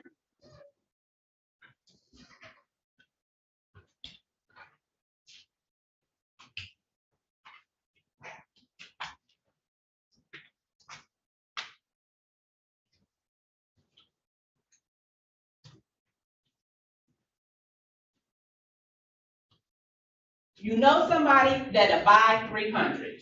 Then he says, I gotta get rid of it because I can't be riding around in that BTC, so have to get it gone as soon as I get it. He has and then the account BMOT says, do you have a picture of it? And then he sends a picture of the 300. The court was able to see that the license plate of that 300 was EHG 8114, in which Bolthouse testified that that's the vehicle they was looking into, and then Ms. Smith testified that that's the vehicle that her son had. So they were conspiring to take this man's vehicle the day before they took it. They took it on April 9th, and then are found actually in this carjacking vehicle, Your Honor. So it's the people contention that the people have met their burden of probable cause to believe that all three of these individuals were not only at the Schoolcraft Press location, when they took this vehicle from Mr. Cannon, and then subsequently in the Grand River area where they took, where they were found and they took the vehicle. What's also is important is that Mr. Jordan was on the tether. And the tether record put him in the Grand River area at 9 o'clock at night, the area of the carjacking scene. So all of this circumstantial evidence, Your Honor, points to the fact that Terrence Jordan and Marquise Washington were the people who carjacked Mr. Cannon on April 9th, 2020.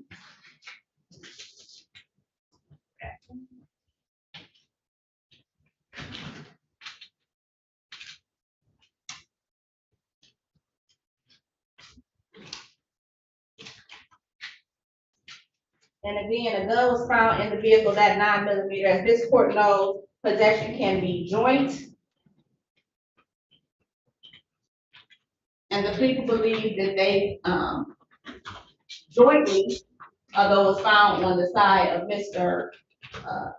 Washington, possession can be joint, and they each possessed this weapon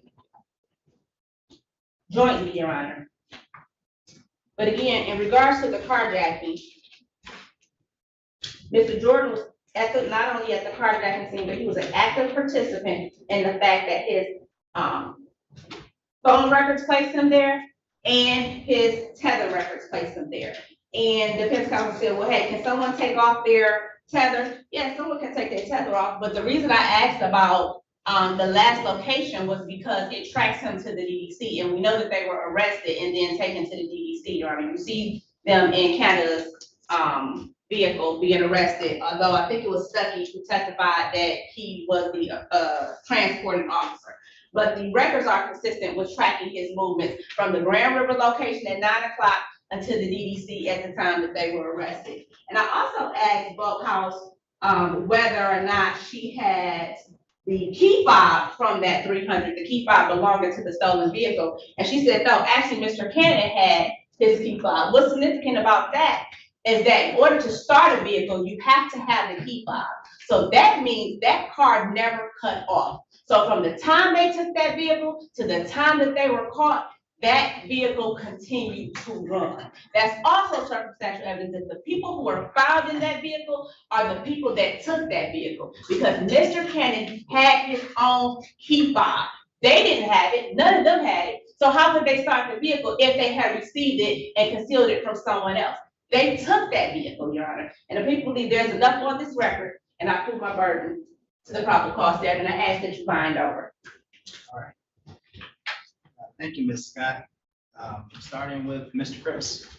Thank you, Your Honor.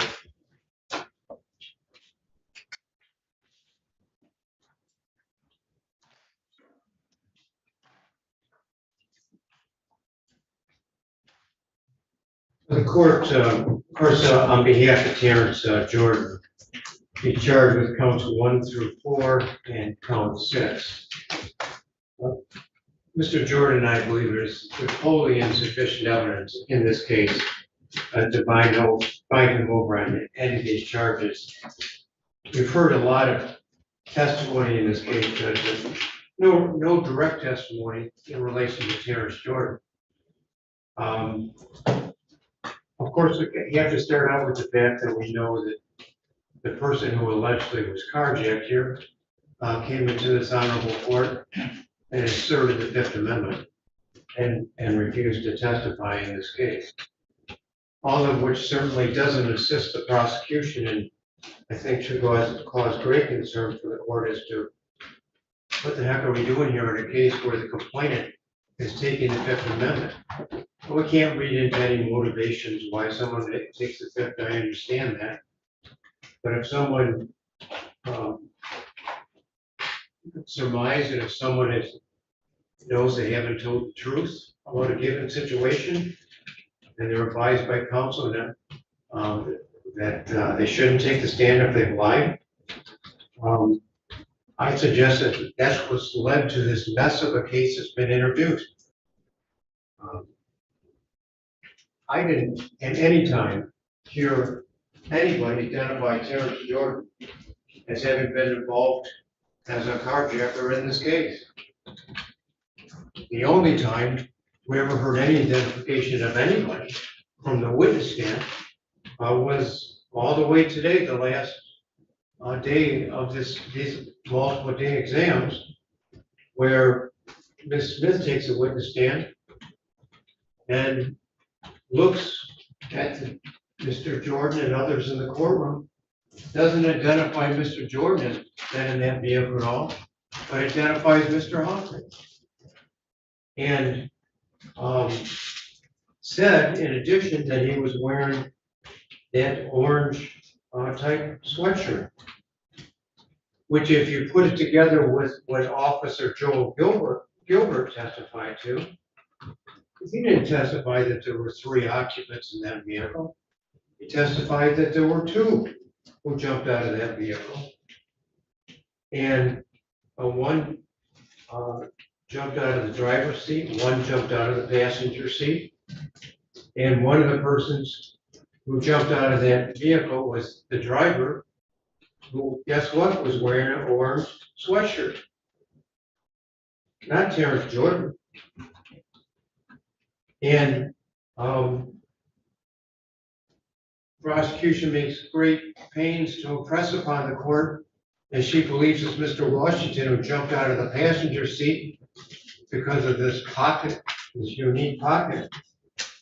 So as I counted, 2 people were alleged, according to Joel Gilbert, to jump out of the vehicle, none of whom would be Terrence Jordan by inference there.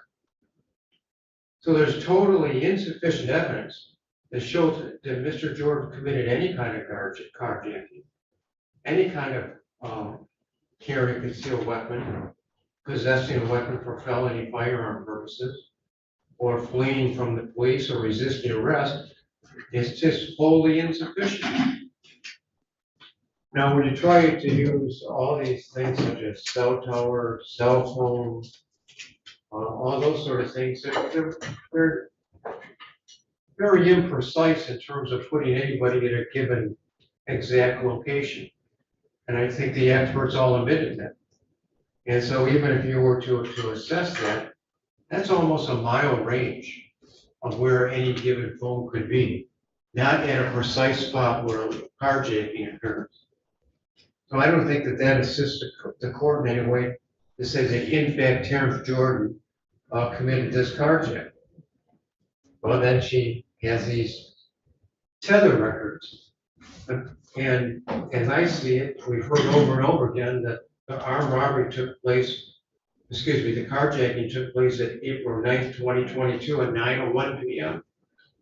And Corporal Loftus testified that at 9:01 p.m., the tether that's associated with my client was at 4056 Kendall Street, not at the scene of where this carjacking occurs. So I see that as exculpatory evidence that was introduced in relation to the exact location.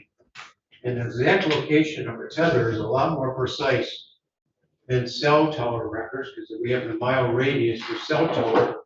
He says within a few feet on a tether location. And at 9:01, my client's on Kendall Street, not at the scene of this location. And so, Your Honor, I believe that there's not much more in this case in relation to my client. I believe that when you look at the probable cause standard, there's insufficient evidence to show that Terrence Jordan in any way committed this carjacking. There's no eyewitness testimony putting him as a carjacker. There's no any other supporting evidence to place him as being a carjacker. I don't even have him bailing out of that car by any eyewitness. We had Officer Gilbert's testimony that says there were 2 people, and certainly didn't testify that my client was one of those 2 people who bailed out of the vehicle. It's like, I just don't see how there's been establishment of a case to this level of probable cause that Terrence Michael Jordan Jr. Committed this offense, was at the scene, possessed any gun. It's just not there. So for those reasons, Your Honor, we would ask that you dismiss all charges against Terrence Michael Jordan Jr. Thank you. All right, thank you, Mr. Cripps. Thank you.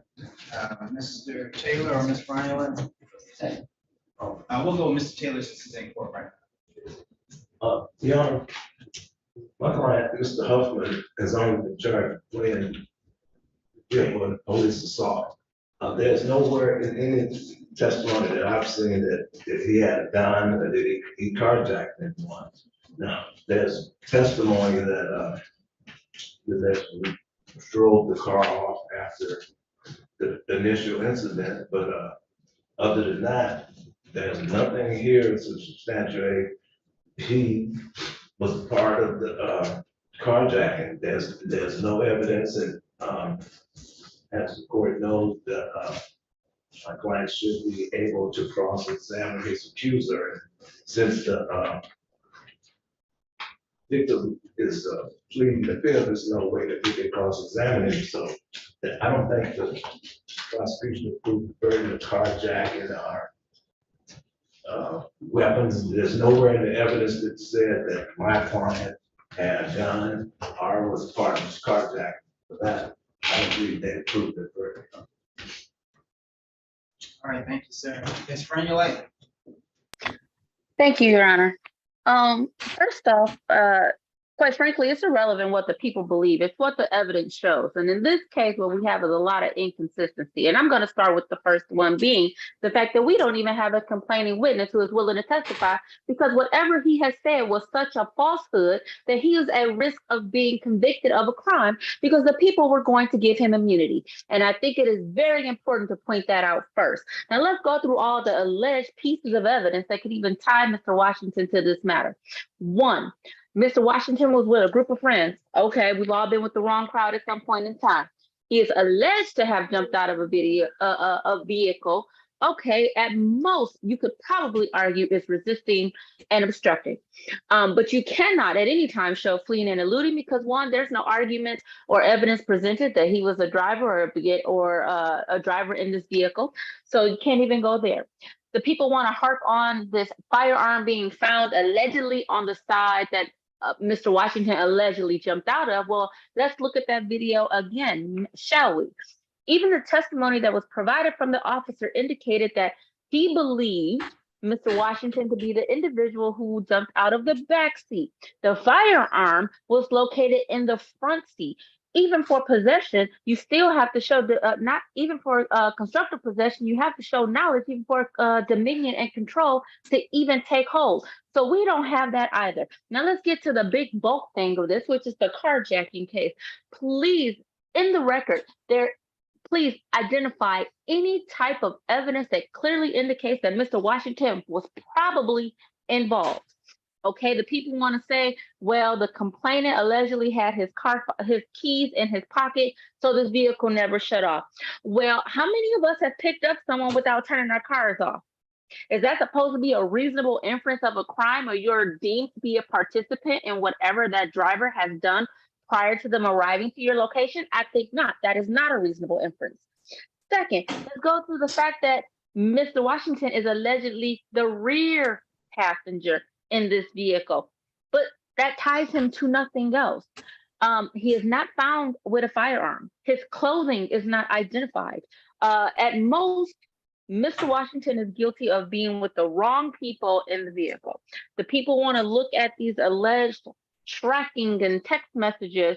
Well, what we looked at was the record of Mr. Jordan. That is what we looked at. And the record, the Instagram record, meta record, of Mr. Jordan indicated a conversation that he had with someone, but does not specifically identify that that someone is Mr. Marquise Washington, but they had a conversation with someone. And she wants to present that this was a conspiracy of which there are no facts to allege that, because she doesn't even have basic facts to show that there was a concerted action between all the parties that are charged in this case. It is insufficient. On top of that, alleged concerted action, the only thing that you have in those messages repeatedly is two individuals talking about a vehicle, but that was even before the allegation. That is even before the alleged carjacking. So if you want to take that in and make some reasonable inferences, well, how about you make the reasonable inference that maybe this was an insurance job? Maybe there was an attempted insurance job by the complainant, and that's why he didn't want to testify. Maybe, in fact, this was not a carjacking or a carjacking occurring, but actually Mr. Cannon trying to do something else with his vehicle, and now he is skirted away scot-free, even though he was going to get immunity. So, Your Honor, even if you take all of the elements and the purported facts in this case, with carjacking, you have to show that Mr. Washington knew or was a participant in this action. There's no even probability of that. And even a piecemeal, little bit circumstantial evidence that the people want to argue doesn't even go to Mr. Washington. It goes to the other two individuals. Then if you want to go to the fleeing and eluding, he wasn't a driver. You can't get fleeing and eluding if you're not the driver. You want to go to resisting and obstructing, at most he ran from the police. And how many young men run from the police even when they have not done anything, even when they are not in the wrong? Because they are automatically scared for what could occur when they have that interaction. So, Your Honor, we have been through this exam maybe 10 days. We have had a non-participating complainant, the people trying to get in piecemeal, irrelevant information through other individuals. provide documentation that is inadmissible in this court and are trying to tie up 3 young men with life offenses for which she doesn't even have the basis to go to trial on. This matter won't even make it to trial. You have a non-participating witness. This matter will not make it to trial. So you have wasted the people's time. You have wasted these young men's time on a case that will not go anywhere when there was nothing to go anywhere. So, Your Honor, I'm asking for a dismissal of the charges as it applies to Mr. Washington. Ms. Scott? May I reply? Yeah, but I know that, Mr. Washington wasn't charged with playing in the loop, but you can go ahead. Mr. Who? Washington? He was not, Your Honor. I was just addressing all the charges. That's all. Yeah, he's charged with assisting resulting in obstruction. Okay, yeah, I'm good. So, Your Honor, despite with, let me start with defense counsel, number 1. He says that there's no eyewitness testimony to place his client anywhere. Well, they're the ones found in it, they're the ones that took it. And the reason why the people drew the connection, the connection was drawn with the cell phone records. They are plotting on this guy. They say, oh, he's in the 300. Oh, he jumped out of the 300. He's no longer in this 300. He didn't jump in the scat. He a little nigga. They're plotting on this guy. They're watching this man. They're trying to get his vehicle, which they do. And so defense counsel number 2 says, hey, well, they may be, maybe he's committed some type of, he being Mr. Cannon, is trying to commit some type of insurance job. These text messages don't show anything about Mr. Cannon trying to get rid of his vehicle. What they show is defendant number 1 and then defendant number 2, YT and Mark and BMOT trying to get this vehicle. And they do, and they get it. So just because you don't have eyewitness testimony, say, oh, I didn't see this person do this, and defense counsel doesn't know what I have in regards to what I can do in circuit court. This is just one court. I can go and appeal the court's decision to make him testify. That's just one thing that the defense counsel has at their disposal right now. If this case is filed over, they don't know what I'm going to do or what I have in regards to getting Mr. Cannon to testify. That's the problem. They think the case is going to go away. It's not. There's more than enough evidence to suggest it is just as powerful as direct evidence. You don't have to have an eyewitness testimony. I have every single text message. Their phones are in that location that they took this vehicle. You don't know, you can't describe the wind, but you know it exists. The same way in this case, you don't know, no, there's no eyewitness to say that this person took the vehicle. What we do have is the evidence, their cell phone records, them plotting on this guy, the tether records, place him at 901, yeah, he was on Kendall, but at 906, 1582 Grand River. That's where the Citgo Citgo gas station was at. So he said, so from 901, he was on Kendall Street somewhere. The car didn't come in to 9 o'clock. So it takes minutes to move, Your Honor. And you saw him being tracked from the location of Grand River to the DDC. Mr. Jordan and Mr. Washington, they were plotting on this man's vehicle. They took this man's vehicle, and the people asked that you bind them over as charged, adding Mr. Huffman to the carjacking because he's the one that had on that orange hoodie that the officer testified to that one of the carjackers was described as wearing. All right. Your Honor, may I say something real quick? One line. No. Okay.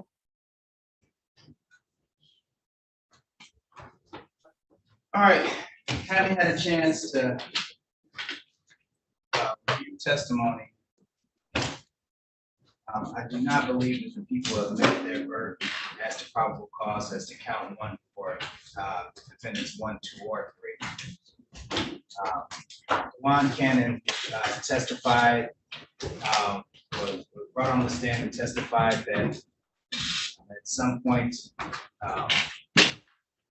his car was taken upon talking with counsel and later consulting with a court-appointed attorney, invoked his Fifth Amendment right not to testify. And from that point forward, I needed something else to establish that a carjacking took place. It took place around a gas station. There's no video of the incident.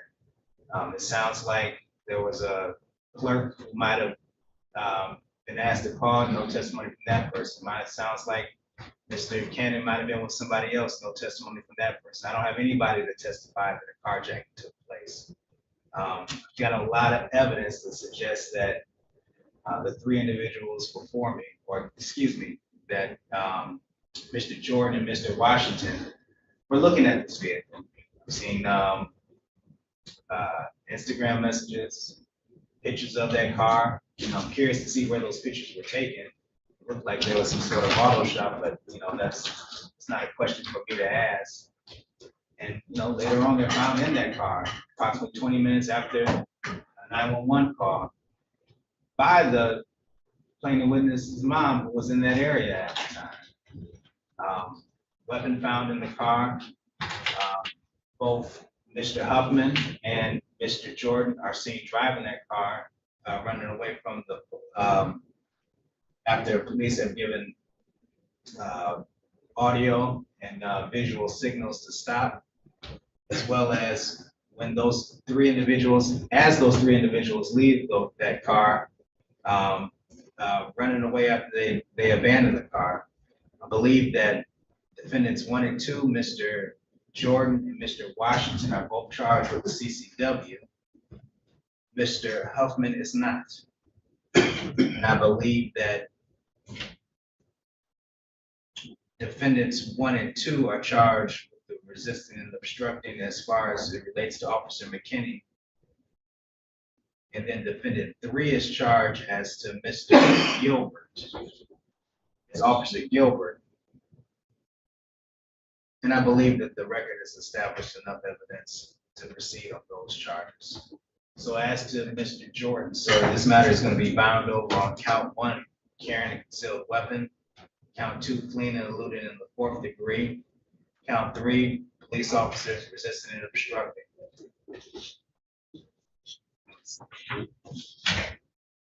And count 6, felony firearm.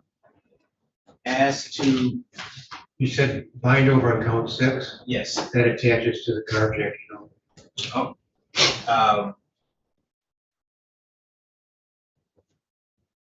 In the complaint. you want to amend that to the fleeing and eluding 4?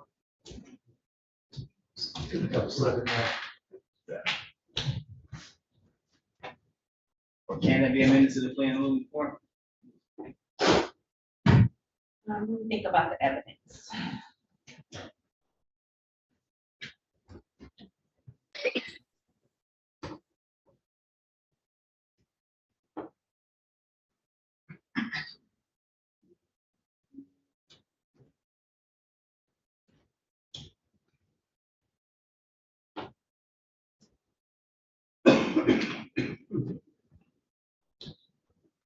Yes, because then that will make it consistent with the carrying concealed weapon, Your Honor, even though it doesn't attach to the carrying concealed weapon. Attached to the carrying concealed. I know, so it was consistent with the evidence though. We would object to amendment post-exam. And I don't think it's sufficient evidence. I'm going to allow the amendment. As to Mr. Which count would that attach to, Your Honor? Count 6, attached to count 3, fleeing and eluding. Complete. As to Mr. Washington, found over on count 2, carrying concealed. Count 4, resisting and obstructing. And then as to Mr. Huffman, count 3, fleeing and eluding an officer. And count 5, resisting and obstructing. These matters are bound over to circuit court. The arraignment date is going to be July 7th, 2023 at 9 o'clock. Thank you, Your Honor. Thank you, Your Honor. Thank you. Thank you for all the time you put into sis. I appreciate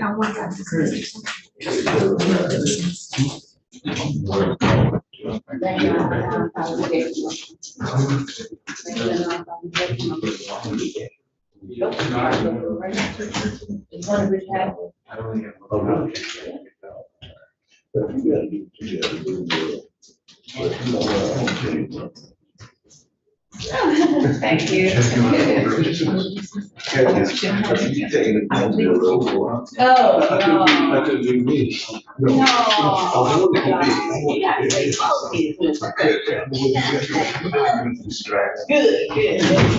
Taylor, you were the first one here. Distraction. Yeah. I got the binder. Boy, you know, overtime. I think you don't get over. I think only three other coaches. How many coaches were you don't like? No, I left mine like. You take donations from defense now. Oh, yeah. I see that, y'all. Oh, just got, still get it. You too, thank you. I said, I got the binder.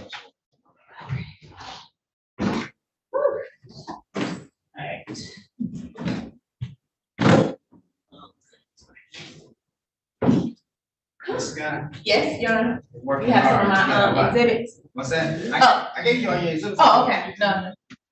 Sorry, what were you saying? I said, you're working hard out here. Yes, I am. Yes, yes, yes. Did an excellent job. Thank you, Very diligent. thank you. I got one more.